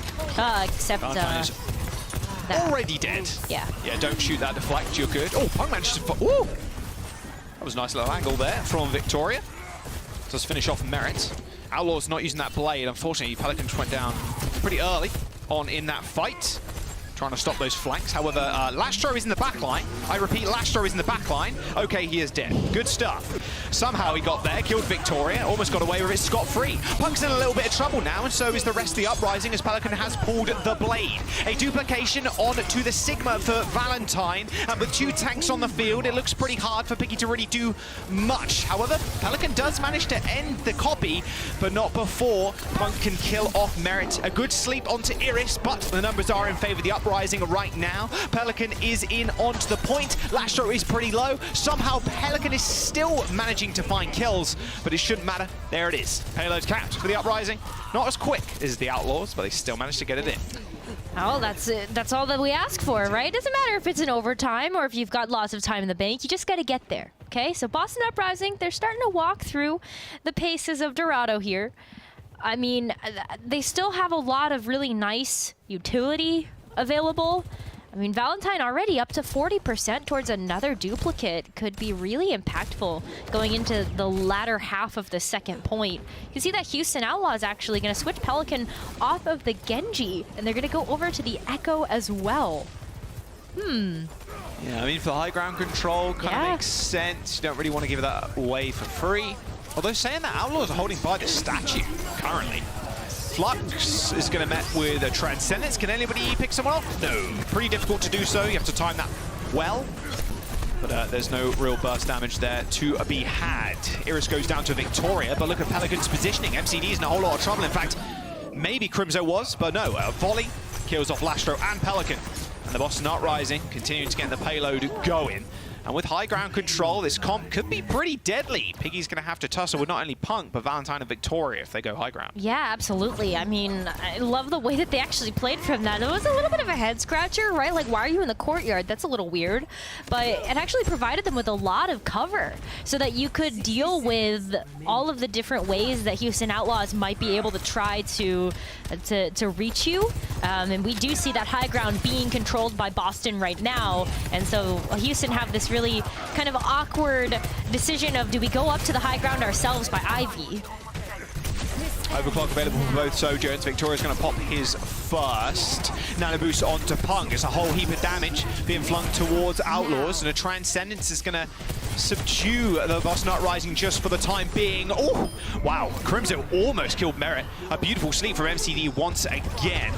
But unfortunately, it doesn't get a reset when you hit somebody, and the rest of the team is able to clean on up. The Outlaws holding for quite a while on point A has just deleted the time bank of the Boston Uprising. They've got 10 seconds to go, and it looks like Valentine and Punk are the ones to touch. Yeah, I mean, you've got to try to go as fast as you can. Hopefully they can get there. Oh, yep, they got there, but Punk is dead. Valentine, can he get the dupe? He can. Transforms it into the Doom Fist, but you get only 300 HP when you transform into a tank character now. And the Boston Uprising do manage to trade Piggy for Punk, and a Transcendence will do them good and proper. But with Crimzo's Trans running out, the Outlaws just need to hold on for the spawners to come in. Valentine is dead. Lastro's been nanoed. He's taken over the game. Overtime is here, and the Boston Uprising are definitely not. It should just be the Punk kill, and it's done. It is. The Outlaws, they claim Dorado and tie the series up. Ooh, that was convincing too. That was a really convincing win for the Outlaws. I think that they finally hit their groove. Maybe Coliseo just kind of proving that that was, you know, not characteristic. A little fluke. Yeah. A little fluke, maybe. Yeah. That's pretty reasonable. But still, one apiece in the series after a blistering pace set by the Houston Outlaws. Can they continue down that track? We'll have to wait and find out. So join us for map number 3 in just a bit.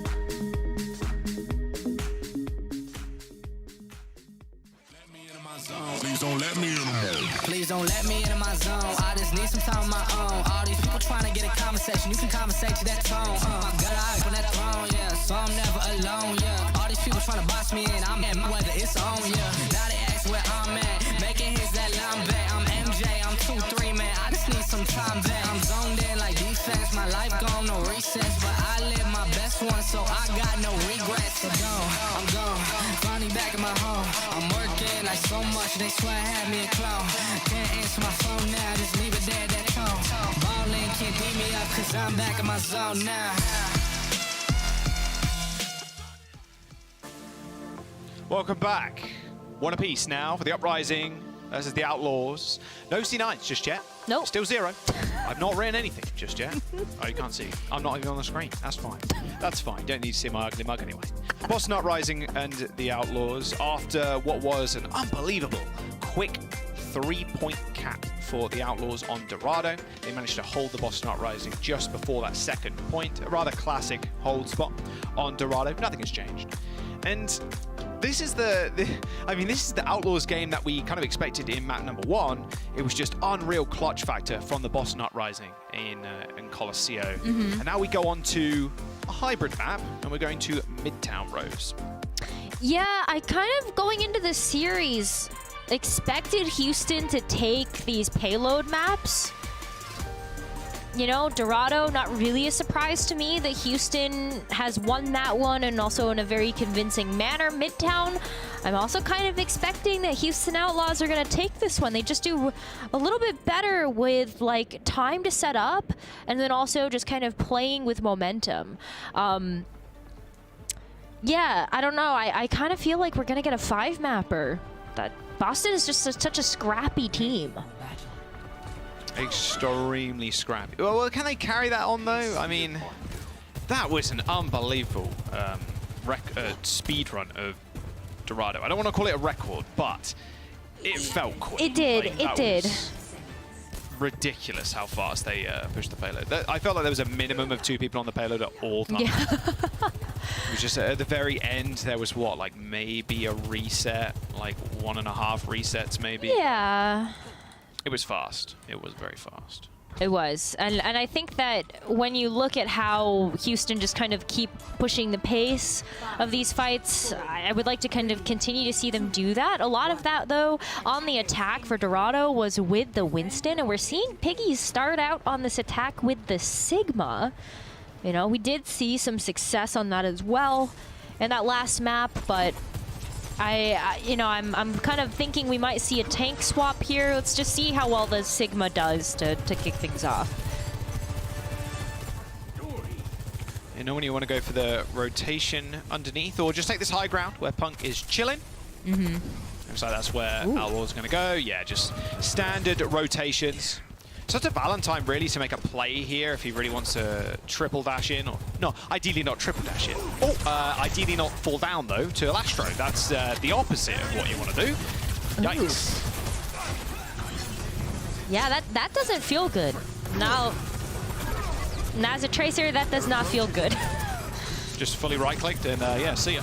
Yeah. I mean, now look at the Outlaws. It's hard for the Boston Uprising to really push back in. Almost a couple of ticks for free now for Houston. Punk is still on, well, I guess Outlaws at this point, side of the map. They need to dislodge him, or to be fair, they could just leave him there. He's the one that can touch the payload and hold it for an extended period of time. He's doing a good job of just forcing the Outlaws back and having to make sure they do check everywhere at once. How the Lastro comes up with yet another kill, this time onto Crimzo. Nice anti-nade onto Punk. Capitalization for Outlaws. Does look like it. Yeah, Punk goes down. And with only a couple of percentage points to go, this should be the point unlock it. There it is. Yeah, Victoria couldn't have backed up from there. And honestly, once Boston Uprising lost Valentine, you just lost your ability to kind of clean up a lot of these fights with just the one clips and everything. But hey, Houston Outlaws, they're getting this cart rolling. They're probably feeling pretty good about this. Also very confident after that last map of Dorado. And while Boston Uprising can take this high ground, there's so many ways that Houston Outlaws can also go in and match that, like Pelican on the Genji. Oh, wow. Okay, a little bit of revenge there, Valentine. Nice little stick too, mind you. Nice double kill. All right, that You are forgiven for your sins. Make that a triple. Double kill for Pelican, though, with the blade. Make that a triple too. Valentine versus Pelican. They kill 3 of each team. However, Pelican a little bit quicker with the blade as Merit finishes off Valentine, and Pelican finds the 4K. Pelican was not headshot this time. Let's go. That feels good. Definitely. Onwards and upwards. Yeah, exactly. Gonna keep everything going. Picky now can kind of follow up that impressive Dragon Blade with a Flux, and we still don't really have a great response here from Boston just yet. If Picky wants to go ahead and hit the ult, then I don't really know how much else Boston can do besides maybe just going for a Flux of their own first, as Punk also has that available. Ooh, nice yeet. No connection though. Oh, wow. Yeah, Victoria didn't expect going down there. Nano boost available for Boston Uprising, but again, they lose Valentine. I mean, Valentine did get that triple earlier on, but going down this early in the fight, not good. Looks like another speed run for the Outlaws. Okay. Look at this, point 2 capped, 4 minutes 35 into point C. Boston Uprising need to come back, and Valentine says, no, I want a more defensive tool. I want the Genji Reflect. I feel that. Gimme. I mean, at this point, although though, Tracer has recalled, one of the best, like a super good ability to mitigate damage, but I guess he's kind of annoyed at just getting randomly one-shot. I think so. That, and on top of that too, sometimes the recalls can be a little telegraphed, especially at this level. We've seen so many people just be like, I'm going to, you know, I know where you're going to be. It's fine. They just aim that way. Oh, okay. Victoria starting the fight off with a bang with the overclock. Pelican goes down first to Punk's hands. That's about it. Victoria didn't really find much else. Houston Outlaws with the smarts there. They do back off. Just LOS Victoria. Victoria can't really push in without getting focused. Yeah, this is going to be a tough one for the Outlaws to just kind of figure out how to play around this corner. Piggy Shield is going to help, though. Oh, nano boost onto Valentine. Merit has used the overclock, and Valentine ends Lastro's life quick, sharp. Even tries to dance with Merit a little bit there. A small little waltz doesn't really result in all too much. And the Outlaws just happy to trade ultimates right now. They've got Nano Blade coming up in a couple of %, so maybe that's just what they're waiting for. Crimzo sitting right to the back has the Transcendence. As long as Crimzo doesn't go down, they should be good to mitigate that Nano Blade. Yep. I think they're getting ready for it as well. As you can see, Pelicans are trying to get the dash reset up and running. Looking for an opportunity. Yeah, a couple of seconds. Okay, he's got dash. He's calling for it. Nano, Blade, straight to the back. The Transcendence not enough to save Victoria. The slash and then dash kills Punk too. What a nade from Iris. That does absolutely nothing when Pelican's in your face. A 5 kill for the Genji. And that's the Pelican we know and love. Yeah, that's gonna feel so good. And Houston just kind of gonna walk the payload into this final point. Oh my god, Victoria can't even get there. Flux is coming up though. Punk is so close to that ult. 3% away. And the Boston Uprising backline unable to keep him alive, and Pelican still being a menace. Now a blade from Valentine, dealt with quite easily. An anti-nade on the floor, and Lastro with an orb. The Houston Outlaws, off the back of that 5K from Pelican, end up completing the map with time to spare. 2 minutes and 10 seconds. Another very fast completion. Pelican had some great pop-off moments in this match already. But this has just been such a treat, Jaws. I mean, this is the Pelican that we expect and that we know and love coming out from this player, whether it's the Genji, whether it's been the Echo towards the beginning of stage number 1. You know, we didn't get a chance to really see those moments yesterday, but this has been really spectacular and has helped out the Houston Outlaws a lot to be able to keep that cart moving forward at record paces. But we're switching sides, and now Boston Uprising have a chance to hopefully stay in this. They fell pretty short on Dorado, even just catching that first point in overtime. And now you have to capture a hard point here too. I hope they can do it and at least kind of match it and get that 3-point capture too. Oh yeah, there's the blade. Look at Crimzo's positioning too. Oh, so yeah. close. Slash and the dash. Punk gets naded. Another slash and dash. And that deflect does a whole lot of work against the blade, but it didn't matter as soon as that ran out. Easy pickings for Pelican. Yeah, absolutely. No surprises here that Houston Outlaws are going to stick to the composition that got them that 3-point completion. I like how they're set up as well. You know, they're scattered around the back of the point.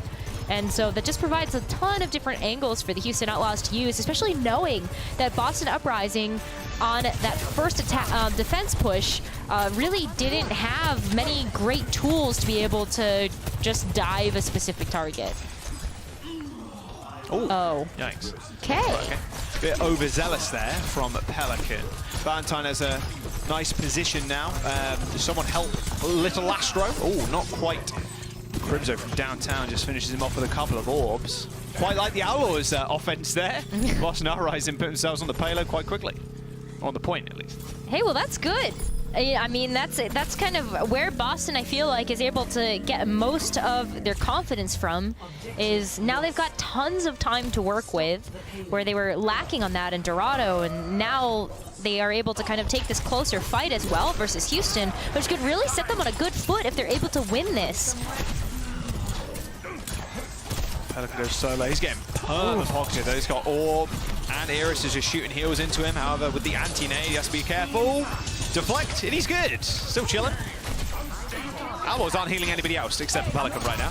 I mean, to be fair, I do the same thing. Nano boost onto Pelican. There's one, there's two. Make that a third. Easy peasy. Pelican once again doesn't even need the blade to finish up the rest of the Uprising. And now Punk is in at the spawn, but maybe not for long. Antied and dealt with. Would have been good for Boston Uprising to win that fight, but it's really detrimental now that they didn't. Look at where their options are to really get back to this payload. Houston Outlaws could just kind of say, okay, well, you know, come to us. You walk right into all of the damage that we're sending towards this payload. Pelican's still up there. Who's going to be able to go after him, really? Except Valentine. He's trying to force deflect on a Valentine, so he gets a semi-free blade. Punk dying though. Yep, okay. That is over. If you get the deflect out of the Genji and then Iris gets a nade onto the front line, Crimzo's ultimate just does nothing, like we saw before. Yeah. It's a tough position to be in as the Zenyatta in this meta, right? Like, when do you actually use Assault for what? And are you gonna, you're like the focus of a lot of the fire that's coming your team's way. To be able to get that ultimate out, it's a tough position to be in. Well, looks like Uprising want to go first. A couple of little rail guns, however. Valentine in the back, nice through the Transcendence, gets 2-3. Oh, not today. Iris puts him to sleep. Valentine still with a couple of kills. Oh, manages to get back up with 12 HP. Was even anti. Beautiful shield from Punk to stop that damage connecting. Wow. Iris did put him to sleep, but not before he got some work done. That was really well timed from Punk. Oh my goodness. Yeah, Valentine would have been dead otherwise if that shield hadn't come through. Oh wow. Very early Transcendence there. Piggy's ultimate not getting all too much. Pelican still with a blade and a nano coming up for Iris. Perfect position for the Outlaws to be in. Pelican's on high ground and there's no one there, Rose, to really match it. No, who do you send? Valentine? Maybe? They're going now. Okay. Ooh. Take the high ground away, but they gotta be wary about this blade. I mean, I don't even mind that the Transcendence isn't available. Flux, here's the nano blade, straight in the back. Can they hit the sleep? They do dodge out the way. A nice rock from Punk ends Pelican's life. He wasn't looking that way at all, and Punk got the Flux off before Pelican could jump towards Crimzo and MCD. And now Merit trying to end the fight with a railgun. He's in a good position to do so, but he's pretty low. Crimzo comes up clutch again, killing Lastro. And with the payload only being 1 meter and 40 centimeters to go, they should be good to end it. There we go. Punk and Crimzo cleaning up. Pelican's blade got absolutely nothing there with a well-timed rock from Punk to shut it down. Yeah, well, I mean, it wasn't even just the rock, right? Pelican fell for the bait of trying to go after Crimzo and MCD. So yeah, you get the accretion to the back, and then you also have Crimzo and MCD that can do some major cleanup with the anti, and then just getting a really nice volley into the head. So well played from Boston Uprising to mitigate such a critical tool of Houston, and they're getting close, Jaws. We may be able to go into extra rounds here, as long as Boston finish with some amount of time in the bank. See with this nano. Adelaide approaching for Boston Uprising. The ultimate from Victoria, that overclock, sending those shots. Oh my god, what a turn on. That was crazy. Victoria's looking one way, wadoom, 180. Just turned on him, unlucky. 2 minutes and 30 seconds to go. The Outlaws can stop the payload, but Boston looking like they want to complete with more time than Houston right now. Victoria's got the blade, he's received the nano. Does he choose to go in just yet? Looks like he wants to wait and find out. Pelican dashed onto the point to try and stop things from capping. However, this Transcendence is going to stop Valentine doing all of anything. The blade, merely just a fork in this situation. The Outlaws need to help Piggy, but he ends up going down. He had the flux. The Boston Uprising get down, use the flux of their own. Merit falls, and now it's just Pelican on the point. He's got the nano, the sustain, but little survivability. 1 HP taken care of, and the Boston Uprising get the full cap with 1 minute and 56 to go, or to spare even. Ooh, okay. Yeah, really, really similar time banks for both of these teams so far. This is getting mighty interesting, Jaws. Mighty, mighty interesting. After Dorado, I kind of would have expected Houston Outlaws, like, had the whole payload thing figured out. And now Boston just showing us once again that strategic mind this team has to deal with a lot of these things that Houston are throwing at them. We've got to see another adjustment here from Houston to make sure that Boston don't take this map also and lead the series. Ready for battle. Yeah, it's definitely a lot closer than the Houston Outlaws would want it to be. Let's have a look at that replay. Oh, this is Crimson all the way at the back. Oh, Lasher tried to go for a cheeky flank on a very weak Valentine. Crimson was there with the backup. That's what you want from your homies. I don't even think that Valentine was actually looking at Lastro either. I think just Crimzo saw the opportunity, took it, and saved Valentine's life right there. That's a few times I feel like Boston has done some great work being able to protect their teammates and keep an eye out for them from flankers and just also Genji, I guess. Pelican specifically, but the Genji. Let's see. All right. Same kind of stuff. I can't imagine either side are going to change at this point. No traces. Just a more Genji. So, does... Oh, okay. I was about to say... does the Zen randomly die at the start of this attack? Yes. Yes, they do. Yeah, they were thinking ahead of what you thought would happen. Ooh. So shot, wow. Piggy's shield went down at the most unopportune time there. Rather unlucky. Now Pelican using the dash already. Should be good. He's getting healed up and he's standing behind the shield right now. But Victoria just farming off of the enemy Sigma shield. That could be so deadly. You farm off that, you go for a little peek on somebody, a little wide swing, and you're all good. With a minute to go, the Outlaws are gone from point A. They have disappeared. There should be a cap. I mean, the Outlaws ideally just want to set up on second here, I suppose, Rose, and just make this the final fight. Yeah, I mean, just with the time bank as well, you know you're not going to be able to get back, and if you do try to approach that point, you could just lose everything, and then all of a sudden, Boston Uprising have an incredible lead of where this payload can go. So yeah, take the fight here, shut it down now. Houston is looking at 30 seconds left that they've got to try to fight off this clock. All right, MCD's got the nano already. Iris 30% behind, but look at Pelican on his little perch right now. Nano onto Valentine. Someone's got to help Lastro. Reinforcements are coming. That's a whole lot of heals and a whole lot of damage flung Valentine's way. Now he's low without a deflect. Pelican cleans him up. Nano boost onto Pelican. Straight to the back line goes the Genji. Is he going to chill in the front? Oh, it doesn't matter. He's just going to kill everybody anyway. Punk ends up going down. And with a couple of seconds to go, the Boston Uprising unable to touch. And that is exactly where they need to defend from. Houston Outlaws with a decent defense. They did end up losing Merit fairly early on point A, which undid their point A. However, not a bad position to attack from either. If you get a clean team wipe, Rose, on point A, payload is going to move rather fast. Absolutely. So Houston have 2 minutes to be able to get that done. Boston this time, they cannot lose anybody. We have seen how devastating it can be for either team in that defending position to just lose somebody. Watch your flanks. Boston, please stop getting picked off so early. So true, so real. Extremely based.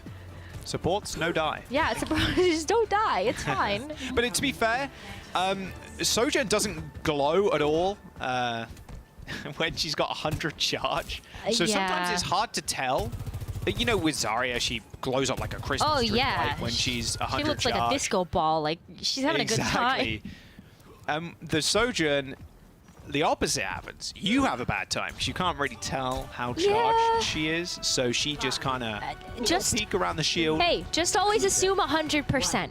Yeah. That's honestly, if you're playing against Sigma, assume that. Yes. 100 NG every single time they go for a peek or look at you. Exactly. We'll see if they actually think about that moving into this next round. Already we're seeing some cooldowns being used for the Boston Uprising to try to keep Houston at bay, but some nice pathing from Houston to try to just bypass some of this damage. I like the route, but is Valentine now going to be stuck alone to have to deal with Pelican? Hasn't worked out. Oh. Looks like Valentine dealt with Pelican quite easily. There you go.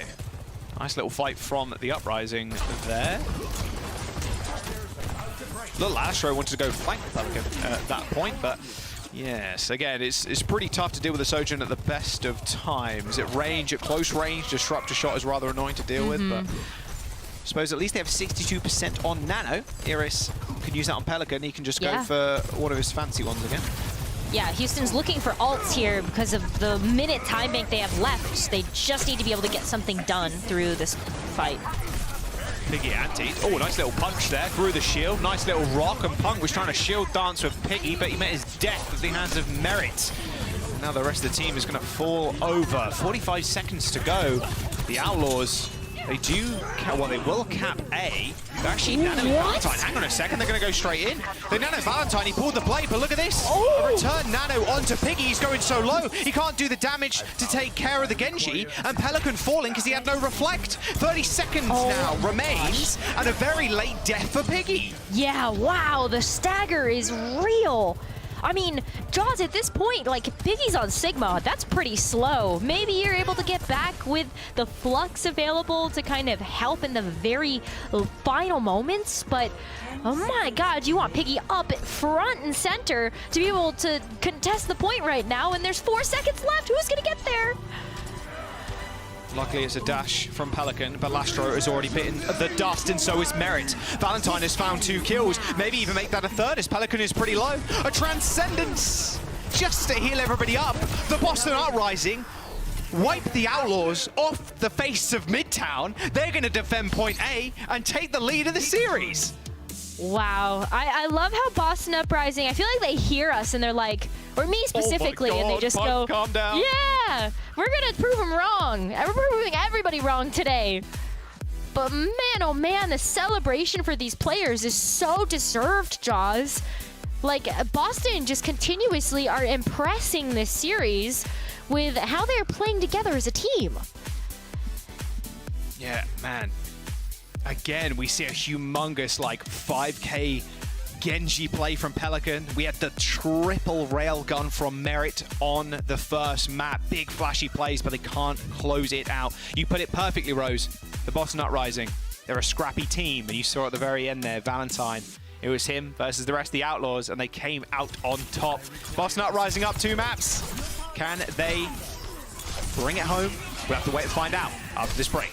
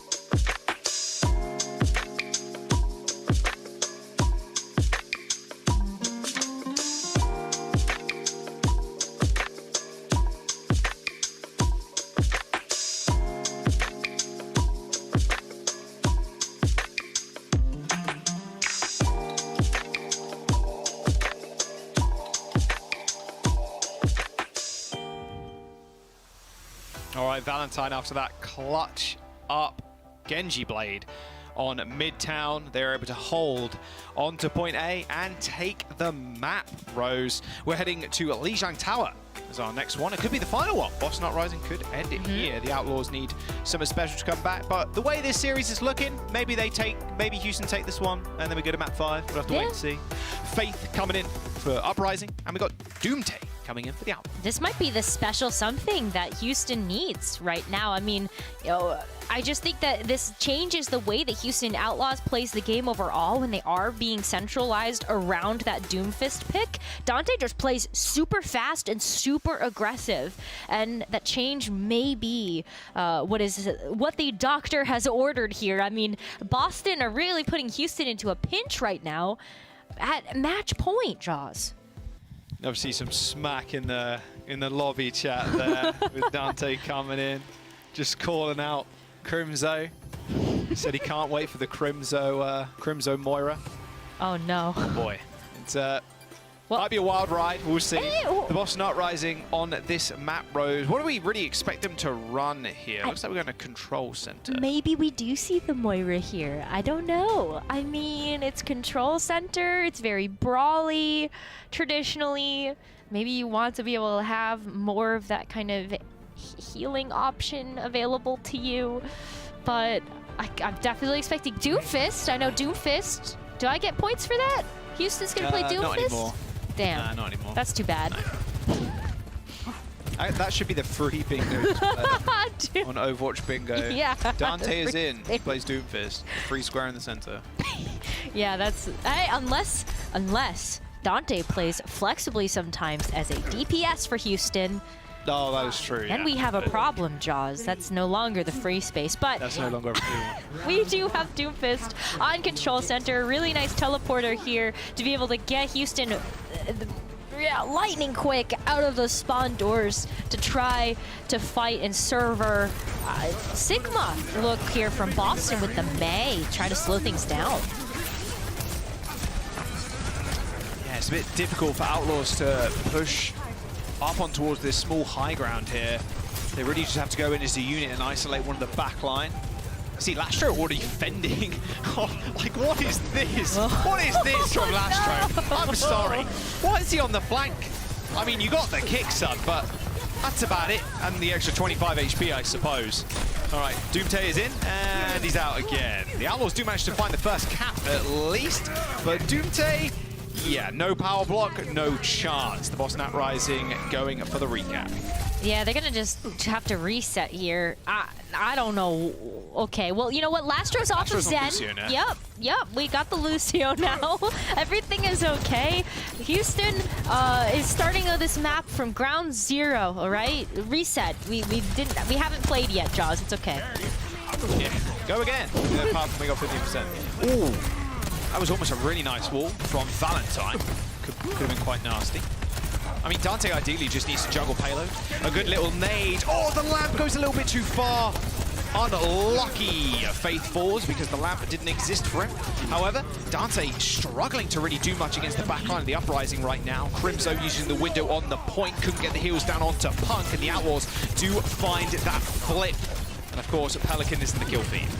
I really like the way that we saw Boston play that, though, right? If you have Pelican, you've got Dante on these more mobile heroes, play the high ground. Like, look at the positioning that Crimson was taking with the Batiste just to kind of sit on top of these smaller structures on the map. Yeah, Boston have to go again, but it's very even across the board. And we're seeing Valentine work up to the Blizzard, and Faith is the rally. But, Good start. Nice punch there from Dante. Sends Punk into his own backline. Nano blade for Pelican. And there's one. Can he make it? Another one. Oh, the block. Ain't gonna save you, Valentine, unfortunately. Iris uses the Nano. Pelican uses the blade, and the rest is history. Valentine's ultimate. The Blizzard Rose didn't really get all too much. Looks like he wanted to place it on top of Iris, but it went way short. Well, I like the change here. I think Boston has recognized that the May is, despite not finding value with the Blizzard, it's just not going to find the value that they want it to either when you've got Lastro on the Lucio on the other side just to kind of go away. rally. Overhealth still extremely strong. Speaking of which, there is the beat for the Outlaws. Their overhealth is going to decay rather quickly.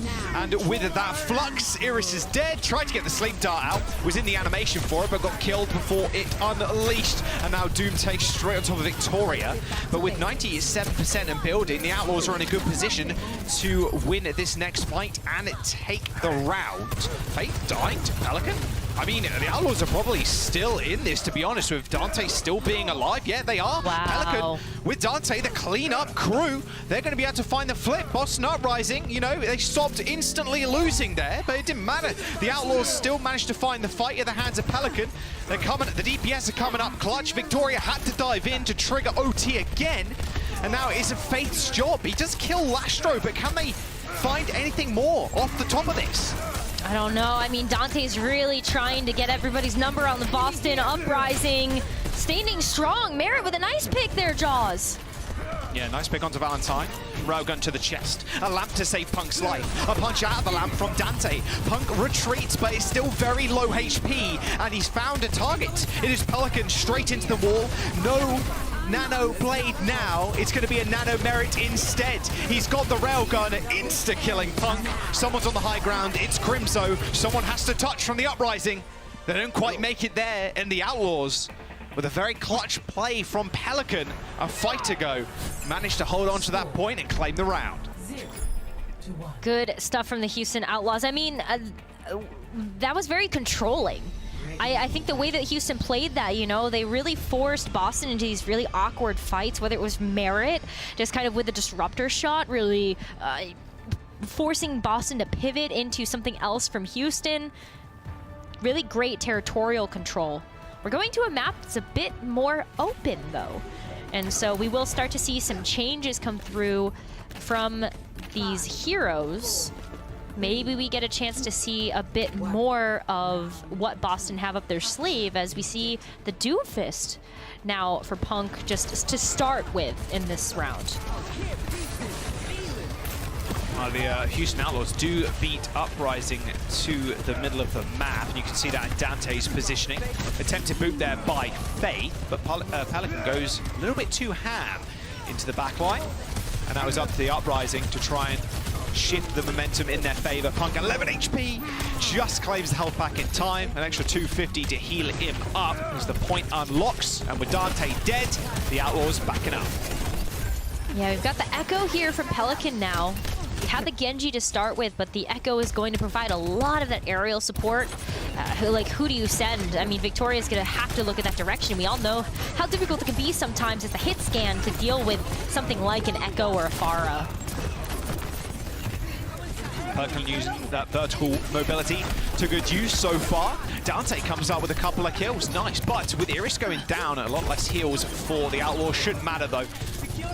The onslaught continues for Houston. Dante gets slept, should be good. Point caps, and the Outlaws are in control. They are, but Boston's going to come back into this one really quickly. You can see Faith has gone ahead and tried to accelerate everybody. And yeah, Victoria going to open things right back up for Boston. Oh, nice little double shot there on to Pelican. Oh, the skill orb was chasing him. That is so sad. The Houston Outlaws, they lost Dante very late into that last fight. He's able to get back in time to contest a little bit more, gain a couple more percent, but that is about it. Yeah, at the end of the day, or at least that team fight, Dante ended up being a bit of an ult battery because I don't really know how much that extra couple of percent is going to matter as Boston now with huge numbers of ultimates here. Victoria did have to use the overclock to secure the point, but you've got a Nano Blade, you've got the beat as well, and way to punch out this Coalescence. Yep, Diamond Orb thrown out, Coalescence on top. Oh, the Nano Blade. He tried to kill Pelican in the air, but was rather unsuccessful. With Faith using the beat, Houston Outlaws, unperturbed, they do end up chasing away the Boston Uprising. That Nano Blade from Valentine, I could see what he was trying to do. Yeah. He was trying to look fancy. Did it work out? Absolutely not. No, it was it would have been a really nice skill shot if that had actually been able to be followed through on. But you can see that Boston actually is going to switch over to the Tracer again. And so maybe adding just a bit of extra mobility, doesn't want to have to duel with Pelican anymore. Nope. Okay, well, he's dead. Rest in peace. Rest in peace. Yep. Pelican with the ult. Should be a fairly easy cleanup. However, the Iris dying down, not the best. Duplication available for Pelican, but Merit is able to clean up quite easily. Yeah, we were fighting in the neutral before. Really no ultimates to be used here. Unfortunately, Crimso's also going to be sent back to spawn and stagger out the Boston Uprising just a little bit more. But now we are starting to get those ultimates back online. Pelican with a duplicate, and we're approaching that last fight territory where Houston could just bring us into a map 5 right here as we look at that duplicate, hopefully finding some value for them to take us to our 5th and final map. Oh, Pelican. Lucio dupe, trying to get boops. 50% towards that pulse bomb is Valentine. He is nanoed, he's doing a fair bit of damage, but Lastro is just eating up so much of his time on that nano boost. Meanwhile, Dante dealt with the front and back line. Houston Outlaws still in control with 99% and overtime ticking down. It could be a quite quick and easy control map for the Outlaws to bring us to a game 5. Is Crimso back on the point? Well, Dante did laugh at his Moira, and unfortunately, he can continue laughing, I think. No hope there for Crimso. 99%, make it 100. The Outlaws taking us to map number 5. We have such a good series on our hands so far, Jaws. I like the palate cleanser that we have been gifted as a second series of the day. Palate cleanser? Palate cleanser? Yeah, maybe. I think so. Just a little bit. We've had some sick plays, to be fair. Yeah. So, all right, okay. Yeah, that's what I'm referring to. We've seen some really nice clutch moments from both of these teams, but it does come down to this 5th and final map. The scrappy versus the strategic. Let's see what happens. Well, we'll have to see what both teams want to do in map number 5. We're going back to push. We'll see you guys in just a moment.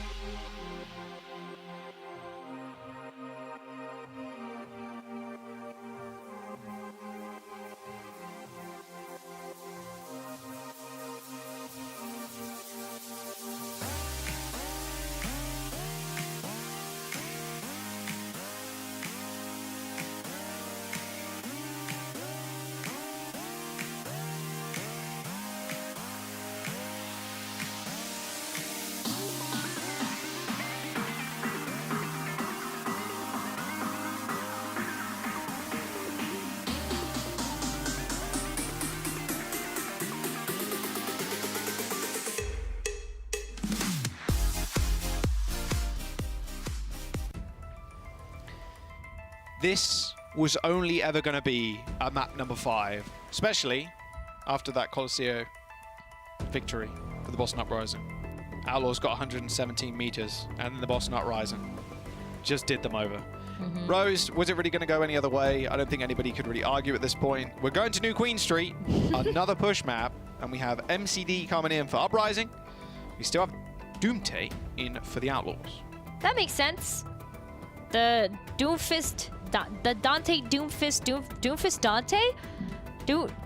Dantank? I don't. Doomte. Yeah, Doomte. Okay, I don't know. There's so many different ways that you could call that, but yeah, Dante I think was always going to stay in for New Queen Street. There's just some really nice rollouts, and obviously when it works, it works. And so my question is Lijiang Tower, when you had to face the Doomfist, enough of a sample size for Boston Uprising to figure out how to play against it? Jaws, they've been doing an incredible job of adjusting when the Houston Outlaws have pulled something out of their back pocket that they weren't expecting. And so let's see if they're able to do the same on New Queen Street, especially when they were able to do it on the fly on Colosseo in that first map. Yeah, it did require Punk playing a roulette wheel worth of heroes. You know, Sigma, then Doomfist, then Monkey, and it was the Winston that really rounded it out for them at the end of it. New Queen Street is a very different map, though, when it comes to compositions. We do see a lot of Sigma here, but the rush with the Doomfist and stuff like that, like, well, I guess not rush, there's no Ryan Lucio, but you get what I mean, like the dive of the Doomfist and whatnot. It's just so good. And the Outlaws, they've been playing this thing with Dante since the beginning of the season. You know, when he comes in, he plays Doomfist. Pelican and Merit are probably going to be on Sojourn and the Genji. Let's have a look at some stats, though. I mean, at the end of the day, like, Pelican has been so integral to this match for the Houston Outlaws. His Dragon plays and just his normal Genji play has been sublime so far. But Valentine, right now, Rose, he's catching up to him in terms of stats on the Genji. He is, and I think the one that really speaks volumes is just the deaths per 10 minutes. You know, the desk had pointed out at the beginning of the match that Pelican has died a lot.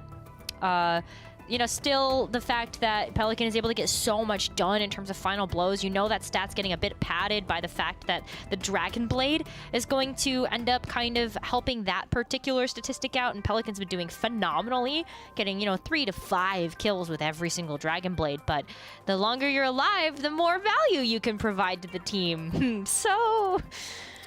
Very true. Very true.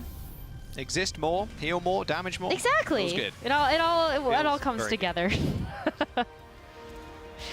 Right, this is the third match in a row for the Outlaws. They've gone to a map number 5. Can they make it the third win? The Atlanta Reign, the legendary C9. Yep. They had the close game against the New York Excelsior yesterday. And now we're here once again, a very familiar series for the Houston Outlaws. I mean, map 5 at this point, Rose, it's in their blood. Yeah, it's inevitable. We were always going to go to a map 5 knowing that it was Houston Outlaws and this second half of stage 2 playing in a match. So let's see what Boston decided to come out with. You know what Houston's going to be playing. It's the Doomfist and the Genji working simultaneously to try to dive something in the back line. But what are Boston Uprising going to do to counteract that? Try to stop that from happening. You can see how quickly Dante on the Doomfist is able to get these rollouts through. But Boston playing with Tracer and Hangzhou to round out the DPS lineup alongside that Doomfist. Love the angles that Victoria can get here. No Sojourn. Yeah, the Hangzhou without the shield, way better at getting these railgun one-shots because there's less to kind of charge up on. Oh, wait, Crimzo was trying to be cheeky there. Yeah, pays for it, unfortunately, with his life. Tried to boot people off the edge with a kick. Outlaws winning this first engagement.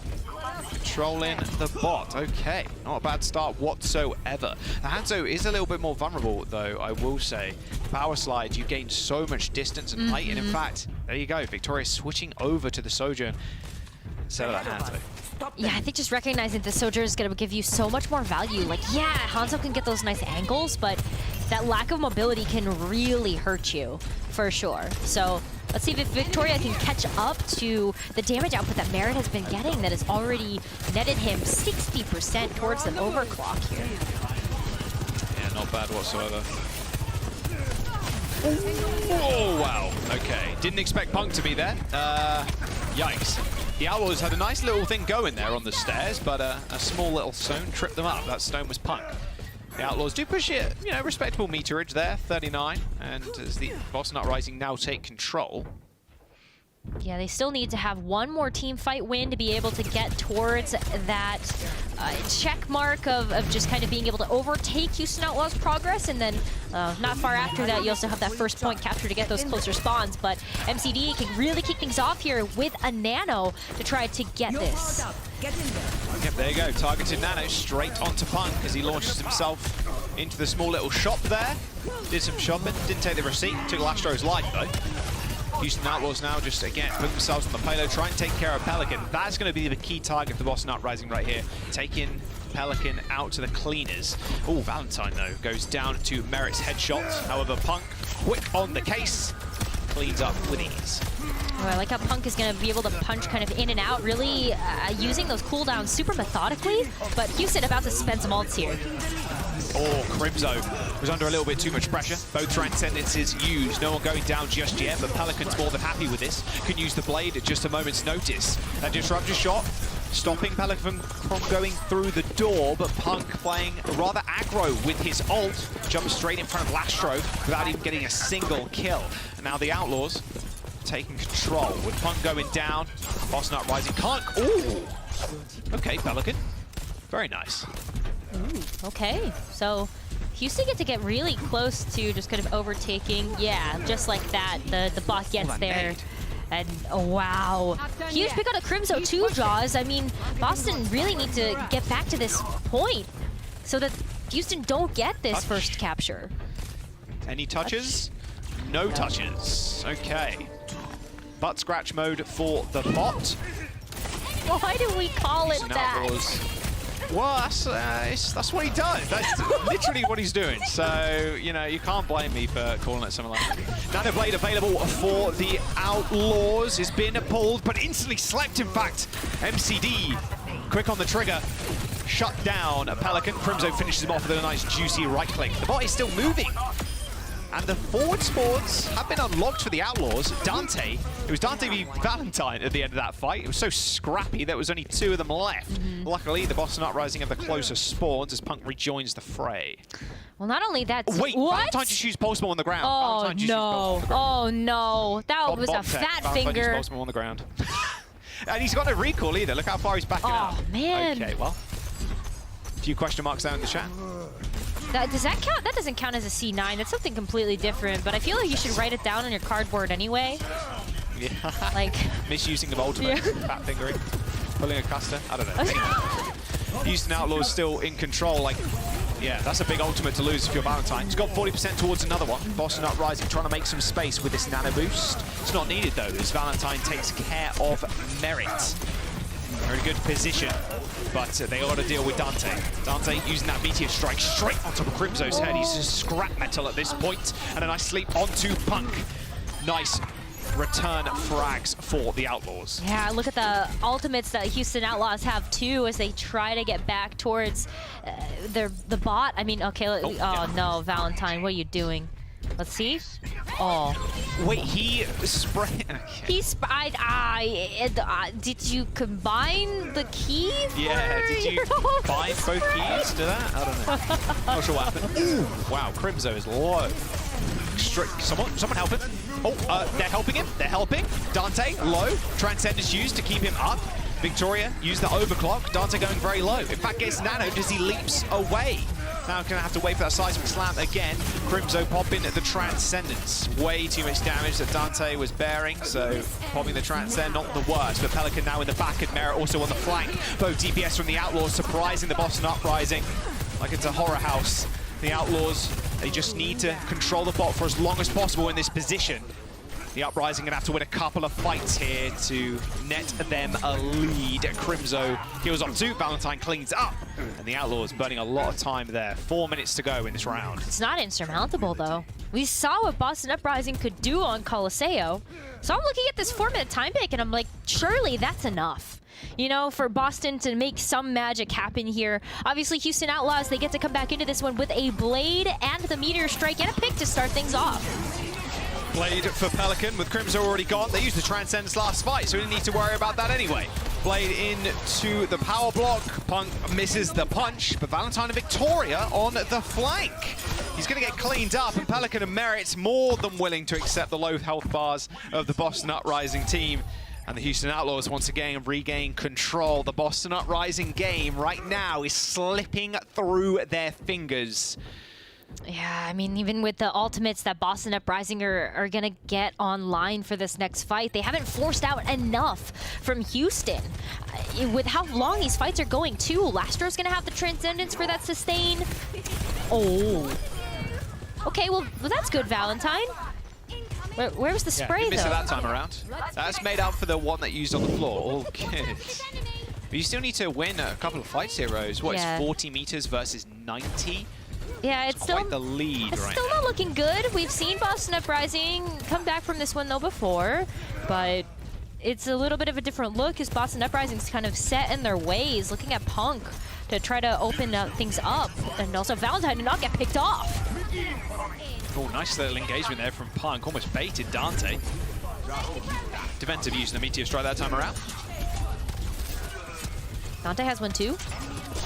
Pause. Is he gonna use it? Yeah, a brief stop in the action. I say that. It's just a lot of people sparring against each other. Dante with a big fist. Unfortunately, Crimzo's boot not quite to match. The Outlaws, once again, finding the team kill, or quite close to it. 2 minutes to go, and the Outlaws just refusing to give up without a fight. Boston Uprising did gain, what, 6 meters there? But it's still really not enough. The tempo the Outlaws are currently setting is too much for Boston to handle. Well, they've got the Nano Blade. They're gonna have a Transcendence on top of that. The Overclock. They got everything almost except for the Meteor Strike from Houston. And look at the picks that they're getting too. Jaws, like this should be another big pick. Flash are in trouble, but Punk maybe a little bit more so. He's even got the Transcendence. There we go. Straight on top of the rest of the Outlaws. Merit is 1 HP. Oh, didn't quite get in the Transcendence in time, but the Outlaws are still gaining meterage over 100. It's a familiar situation. Wind your minds back to map number 1 with Outlaws getting 117. However, this time it might be a little bit of a different story. Lastro somehow still alive, eventually taken care of, but not before the Outlaws gain a couple more meters. The Uprising, they need to come back with 50 seconds to go. It's not looking good. They need to gain 60 meters, Rose. All right, so Houston are set up for success. As long as they don't drop the whatever, spaghetti bag, I don't know. Pelican's Linguini. got the blade. Pelican has popped off before. If you were a Houston fan, you were looking at Pelican and you were looking at Merit here to get collateral, to get these blades, to do some work, but Boston's been able to shut this down before, and they've got the clutch factor, Jaws. Unbelievable low advantage. Valentine whipping the pulse bomb. That's the only thing Boston Uprising had to stay to keep them in this fight. Merit only finds a couple of little body shots there with the overclock and lashed. Oh, Pelican actually gets slept in blade. So now both DPS ults out for the Outlaws. Victoria and Pelican are dead, but Pug in a whole world of hurt. Overtime is here, and the Uprising are pushing, but it is Crimzo against the world. MCD hits him with a nano, and Crimzo finds 2. The Boston Uprising in control of the bot right now as it nears the checkpoint. Wow, look at that. We're going to see such a dance right now as Valentine is continuing to try to push this forward, but Pelican just salsaing with him. Checkpoint unlocked. The Outlaws, they know they need to win one fight, and the Uprising still need to gain a whole bunch of meters before they can call this series theirs. Crimzo's in the back with that nano boost. He did a lot of damage and almost nearing that Transcendence, but Doomtake's already in. Crimzo annihilated. MCD in trouble. Both supports dead. The Boston Uprising, they did it once, but it's looking unlikely they're going to do it again. The Houston Outlaws, for the 3rd time in a row, take Map 5 in a series. Ooh, boy. Houston really just kind of giving their fans some roller coasters of emotion. Wow, like I don't know. Maybe just they want to make sure that the team is getting enough play time, having all of these Map 5s, but incredible stuff coming out from Houston, and you also have to give so many commendations to Boston Uprising as well to bring them to a Map 5 to begin with. Yeah, Matt, they are the Map 5 team right now. Yeah. The Houston Outlaws, they've won every single Map 5 they've been in except for one against the Toronto Defiant earlier on in this season. That's 3 series in a row. They've gone to Map 5 and they've won. Like, that's something at least. Oh, and the C9 card is still 0. It's nothing. We're all good. We can rip it up now. I save it. Took the sellotape off, so I didn't struggle with it and look pathetic. So. There you go, but apparently I'm still struggling with it, so that's great. Joke's done.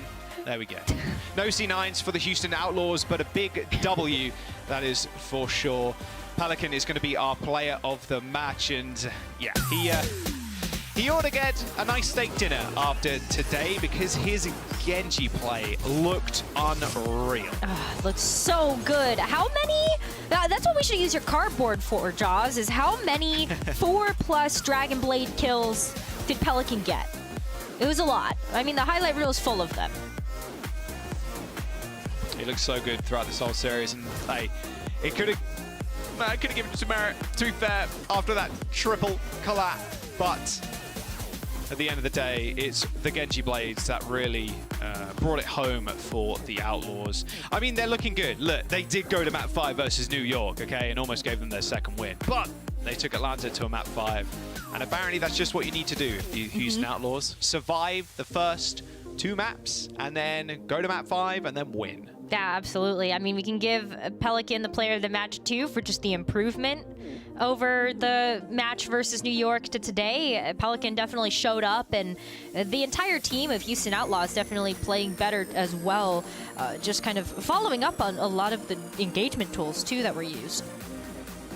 Yeah, he's looked improved, that is for sure. Outlaws, so they've done it once again. Fortunately, the Boston Uprising don't claim a win, but all the Houston fans can scream in joy. They were 4th, I believe, entering today. The standings still can be mixed up just a little bit over today and tomorrow, so I'm excited to see where they actually end up. There's still a lot to play for. We're going to jump to a quick break, though. We've got one more series after this.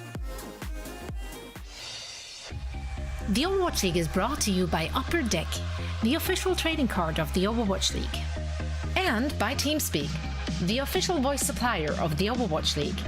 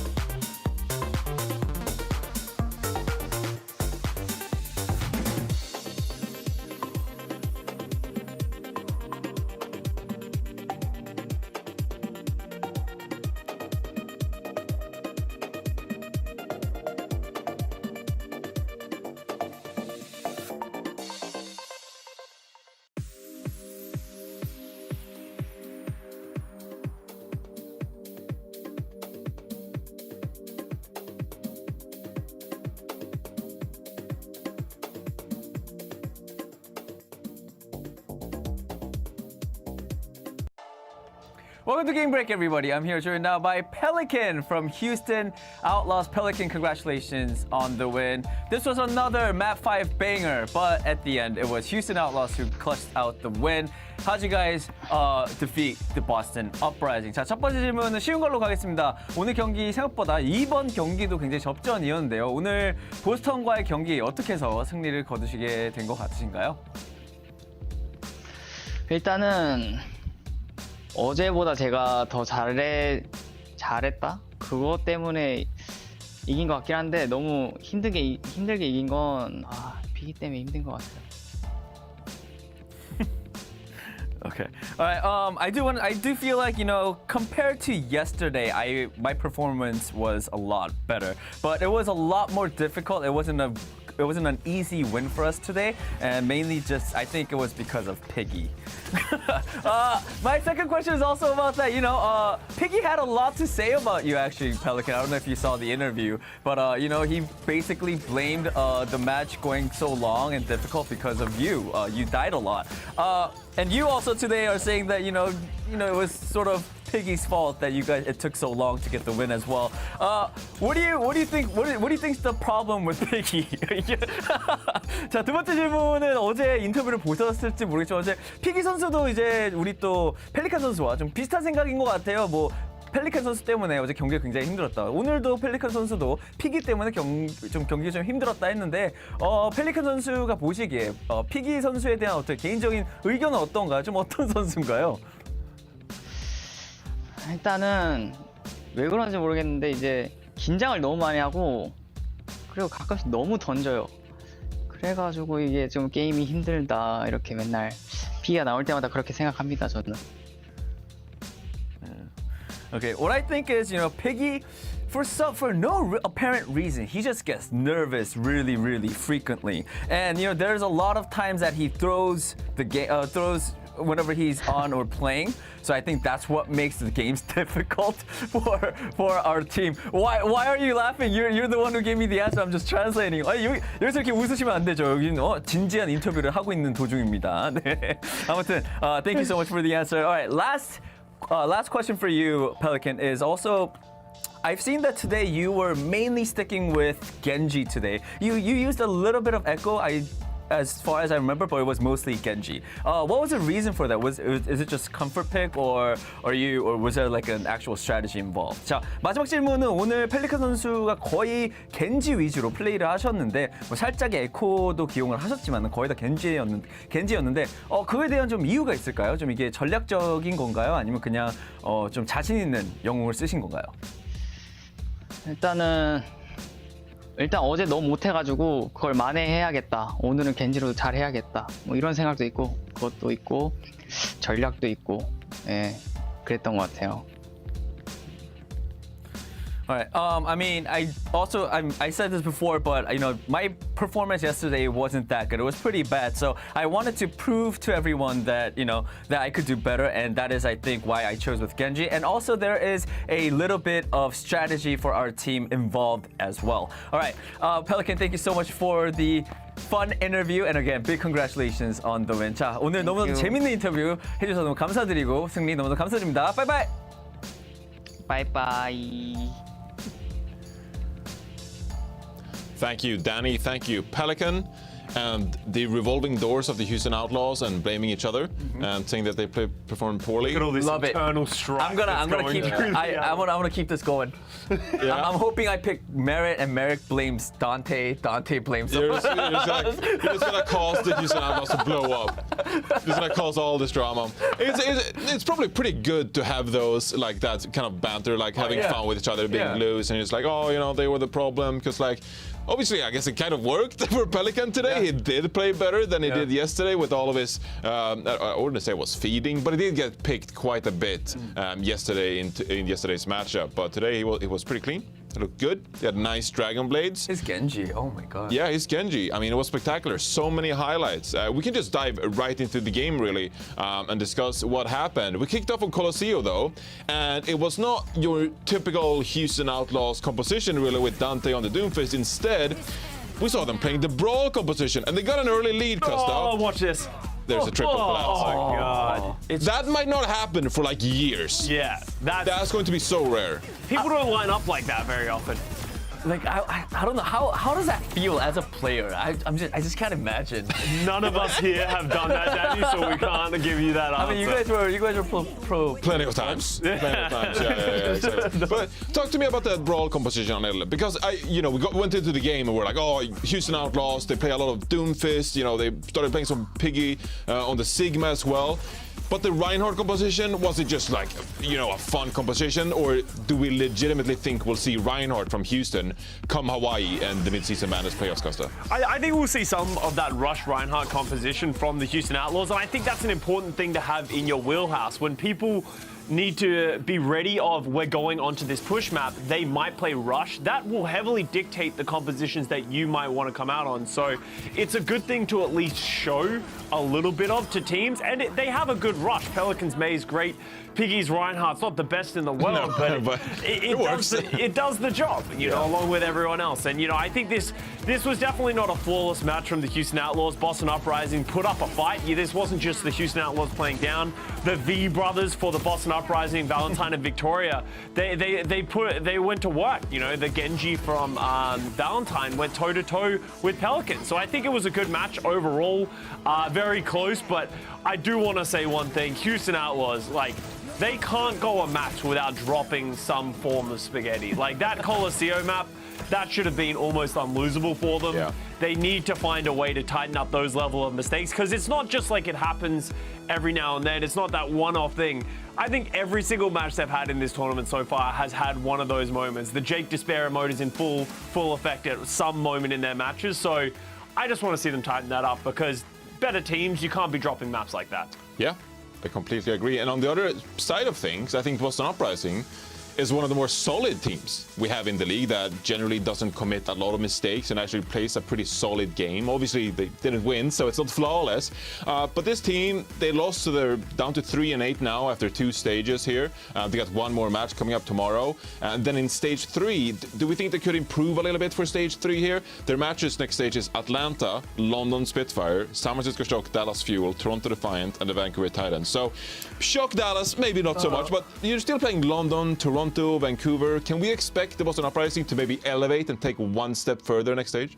I think, because from what I've seen, Boston is a team that evolves little by little, it grows little by little, and I think that's what I like about Boston. Every time you look at their match, you can see improvements a little by, even if it's a little thing, they are there. So I think if they just continue this, I think they're on an upward trajectory for sure. You heard it from Danny first. Boston Uprising will win the grand finals. I don't know. I didn't say that. Incrementally, is that one of the If we make this season very long, it could go. Yeah. Thank you. It has to be a year and a half, maybe. Oh yeah, a year and a half. They win next year, okay? Mark your calendars. They might. I mean, we're not even halfway through, right? Yeah. So theoretically, if they're I don't know what they're now, 10? It's the speed of the rate of how they go up. Okay. It's not like a... They need to go parabolic and just spike up and go from 8 to 2. Okay. Yeah, I don't know if we'll see that from the Boston Uprising, but they're improving nevertheless. Now, coming up next, we got the LA Gladiators, who could secure the second seed for the Midseason Madness with the win here against the Florida Mayhem, and having that second seed is so important for them. Now, the LA Gladiators, I mean, I don't really see the need to talk about them, because whatever they play today, they can just play everything. They're one of the most multi-dimensional teams we have in the entire league. But the Florida Mayhem, on the other hand, we've seen them go back and forth a little bit here, Costa, XC, Hydron. Do you have a preference here for Sojourn player? Coming into this, I was really impressed, and a lot of us were. He was on our statistically best Sojourn players. Hydron was on that Sojourn, but Exi in their most recent match towards those last couple of maps went absolutely crazy. So I actually like them leaning into Exi. I think Exi has, in the short term, a much higher potential, so I can see why they're leaning into him now that he's with them in the country, in their practice room. So I want to see them lean on Exi, and I just want to see improvements, because they are in our mid-season tournament, but they have not had a good tournament in just this cycle. They're really leaning on their success from the kickoff clash. So just want to see something better from their last couple of matches. It's going to be hard to do it against the Gladiators, so we'll see. Yeah, I mean, the LA Gladiators, we know they're going to be solid. We know they're going to look really good in today's match. But the Florida Mayhem, They have someone on their roster playing on that tank slot, Hydron, XE, plenty of players that can pop off, and I'm very excited to see if they can come out and rack up some highlights in today's match against the Gladiators. And to bring you the casters for today's game, we'll throw it over once more to Jaws and Necra. Thank you very much, Johnny. And I gotta say, fantastic hosting so far, Johnny. Yeah. It's been excellent. I've loved hearing it. It's been great to see you in a different role. It's always fun having a little swap around every now and then, and yeah, you're doing a smashing job, mate, so yeah, keep it up. Gladiators versus the Florida Mayhem rose to round out the day. Gladiators sitting on 9-2 in regular season right now. Florida Mayhem, not quite so good of a record. They're currently 6-5. But like the Des was saying, you know, Sojourn players, they've got a lot of them apparently. Hydron and XE. XE is starting today though for the Florida Mayhem. Well, that's going to make the desk happy, right? We heard them kind of say, let's lean on XE a little bit more, and so that is something that Florida Mayhem is going to do going into this matchup today, but we'll get there. We'll get there, because we've got to talk about the Los Angeles Gladiators first, and that is a team that everybody has their eyes on right now as one of the leaders for the Western region of the Overwatch League, especially after their incredible victory at the kickoff clash. And when you look at this starting lineup, Jaws, I mean, Patty stands out, Reiner with the flexibility. They've had like a basically flawless stage so far. Yeah, there's been exceptional right now. The Gladiators on the up and up. Of course, they did take the crown or the trophy at the kickoff clash. Can they do it again in the mid-season madness? Time will tell, of course. I actually just finished watching the Gladiators vlog of the kickoff clash. That was really good. Yeah. Reiner is a funny human being. Reiner is incredibly funny. So yeah, definitely worth giving a watch on the Glad YouTube channel. But there you go. There's the starting five, like you were saying, Rose, Padapan, and Kevster. That DPS line is not to be troubled with. No, especially when you look at how Padapan has been performing as well. I mean, you look at Hydron and XE for Sojourn, but you got to start looking at the DPS lineup of the Gladiators as well, because both of them, Kevster and Padapan, just perform exceptionally well in the heroes that they decide to play. And then, of course, to back them up, I mean, the support line of Shu and Skewed. Skewed, is that? Skewed. It's good. They're so good. They're so good, Jaws. Very, very reliable. Let's have a look at their opponents. And like I mentioned, Florida Mayhem are running XE to start off the day. So no Hydron just yet. Checkmate, Someone, Sermajet, and RuPaul. Yeah, I mean, this is also a great lineup coming in from the Florida Mayhem, but it would be remiss of us to not point out that Florida Mayhem was actually one of the teams that was taken to an intense map 5 by Boston Uprising just a little bit ago, and that was a devastating loss for Boston because it really felt like they could have taken a win there. But then you also have to look at, it was a clutch factor for Florida Mayhem. We'll see if the Sojourn difference can really help out Florida here as XE starts. Yeah, we'll have to wait and see. Can they actually break the winning streak? I mean, the Gladiators have been on an absolute tear right now. They're currently sitting at 11 wins in a row. You count those ones in the kickoff clash. And their two losses this season have been against the Dallas Fuel and the San Francisco Shock in the kickoff clash qualifiers.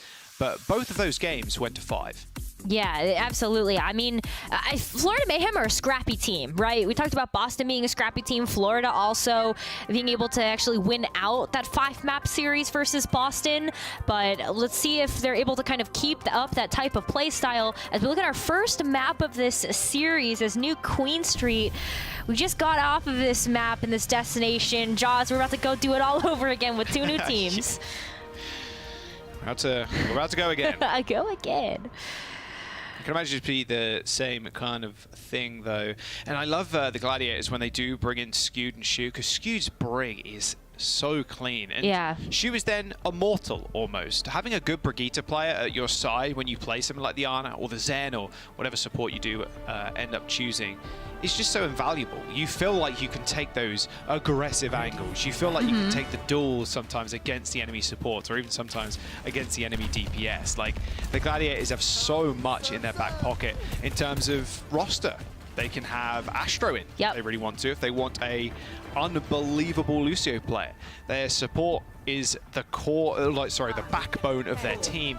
I mean, you can see why. They're just phenomenal right now. Like I said, 11-match win streak currently. Looks like no Brigitte, though. No. Or Skewed. It's going to be the Zen instead. No, it's going to help out a lot more with the other pieces that Gladiators have decided to put into this composition. Oh, no. What? Okay, he's good. He's good. He's good. He's good. He's good. Oh. Stop it. Reiner, we've had... Don't give us a heart attack to kick off this match. We've had enough of those today. Wow, I don't think he'd be able to forgive himself if he did throw himself on the mat first. That would have been pretty bad. Xy's ready to rock and roll, though. He's got 100 energy. Oh, Kevster wasn't even looking at him. Good first blood there for Mayhem as they control the bot. I expect that Los Angeles will be able to get back into this one pretty quickly, though. I mean, Reiner's already back to the bot to try to tussle with someone. So Florida have to back off just a little bit. Yeah, taking the stairs is quite nice. Easy engagement for the Doomfist normally. You can Seismic Slam up them. You end up there very fast. Oh, Discord Orb and a little flank for Skewed and Kevster. Now to boost on to Reiner and a nade coming in from Shu. Oh, big punch in the sky. You're up there, buddy. You ain't escaping. Don't matter. Checkmate. Thought he got out of the woods rather easily. It turns out not so much. Kevster and Skewed still on a nice little flank. The Tracer and the Zenyatta dealing with RuPaul and Sermajet. Yeah, and on top of that, you know that Shu is right behind you, supporting you every step of the way. So you can go in with that confidence that that flank is going to work. And then Reiner as well, you can just see how much he believes in that back supportive line to just make sure that he can make these dives safely. Kevster gonna have to go on a bit of a solo mission, though, as this Pulse Bomb is ready to go, and Florida Mayhem start making their way back. Might not be much of a solo mission. I think he'll go on the flank with Skewed again, I'm going to be honest. Yeah, maybe. Yeah, true. For now, I think Skewed happy just to sit next to Shu. Doesn't want to go something crazy. Checkmate does spot him. Oh, no power block. Pulse Bomb time. Oh, not with the Nano on top of you, though. So Kevster's target has changed. Straight to the back. Good stick on Sermajet. RuPaul in a lot of trouble. Kevster almost hits him with a one clip. Has to recall and finish him off. Backline for Mayhem. Fallen over like a lawn chair on a hot summer's day. The Mayhem now all the way back into spawn. At least they got ultimates coming up, Rose. No Nano, unfortunately, for this Blade. It's going to be a raw one going in. You're going to have to hope that they can support him, because right now you're looking at not only a Nano for Shu, but it's Skewed with the Transcendence coming up soon. Yeah, that's just the classic counter. And so the fact that Skewed is going to have that available to deal with this Dragon Blade, I think you're pretty happy as the Gladiators here. Jesus. Just let them have a little bit of space. Nice engagement. And Reiner using a little diag there. Little diagonal punch onto the... Like getting a little bit of elevation, then hitting that shift. You'd love to see it. Man, this is quite the stomp so far. Kevster going kind of crazy. Got himself another Pulse Bomb soon. Yeah, I don't know what the stats look like right now for Kevster, but I'd love to know what his KD is, because it's probably pretty nice. Probably pretty nice right now. Is Kevster just, wow, gonna have another Pulse Bomb available as well. Oh god, it's 9-1, Jaws. 9-1, 9 final blows, 1 death. Oh, Reiner. Perfect nade by Shu, and in fact a Nano to keep him alive and well. Skewed and Sermajet using both Transcendences. Now it's just about balling in the back, and of course Kevster's there to clean up. Somehow Reiner survived through a majority of that fight. Kevster in a 1v2 with the recall. Doesn't really stand too much of a chance now, but still manages to kill someone. Checkmate, don't know what happened to his Doomfist, and neither does the rest of us. Badapan pushes the bot a little bit further as the Mayhem come back from spawn. Yeah, I mean, they get to come back to spawn, but Gladiators still have that forward spawn as well after unlocking that first checkpoint. Look at that. They're going to be here before Mayhem even know what hit them. Checkmate has a Blade, still waiting for the Nano to come back. But, wow, I mean, Gladiators could just open this up again as Kevster continues to find these picks at the beginning of all these fights. Spots the Zen out, but Sermajet spots Kevster. Instant Discord Orb to make sure Kevster plays a little bit safer. Mayhem, they got Nano, they got Blade. Checkmate can go in, but locking down a target might be a little bit tough. There it is. Nano, Shu's already dead. There's the Blade for Checkmate. Oh, a nice little reflect kill on to Skewed. Feels like the blade wasn't even needed, but it still got the job done, the Florida Mayhem. They win that fight. Oh, and Kevster is 1 HP. Don't shoot the reflex, please. His shoe almost falls to his knee. Yeah, you can see a little cheeky smile there coming in from Kevster. Whew. Wipe the brow, it's okay. You can stop sweating, your team's got you. But Reiner now with the meteor strike as well. Oh, okay. Maybe using it. Double tap there with a bit of extra damage on top. And Kevster's life. Jeez. Best offense is good defense for the Mayhem right now. Sitting all the way at the back, waiting for Glads to come to them. Yeah, I mean, Gladiators though, they can be patient here. They don't have to rush. They don't have to kind of, you know, try to get in and get super aggressive. They can wait for Florida Mayhem to maybe show a sign of weakness and then take advantage of that. As they ooh. Pulse bomb for Kevster. Ooh, a little bit wide, but don't matter. Reiner is still causing havoc. Someone used the power block. Can Reiner get cleaned up? Yeah, that power block did get charged, but he's 25 HP and still survives. Big up the supports once again. Just keeping Reiner in these fights has been a miracle, some would say, but it's every day at the office for the Gladiators. Yeah, and this is, you know, the patience that Gladiators can really show. They just need to buy the time off the clock. They've already got such a big lead. They're trying to just close out the map in these last 3.5 minutes. They could do that too. Patty has an overclock. Skew gonna have a Transcendence. Couple of support ultimates for the Mayhem, however. There is the overclock for Paddy. Can he find anything? Reiner's in a little bit of trouble. Paddy trying to search for literally anybody. Florida Mayhem have tried to just run away from him, but run into the backline of the Gladiators. Nano for someone, but RuPaul's already dead. And XZ takes the duel with Skewed, and you're gonna lose it. 2 kills for Skewed, but someone was there, luckily, to get the double punch into the wall to clean on up. Someone cancels the punch to try and find Reiner. Reiner kills Checkmate, and now it's just a brawl in the Mega Health Pack room. An unbelievably scrappy fight, left one standing, and it was someone. Well, that's huge for the Gladiators, though, because the fact that, yeah, okay, someone may have won out that fight, but Gladiators are not really going to give Mayhem any progress with this bot now. Kevster can go back in, has the Pulse Bomb, get a nice pick in the back line. And they might just kind of, you know, keep Florida Mayhem from even being able to get into their territory of the map. They took it. Let's fix that. All right, what are you thinking, hunting. Kevster? It's on that brain of yours. Oh, RuPaul. Oh. He doesn't know. No. Oh, and he will never know where Kevster came from. Nano boost, slam into the ground as the Florida Mayhem planted firmly in the snow. The Gladiators take control of the bot once again, and with 2 minutes to go, Mayhem, they've got a hope here. They do have Blade, but it's been rather ineffective so far. At least you know that the Blade is not going to be countered by the Transcendence here, and so Florida Mayhem can at least stop this bot from being able to reach the final checkpoint, but you've got to be able to follow that up with something. That's a great start, at least. XZ kind of opening it up with a nice pick. Yeah, it was a clutch sleep by RuPaul there as Reiner tried to escape, and Anti, loads of orbs, loads of damage, clean him up. All right, play for Checkmate. They might not need it, but very, very quick is Reiner to come back. Oh, predictive sleep. RuPaul with a back-to-back sleep. Oh, Kevster gets out. What?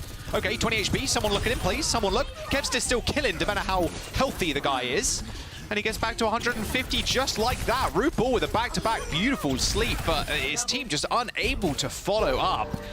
They get the checkpoint once again, and forward spawn unlocked, 95 meters and a minute to go. The Mayhem need to come up with something here. Hopefully it's going to be this Dragon Blade, and it's going to come up big. Sermaged also, Transcendence, keep him alive. All right, that's the start you're looking for. XZ with a headshot onto Shu. Skew keeping people in the fight with that Transcendence, and Patapan ends XZ's life at the bus stop.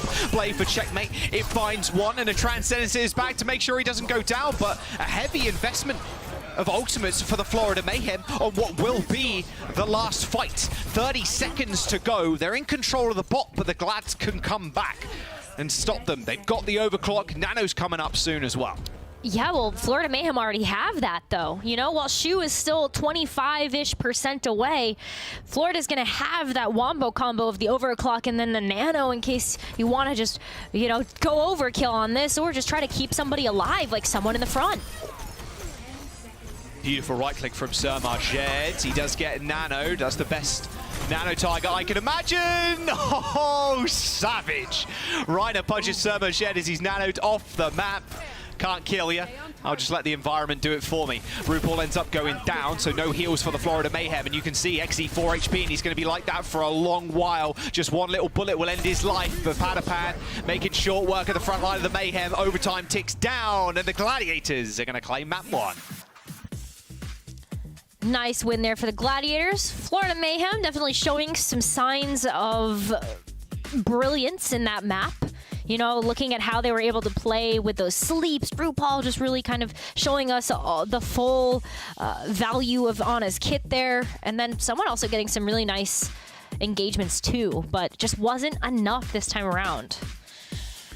Yeah, shout out to RuPaul also. A couple of nice little sleeps there. Yeah. Killed Reiner, couldn't quite kill Kevster, but fortunately, the rest of the team couldn't match him. The Gladiators, what a surprise. They're after a strong start so far in this series. They're up a map. We're going to Dorado for the next one. We'll see you in a bit.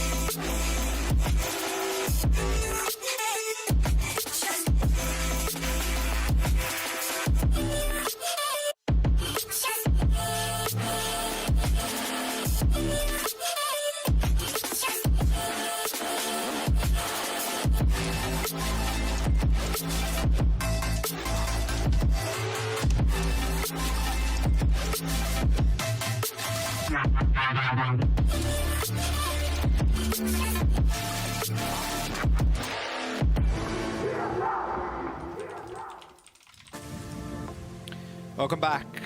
Quite clean map number 1 for the Gladiators. Reiner and Kevster got 30 final blows. The entirety of Mayhem got 25. So there's an interesting stat for you. Kevster and Reiner doing a whole bunch of work. Padapan wasn't so much getting the final blows in that match, still doing a lot of damage, but Kevster and Reiner really bringing it home for the rest of the team. A couple of substitutions though, Rose. We've got Arns coming in for the Gladiators, so Widow, and more Widow. Yep. And Animo for Sir Majet. Yeah, these swaps are, you know, you pointed out that Padapan maybe not so flashy in that first map. That's very true. Not really showing up in the kill feed very often. But, you know, he's not getting subbed out here because Ons is better. Ons is coming in because of the next map we're going to, right? We're going to Dorado. And so we're definitely going to see some Widowmaker here. Classic Widowmaker map with the sightlines that are available. And then on the other side of things, too, of course, when we have Animo coming in, it's just to shore up that support line of how Florida wants to play this game. So really nice map-dependent swaps coming in for both teams. Yeah, offense for the Gladiators. TP Arns up onto high ground and hope he just clicks 5 heads. Easy game. But the Mayhem swapping in Animo here. Little Lucio maybe, Rose. Yeah, or Brig. I'd be okay with either one. I think, you know, Animo is a really good Brig player as well as a Lucio, so I like that we're seeing the Brig here just to be able to give a little bit more sustain, like immediate, right, to the Widow and, of course, the Tracer as well that we're seeing Florida come out of spawn with. Okay. Also, oh, guess what? Versus Arns, but Arns on Genji? No? Shield Bash. Also, Kevster was a big problem. I don't think you want him running around in your backline anymore. Very true. Just boop him away. Yeah. Got 2 boops now as the Brig. Oh, is Reiner going to do it again? No. Oh, no, he's not. No. Wicked. Okay, Arns, no Widow, but on the Ashe instead. So he's going to tend to Xe, or at least try to. I wonder if he does swap, knowing that Xe's playing Widow. Take the Widow 1v1. Let's see. Looks for the moment, at least, he just wants to play the Ashe. I think that's okay, too. I mean, you can position pretty well, being able to use the coach gun to kind of move around, but I think Ons is going to struggle against a Winston here. Heals were crazy there from Shu, unable to keep Arns alive. Unfortunately, Checkmate just raining death from above right now on the Tracer. That's 3 kills for Checkmate to start the round off. Okay. See you, Checkmate. 61% towards that pulse, too. Yeah, look at that, though. Ons is giving up the Ashe. He's done. Switch over to the Widowmaker, able to do those 1v1s versus Xe, and also maybe get some nice predictive shots onto Checkmate. I can't believe it, Jaws. That pace is lightning fast here for that pulse bomb. Yeah, super quick. 80% already. Okay, can Arns actually find an angle? It is tough, especially when you have a Tracer and a Winston chilling on the high ground like this, and they can drop on you. Except for the rest of your team to create the space for you to operate in. Checkmate just... Oh my god. I mean, that was kind of gross. That was kind of gross, Kevster. Naughty, naughty. The Florida Mayhem, didn't really expect that coming. And it's Tracer in that situation. You're hoping you don't get one comboed like that, but if you're a good Genji player, yeah, it happens pretty quickly. There's a Nano Blade available for the Gladiators. Let's watch it again. Yep. Here's the brief look in.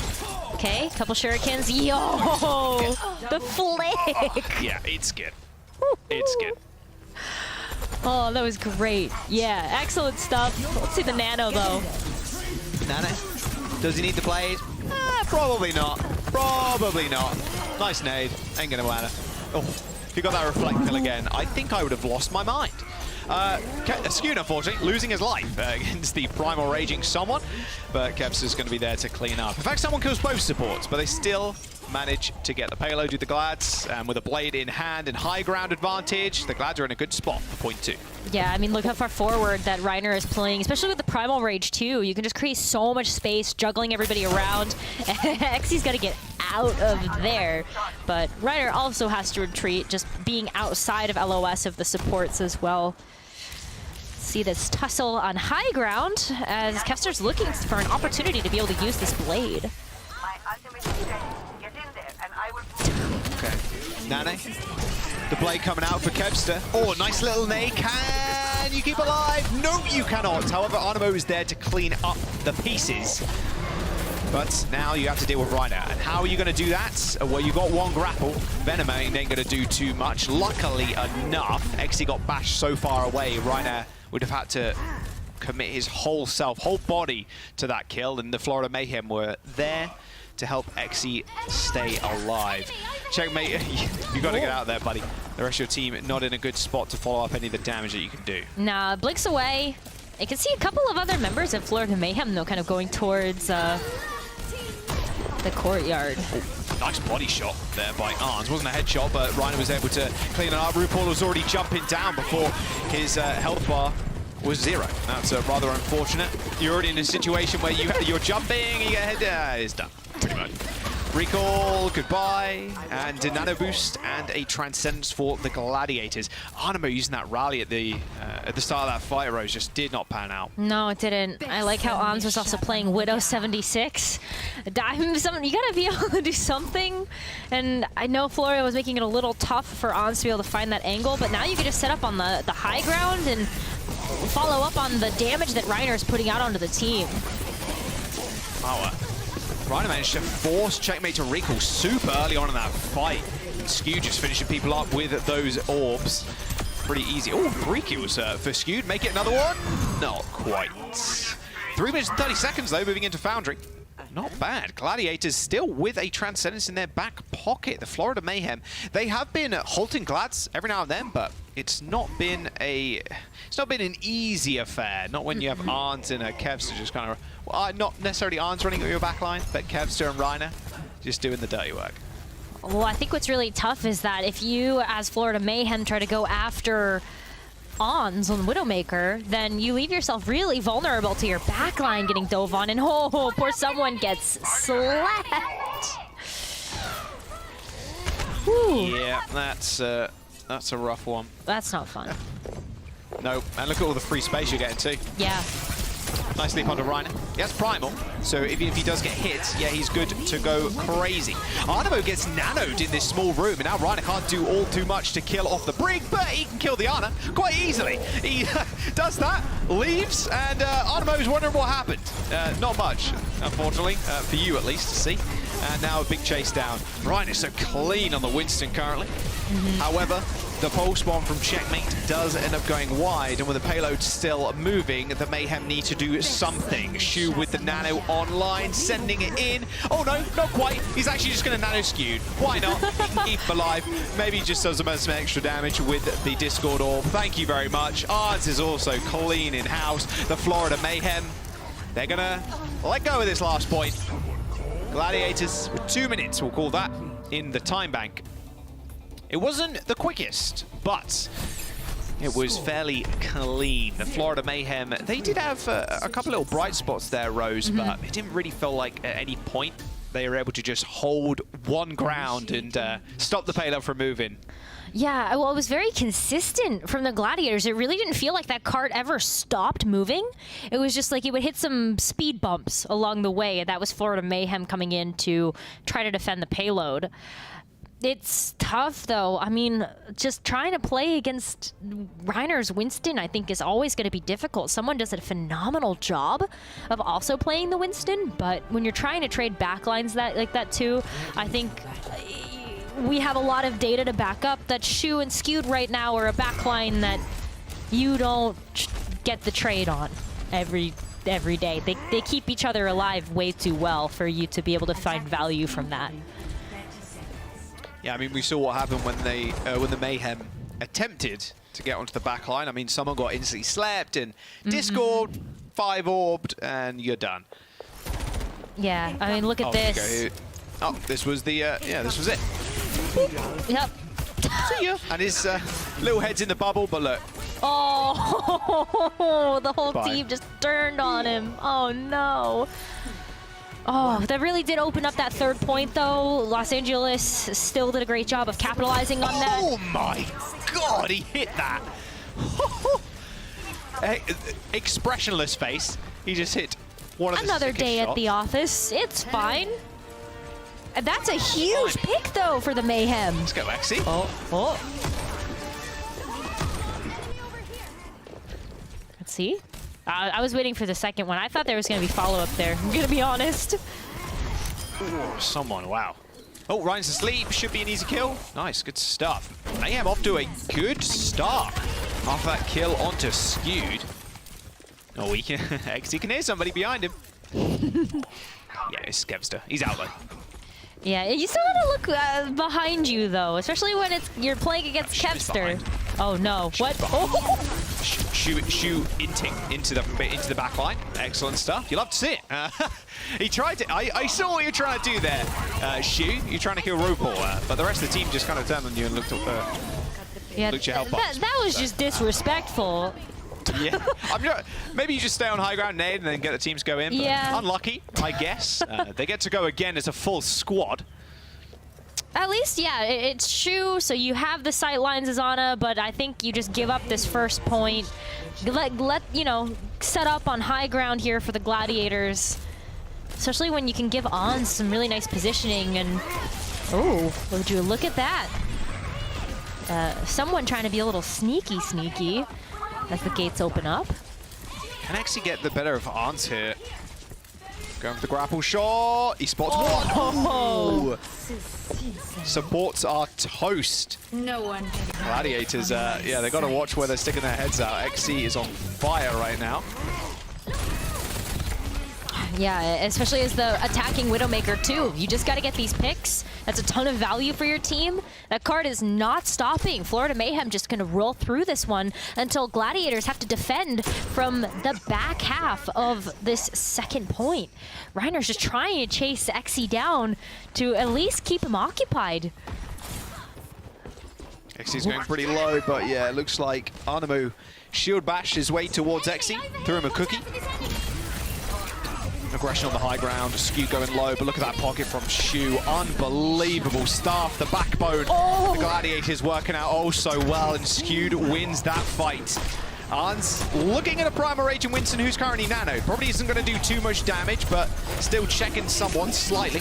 Skewed ends up falling as the blade from Kevster has been pulled and put to rest. Arnamo with the rally and a quick whip shot, and a single melee kills Kevster. It's the Gladiators fumbling on their defense. The Florida Mayhem almost matching their time, Rose. They're going to have so much time after they cap the second point, too. You know, it's just a matter of time. Reiner going to try to proc the not overtime, but, you know, just buy some time for Gladiators to get back into this. Checkmate doesn't want to take that duel again. No. Ends up backing off. Post bomb, 180. Does miss, but damages Shu somewhat. Skewed forced to use the Transcendence to keep Shu in the fight. Unfortunately, headshots go through the Transcendence. Kevster ends up going down, but XE finds two of his own. A nice little headshot onto someone will bring him low, and Skewed's there for the cleanup. 3 minutes, or 2 minutes and 50 seconds for the Florida Mayhem now to get a couple of meters. Well, a little bit more. The payload will end up trickling back. But good offense so far. Oh, look at these headshots from Ons here, though. Oh, my goodness. The Transcendence just to shore up his own team, and then really, really nice shots going through. And now this really puts Florida Mayhem in an awkward position, because look at all of this area that they would have to traverse, just this open territory. Just free sightlines for Ons. You don't really want to walk into that, ever. Kev's yelling incoming. It's all good. They're all in the corner. And XE is dead. Nice kills by Kevster. From the high ground, no less. Still going to go for an engagement, though. Someone's nearing this Primal Rage, so can jump in pretty much for free. You still got to be careful, though. You left your backline completely alone. Easy execution there for Kevster. They do trade, however, but with both supports now dead and Checkmate and someone antied, looking rather unwinnable right now. But someone says, no, maybe I pop the Primal Rage and find a little something else. Shu ends up falling, and the Gladiator's backline now going down. Someone on the payload, stopping it from trickling back, but with little to no heals, he still has to rejoin the rest of his team. These fights are turning into rather scrappy ones. Yeah, I mean, RuPaul was just, that was kind of the only support that someone had to to really be able to rely on going into the rest of that fight. So maybe you would have been able to take that, but you are going to be way better as a team of 5. Exy going to go ahead and match the sights from Ons. Big picks, maybe, for these Widowmakers. Yes, he did. Goodbye, RuPaul. That was extremely loud Ana scream there. Both supports are dead again for the Florida Mayhem. Blimey. It's like Ana had a mic attached to her. She was falling there towards the ocean and the rocks down below. 60 seconds to go, Rose. The Florida Mayhem, they were so close to checkpoint B, just unable to sink it in. The Glads, they got Nanoblade coming up. They do, and there's really not a great way for Florida Mayhem to just negate that. And even still, we've seen that Transcendence is not enough right now to really be able to deal with the pressure of the Discord Orb plus the nanoed Dragon Blade. But look at that, On's already getting a huge pick. That Pulse Bomb is now offline here for the last 30 seconds. Chemi's going to be able to come back in time. Arn's actually taken an unbelievably aggro angle. There's the Nano Blade from Kevster looking towards someone. A Nano Animo. Look at the healing, it's too good. Can he get the slice and dice? No, he cannot, but still, the Florida Mayhem just destroying the Mayhem. The Florida Mayhem just getting crumpled right now. The Gladiators aren't even going to let them touch the payload. And map number 2 is the Glads.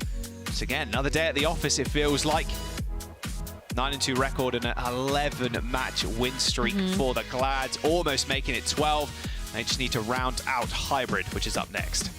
Yeah, I mean, I think that Florida Mayhem are definitely putting up a fight, but it's just that the Gladiators right now are just in a league of their own, it feels like, when it comes to the synergy and just the clockwork-like nature of this team. All right. Map number 3 coming up soon. Can Glads make this a quick 3-0, or can Mayhem bounce back? We'll have to find out after this.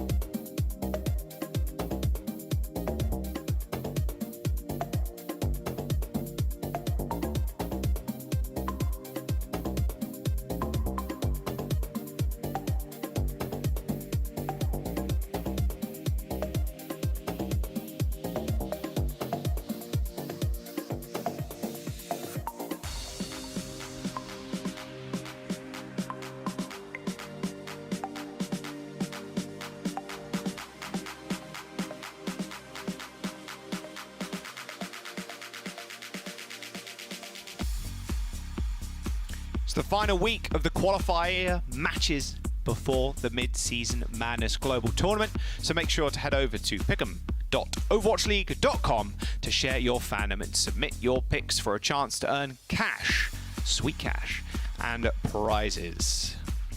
Rose, this could very well be a 3-0. Yeah. I think it's quite funny because we've talked so much this weekend, I think, about the games that everybody's like, yeah, 3-0, whatever, anyway, go next kind of thing. And this one is like the only one where that may happen. I don't expect anybody thought that Houston Outlaws, for example, were going to go to map 5 against New York Excelsior and the Boston Uprising too. But the Gladiators, it very much feels like another in the office for them. The Florida Mayhem, there's a few bits and pieces here and there that they've been doing well with. I think Exy doing well on the Widowmaker there at the very end was good stuff, but not much else. Reiner and Kevs are just taking this game with ease at the moment. Yeah, I mean, it's just the back line. I feel so bad because I don't really know what else at the moment, like RuPaul and Animo and like kind of everybody can really do against this. You know, it just feels really difficult to figure out like how you're going to deal with such an aggressive dive coming out from the Gladiators. I hope they're able to figure it out though. Maybe it's just being a bit more patient, waiting for the dive to come to them.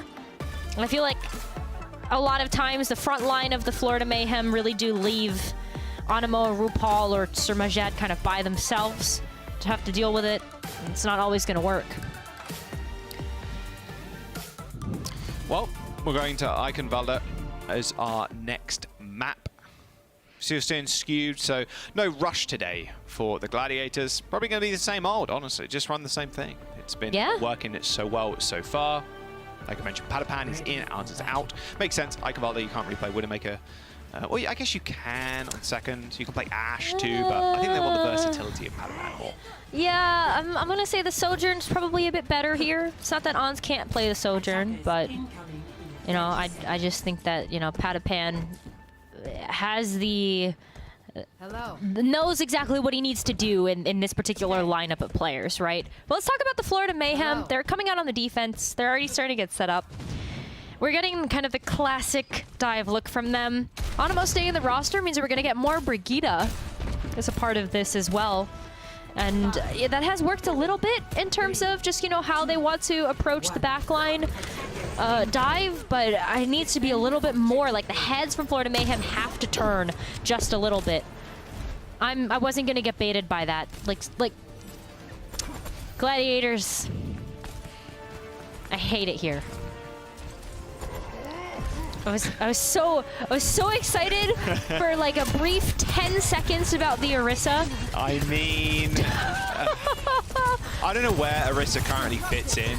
She's like in between a lot of other things. She'd rather run Ryan for Rush, etc. etc. Yeah. That's a talk for another time, though. Talk for another time. Mayhem off to a good start on the defense. Good little kill onto shoot. And Kevster, see you later, mate. All right. Yeah, so there's going to be another reset here coming in for the Glads. Nice picks from the Florida Mayhem to kick things off, and that really means that they're going to start snowballing some of their ultimate charge, especially with the follow-up from Exy right there to continue to stagger the Gladiators. Look how aggressive someone is getting right now to just push the Gladiators back as they wait for the rest of their squad to get in here. All right. Well, Exy's been finding unreal value on the Sojourn so far. Got to run away from Kevster. Oh, that disruption almost got reflected. Be a little bit more careful than that. If that gets flown back, it does a lot of free ult charge. Shu kills someone as Gladiators now there, turning the tides. Can the Mayhem get this nano boost online before the Gladiators rout them? Doesn't look likely now as Animo ends up going down, and so does RuPaul. Jeremy finds one kill, but it shouldn't really mean too much as the Gladiators, they plonk themselves on point A. Yep. Now they're gonna lock the cart. Let's get to the castle. We're making our way there. But we're also looking at the Dragon Blade from Gladiators to just keep this pace going. They don't have a whole lot either in terms of ways to counteract maybe the overclock or something like that coming in from the Florida Mayhem. So really it's just all about raw damage here from both of these teams, and if they can find value from these DPS ults. I need backup. Enemy contact. You play around. On the Exi, please. Thank you very much. Yeah, Nano play coming up for Gladiators. Although you could just use it onto Reiner, the way he's been playing right now has been exceptional, and that continues. Primal Rage to bash away Animo.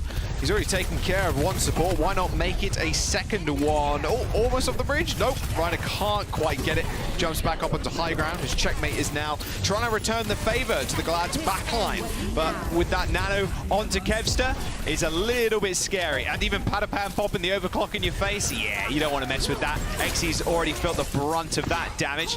There's the blade for Kevster, and Reiner on high ground is only good for the Glads. However, that rally from Florida Mayhem might be able to turn this one around. Blade is finally going to get used. The Pulse Bomb lands onto Skewed. Kevster's half HP, trying to get a reset after someone off the payload. Most supports of the Mayhem are dead, but the reinforcements have arrived for the Mayhem. Not only that, though, but Gladiators had already lost Shu and Skewed, too. So Kevster getting low meant the damage was going to be permanent unless you were able to find something like a health pack.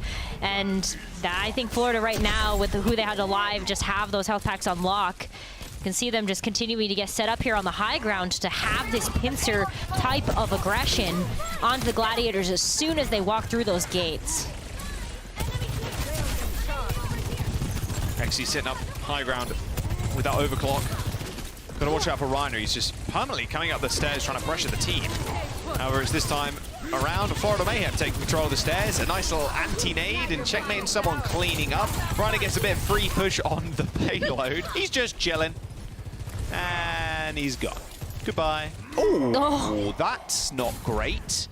Wow, okay, Reiner actually went down to the whip shot there of Animo. He was trying to reset himself, but not give credit to anybody. Yeah. Got a free lot of ult charge for that. Yeah, that was a little bit of a misstep there, for sure, you know? But we still can see that Checkmate's running amok in the back line. Florida Mayhem, like, they deserve this defensive hold right now for how they've been playing. Oh, Pulse Bomb goes wide. Almost got thrown into the moat there. Xy is going to use the overclock in the small room. It's pretty easy. No collateral, not just yet anyway. Shu gets put to sleep and put in the grave as the Gladiators, they're still on the payload. Reiner is just trying to C9 Florida Mayhem right now, but they have their wits about them. We've had enough of that. Oh, the chase down from Checkmate. Really good. I feel like Checkmate and Xy have both just woken up. I don't know what it is about this particular map, but every single one they've been getting better and better. And Florida look very comfortable right now. Xy and Checkmate are both popping off in tremendous ways. Mid-match snack, maybe, not sure, but yeah, Checkmate continuing his rampage. Reiner, is he going to try and C9 again? No, he's up on high ground. He's having enough of trying to C9. But look at this, with only 60 seconds to go, Reiner's got that primal, and Rupal ends up going overboard. Reiner, maybe another one. Animo not willing to go down just yet, but rallying, and it's only affecting him. Can he return to the rest of his team? Not likely, as they're all up on high ground. Kevster and Patapan have decided now it's their turn to try and C9. Can Florida Mayhem get to the point in time? Yes, they can. 3 meters and 50 centimeters to go as Reiner makes his exit. Wow, I mean, at this point, with 30 seconds remaining, if you're the Gladiators, yeah, sure, you want to cap second point, but the second best thing is just to get as much distance as possible so that Florida have a little bit of a harder time, you know, if they do end up not capping the point. But as it stands, Mayhem look really pretty right now, especially when Checkmate's looking for a target with that Pulse Bomb. Sperma put himself on the payload though. There it is, both Nano Winstons in the back line. Difference is someone slept. The Gladiators have put themselves on point. Someone from the Mayhem has to touch. A pulse from Kevster ends Animo's life and another cleanup kill onto the Ana as Reiner is still jostling. He eventually kills off Xy and the damage that the Gladiators doing now is permanent, but that is a big pulse from Checkmate. Gets the recall off, but unfortunately Kevster's there with the cleanup. 4 kills for Kevster in this engagement as the payload gets capped and the doors are broken down. Yeah, we didn't see a whole lot of value from those Dragon Blades, and so I really like that Kevster is actually swapped over to the Tracer. Yeah, probably part of that was just to make sure that you could get back to point, and also just, you know, have a little bit more mobility, but It's been a good look for the Gladiators so far. They did unlock the castle doors, and now they are looking towards completion. But this overclock from Exi could be very lethal here. Decent nade, wasn't followed up on, and that was the Mayhem's chance to go. Oh no way! Patapan just wins that, goes to the re-peek on Exi, connects with his head. Kevster just Kevster is just dominating right now. 40 seconds to go.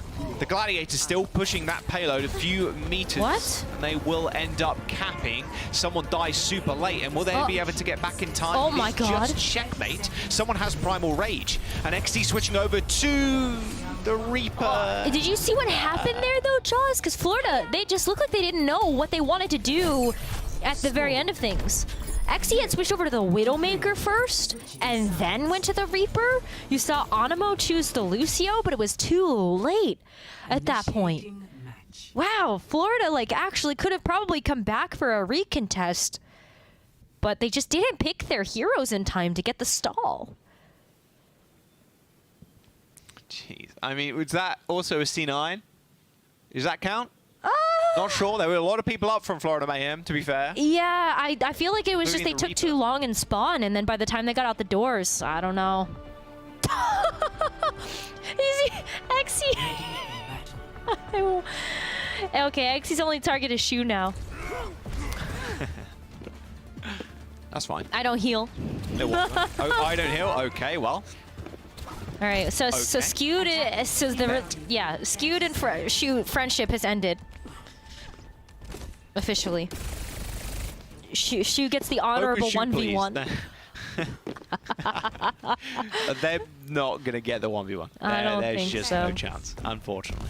Yeah. I think Gladiators want to round this map out. Can they hold first? Potential is there. But with 27 seconds of the time bank, it's not the best, but it's also not the worst. Completing an icon value with time is always quite nice. See how they do. Well, I mean, Gladiators have decided this time to start Kevster on the Tracer instead of the Genji. And so that's going to be very helpful, just because of how much impact Kevster has had on this particular hero. Look at him sitting on the bridge right now, just getting pop shots into the back as Florida Mayhem walk through. A lot of free space for the Mayhem, but it's just waiting with open arms. Skewed, unfortunately, 4 people just diving towards his position. Exy going low, somehow kept alive in this fight. Cleaned up by Reiner. The AoE from that Tesla cannon proving too much for the backline of the Mayhem. Ooh, my gosh. Someone was so low. Does manage to get away, and so that's nice ult charge there for Animo and RuPaul. But Gladiators are back in full force. They're going to give a tick. Looks like it. Just giving a tick, or maybe 2. Okay, they gave 2 ticks.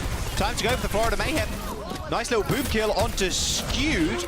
A nade from Shu didn't result in all of anything, and the Mayhem, well, I don't think they wanted to wait around. I mean, the Gladiators had to make a move, but the Florida Mayhem, we got 2 ticks, we can go back, get another one. If we just end the fight, we win the point. Yeah. It was a nice bit of tempo setting. They didn't let Glad set up and go for a re-engage on their own turn. Yes, absolutely. I mean, we could see that Gladiators were posturing to go back in, but I love that Mayhem were like, I don't think so. And you can see that they're just kind of biding their time now to see if Gladiators want to get set up on the high ground. You can see they're taking kind of this split push as well. But Florida, I mean, this is just great positioning from them overall to try to mitigate some of this advantage Gladiators have with the high ground. Oh, good sleep onto someone. Still gets a punch off onto the brick, but has to rejoin the rest of his team. Is Animo, is headshot by Patapan.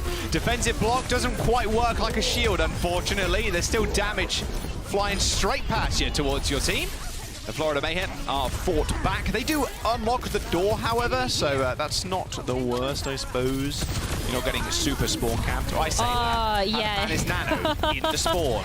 Okay. Prove me wrong. Do you see the little sly smile? He's enjoying himself right now. Touch the spawn door challenge once again. Someone trying to push the payload.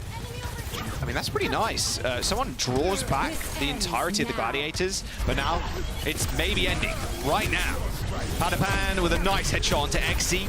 Meteor strike from someone and got absolutely nothing. The pocket from the Glads onto Padapan is insane.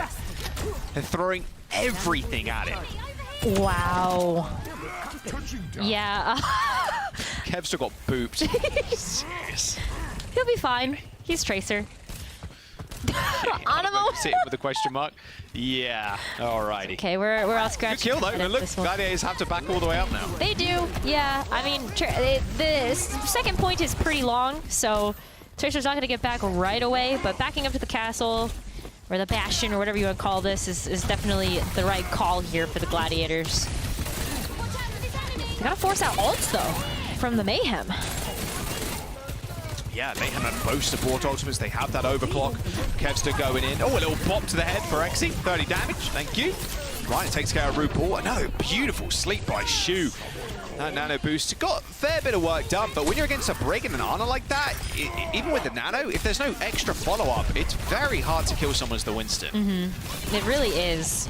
So I like the sleep that did mitigate so much, and someone also just not finding full value even to build up to the primal rage here. Oh, that sound barrier was so late there to save RuPaul. Yeah, RuPaul got kind of juggled, jumped out of the way of the pulse bomb straight into an anti-nade. Oh boy, and even a rally. Not unfortunately to save Skewed. Supports dying left, right, and center. Unlucky. Unlucky. Gladiators are forced all the way back. However, the Florida Mayhem, they have got this overclock. They gained some space. They could be good, but Gladiators, once again, trying to play a game at their own pace. Padapan wasn't expecting Exi to be right there. Exi cleaning house. Both DPS. The Glad's dead. Cooling down. Yeah, the Gladiators have to back up here. Especially because look how far forward. I mean, Exi just pushed everybody back with that overclock, especially when Gladiators started losing members. Ryder's still alive using Primal Rage? Okay. All right. Still one to go in. Why not? Sure. No boops, unfortunately. Oh, Exi. Yeah, there's a lot of people up there, mate. Unfortunately, yep, they're dead. Good stick on the back. Shu goes down, and Skewed follows him. Oh, Padapan. You saw that one coming a mile away. Padapan's overclocking right in front of your face. You know you're good as dust. The Florida Mayhem still keeping themselves in this fight, though. Shu and Skew goes down to the pulse bomb, and Checkmate following up. With a minute to go, the Florida Mayhem moving the payload towards that second point. Oh, wow. Big snipe from someone on the Winston. I would never thought I would say that, but Padapan did fall. No one's going to touch. Oh, nice my boot. God, and the whip shot. They're good. Nano for Kevster, trying to find somebody, anybody. He's got the pulse bomb in his hands too. That's a lot of damage. You got to throw it in there some way, somehow. There's the stick. Doesn't get much though. That probably stuck the shield. Animo kept alive with RuPaul's nano. Now a rally available for the Brig as they march across the bridge. It's quite treacherous as someone manages to get Shu off of the map. The rally's going to be good enough for the Mayhem to sustain them through this fight. Couple of meters to go before they sink that payload in. The Tracer is booped off. Kevster couldn't quite go for the retouch, and the Mayhem unlocked the doors. Oh boy. I don't know what's happening anymore. They're rallying. Okay. I mean, you want to win the fight, I guess, fairly early to give the Sojourn some space, but wow. They rally as soon as the point's capped. I mean, hey, props. Sure, this is not the first time we've seen something like this from the Gladiators. They're gonna spawn camp the Mayhem again. Oh, look at this. Oh my God. Oh my goodness, that's almost a full swap to the Reinhardt rush. All right. They're sick and tired of getting spawn camped, so they switch completely to the rush, trying to chase someone down. Unfortunately, Shu, you don't have a leap away like Reiner does. Immortality Field's already been burned, and look at that. A good kill, a snipe from downtown from Padapan. There's a Primal Raging Winston. That'll disrupt the rush. Everybody's split up, not where you want to be. Animo getting chased. Hard character to lock down is that Lucio, but Reiner's done enough damage in this fight to make Florida Mayhem pay. Their time bank dwindling. Oh, yeah, I mean, look at that. The fact that Mayhem got so split, they have to really regroup here before they're able to get back into the castle. And yeah, 30 seconds left. You can see them just hitting the gas. They do find one. Good corner to be on this last one. It's going to be up to Reiner to really contest. He's got the well, he will have the nano when Shu pops his head out of spawn. So he's going to sit on the payload for a long while, but the Florida Mayhem are running all the way to the back line of the Gladiators. The nano boost onto Reiner. Can't find all too much. That immortality field saved RuPaul for a brief moment, but the overtime is here. The Reinhardt rush not sticking together, and it's going to be their demise. Overtime ticking through. No one from the Florida Mayhem can touch, and the Gladiators are going to clean this one up and get a 3-0 and continue their win streak.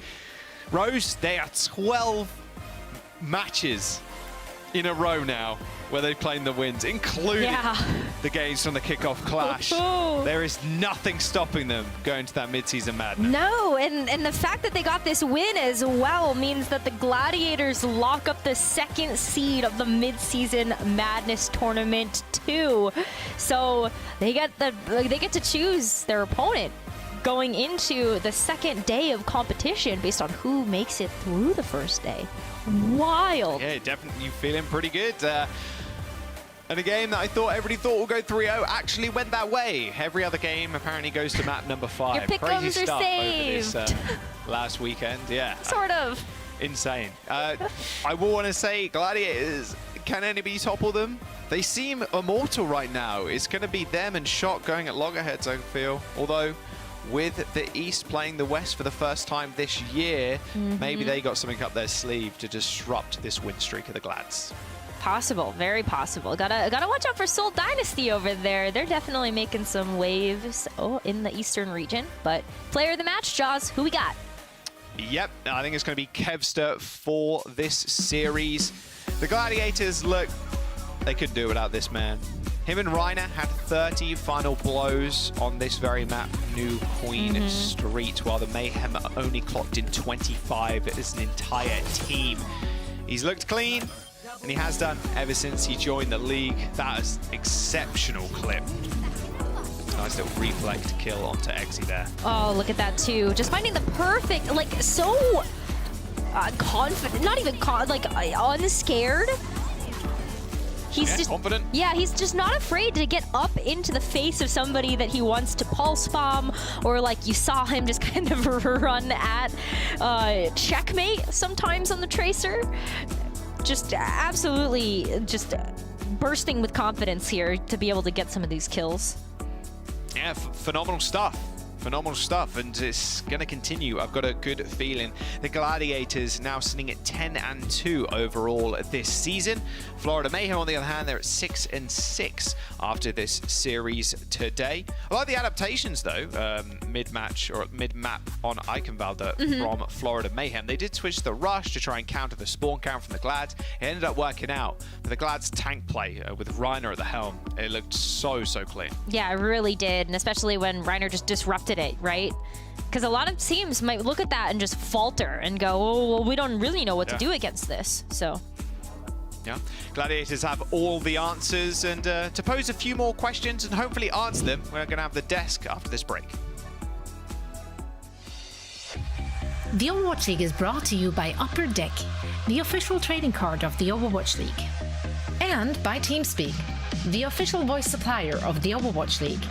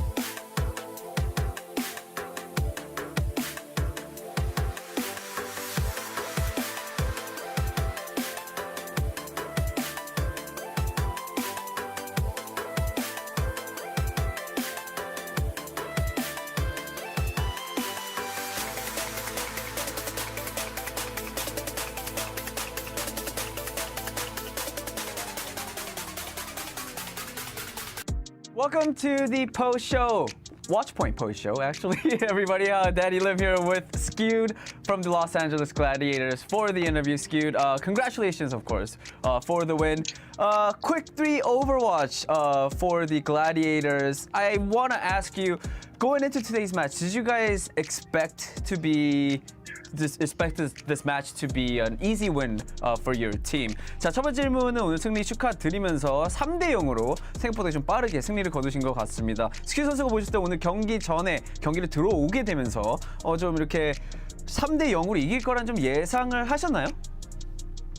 네, 일단은 최근 스크림 성적이 굉장히 좋았고 저 개인적으로도 만족스러웠고 그리고 또 이제 저희가 이미 하와이 진출을 확정된 상태라 조금 스크림처럼 편하게 했던 것 같아요, 이번 경기를. 그래서 스크림처럼 좀 편하게 해서 네, 경기 결과가 조금 일방적이지 않았나 생각합니다.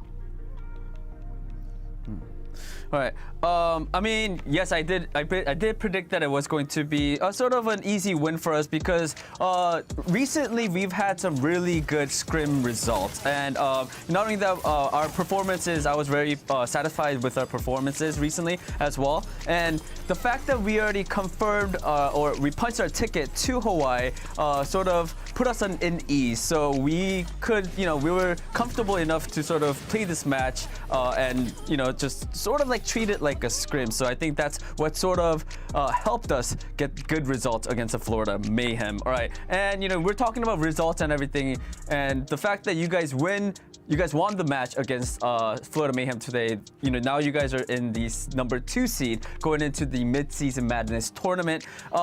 Is there a team from the APAC region that you really want to face off against? 자, 두 번째 질문은 이제 오늘 승리로 또 이제 이번 토너먼트 들어가면서 2위 시드로 들어가게 되셨는데 글래디가 스큐드 선수가 좀 개인적으로 이번에 어떻게 보면은 이제 아시아 쪽에서 아시아 팀들 중에서 좀 이 팀이랑 꼭 한번 빨리 겨뤄보고 싶다 하는 팀이 좀 있을까요? 개인적으로는 일단 서울이 지금 동부 거기 아시아 쪽에서 가장 잘하고 있어서 서울이랑 한번 꼭 붙어보고 싶고 또 퓨전이랑도 해보고 싶은데 거기 제가 팀 동료인 제스트 선수가 있거든요. 그래서 만나게 된다면 혼내주고 싶어가지고 퓨전 서울 2팀 하겠습니다. All right, I want to say 2 teams. First one, Seoul Dynasty.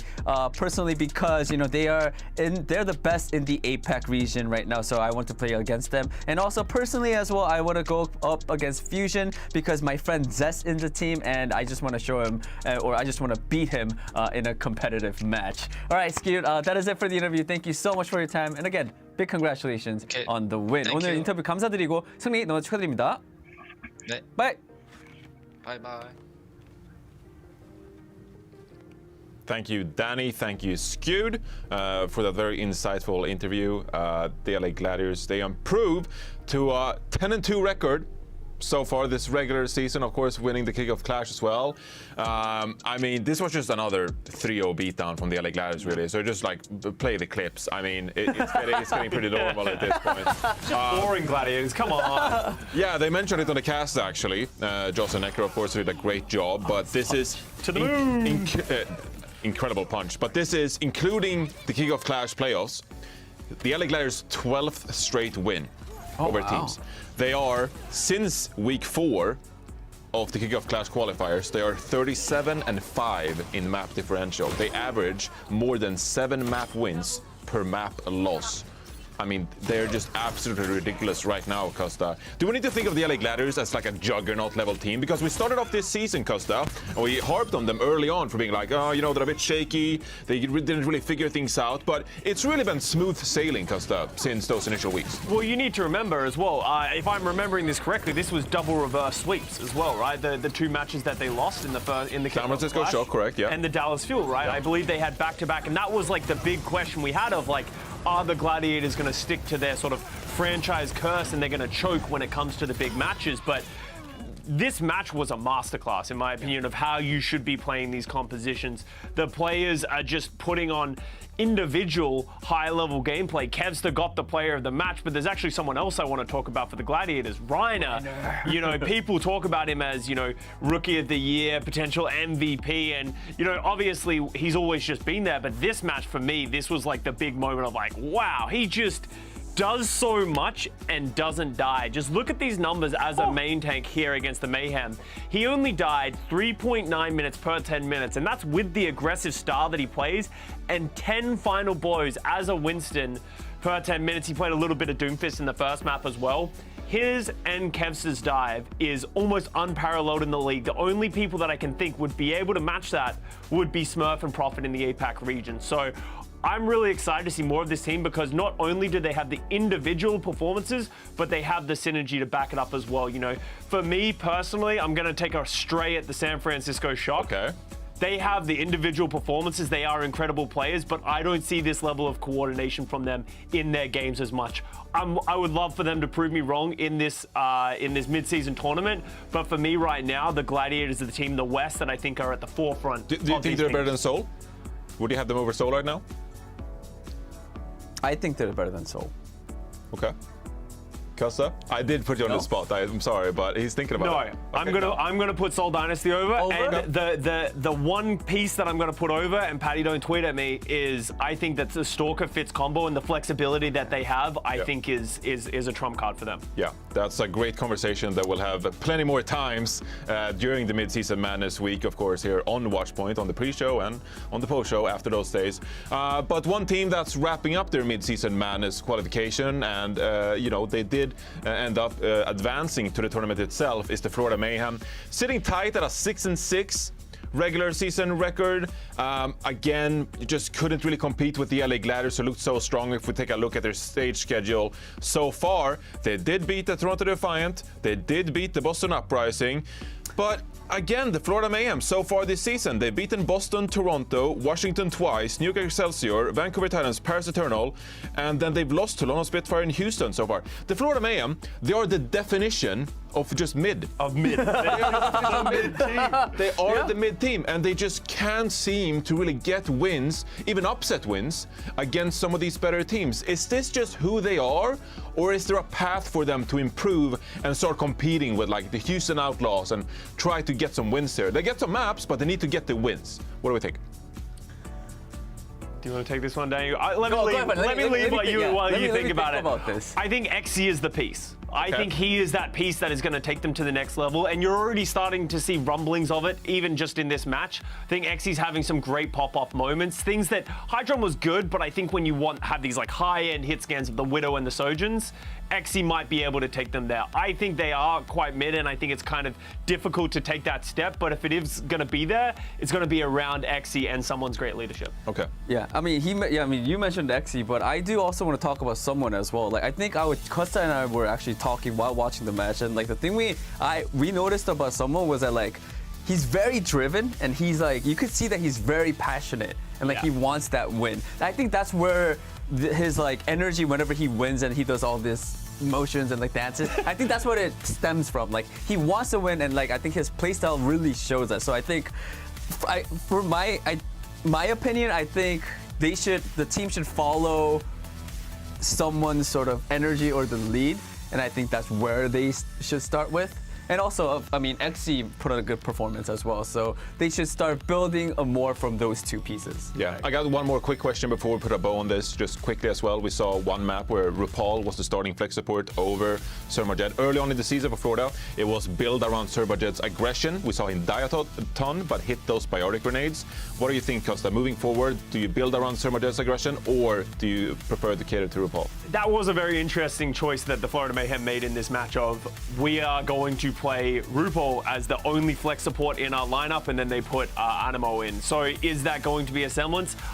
I like it. I think RuPaul's really impressed me ever since he's joined this team.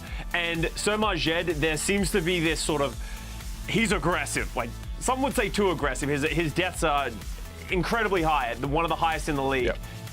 I like them building around RuPaul. If they believe that he is going to be able to be a more conservative approach to the future, I like it. All right, we'll continue talking about the Florida Mayhem during the mid-season madness, of course. Mid-season madness? Mid-season madness. Mid-season madness. We're going to say midsummer again? No, almost. Because they were playing on the very first day, of course, you know, and it'll be a crucial matchup for them. We'll see who they actually play. But that's going to do it for today's matches, which means we've selected some highlights, what stood out to us the best in our Best of the Day segment. And I'm actually going to kick things off with a bit of a, you know, heart-to-heart here I need to have with the Houston Outlaws fans, because me and the Houston Outlaws fans, like, we have a pretty tough relationship. I don't really know how to predict their team. You know, I go against them and I lose. I predict them and they lose. And I'm sorry, Outlaws fans. But Pelican today, I think we can all just unite and be really happy with Pelican's performance on the Genji.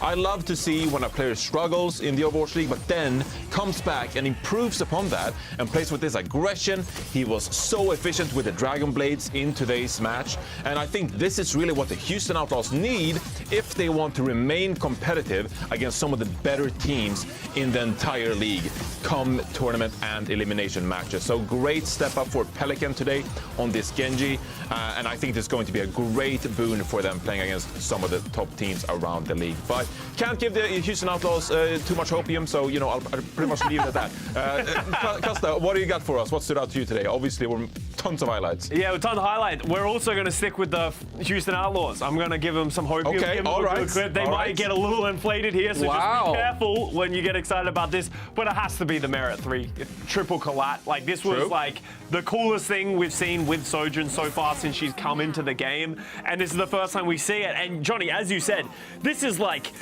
a lunar eclipse, or those things that happen like super rarely. You're not going to see these kind of events happen in a professional match of Overwatch very often. So it was cool to see it happen so early in the league. They just lined up for him in a perfect moment. So, but sick shot by Merit. Awesome to see these big plays come out from the Sojourn. She's just such a fun hero to watch. Yeah, that would feel so good, just landing that 3K. Oh. I would never. One trick Sojourn, Danny. It'll happen to you eventually. You saw me play DPS. That will never happen. I have to die and be reborn and then practice like 20 years. And I might have a chance. He's telling the truth. It's not great. All right. My best of the day. I mean, I'm kind of surprised that you guys didn't pick this, or maybe because I picked it first. Guys, I'm going to leave you guys with you know, we all love the Charlie the 9th, right? And that happened, the first match today, and it was a very, very good one. I loved it because it got so tense. Like, the match was going so well for both teams, and like, it was like getting really, really good. And it was like the last fight, and then just ended. So very underwhelming. Very anticlimactic. It was just, everyone was just at the edge of their seat, and then everyone was just like, oh. Mood embodies the entire Overwatch League there. Community, whole community, fans, players alike, everyone won. The thing I didn't notice was Masa actually run back to spawn to pick up the D.Va player. To pick up False. That's the reason that he wasn't there to touch the point. So the D.Va and the Lucio weren't there. And if you're the DPS players, take no accountability. We all know that. So it's just brutal to see. Oh, that was an all-timer. Yeah. House and Alpine. They didn't One of the step top. off. They just like couldn't be bothered in the first place. Yeah. I just want to forget part of this day, to be honest. I mean, there were so many like lowlights as well, but we enjoyed the great moments. We got more Overwatch League action going on throughout the night and also tomorrow. So let's take a look at the schedule coming up for Sunday. This is the Eastern region during our night. It's going to be the Seoul Dynasty taking on the Philadelphia Fusion. Both teams have already qualified. Maybe Philadelphia Fusion trying to nudge upwards a little bit and improve a little bit. LA Valiant against the Hangzhou Spark, but you're eyeing that Seoul match, Costa. This is like a prime Philadelphia Fusion moment to like begin the hope. You know, that first match that everyone's like, oh my god, like I don't think they're gonna win it, but they're gonna go to like map 4 or map 5 with Seoul Dynasty and they're gonna look good and everyone's like, there's something here, and the hope begins. It starts to rise. And then when does it fall? In the playoffs, obviously, when everything crashes and burns as it always does. There you go, a crumb of hope from Costa for all the Philadelphia Fusion fans. And of course, we have more matches coming your way tomorrow. We have 2 more matches here on Sunday. It's the London Spitfire taking on the Dallas Fuel and the Boston Uprising against the New York Excelsior. You're eyeing that London Spitfire match, Danny. That was a hard one. That's my two favorite teams going up against each other. But I think it's going to be a good one. London's been looking really good. Dallas, on the other hand, is a bit struggling. So I think it could be a very even match. Yeah, I totally agree with that. The other one's close as well. Boston, New York. Yeah, New York's looking better. Boston has a... Dude, tomorrow's a hard one to pred. Tomorrow's a blue day. All teams are blue. Oh, that's right. Yeah. I guess we have to dress blue as well.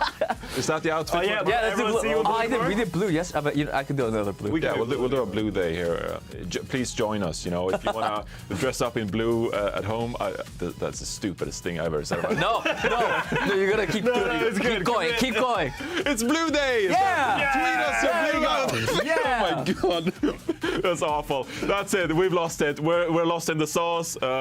Completely off the goop here on the Watchpoint Post Show. Thank you so much for tuning in to today's Overwatch League action. Make sure to tune in tomorrow for more matches coming your way. Good night. Woohoo!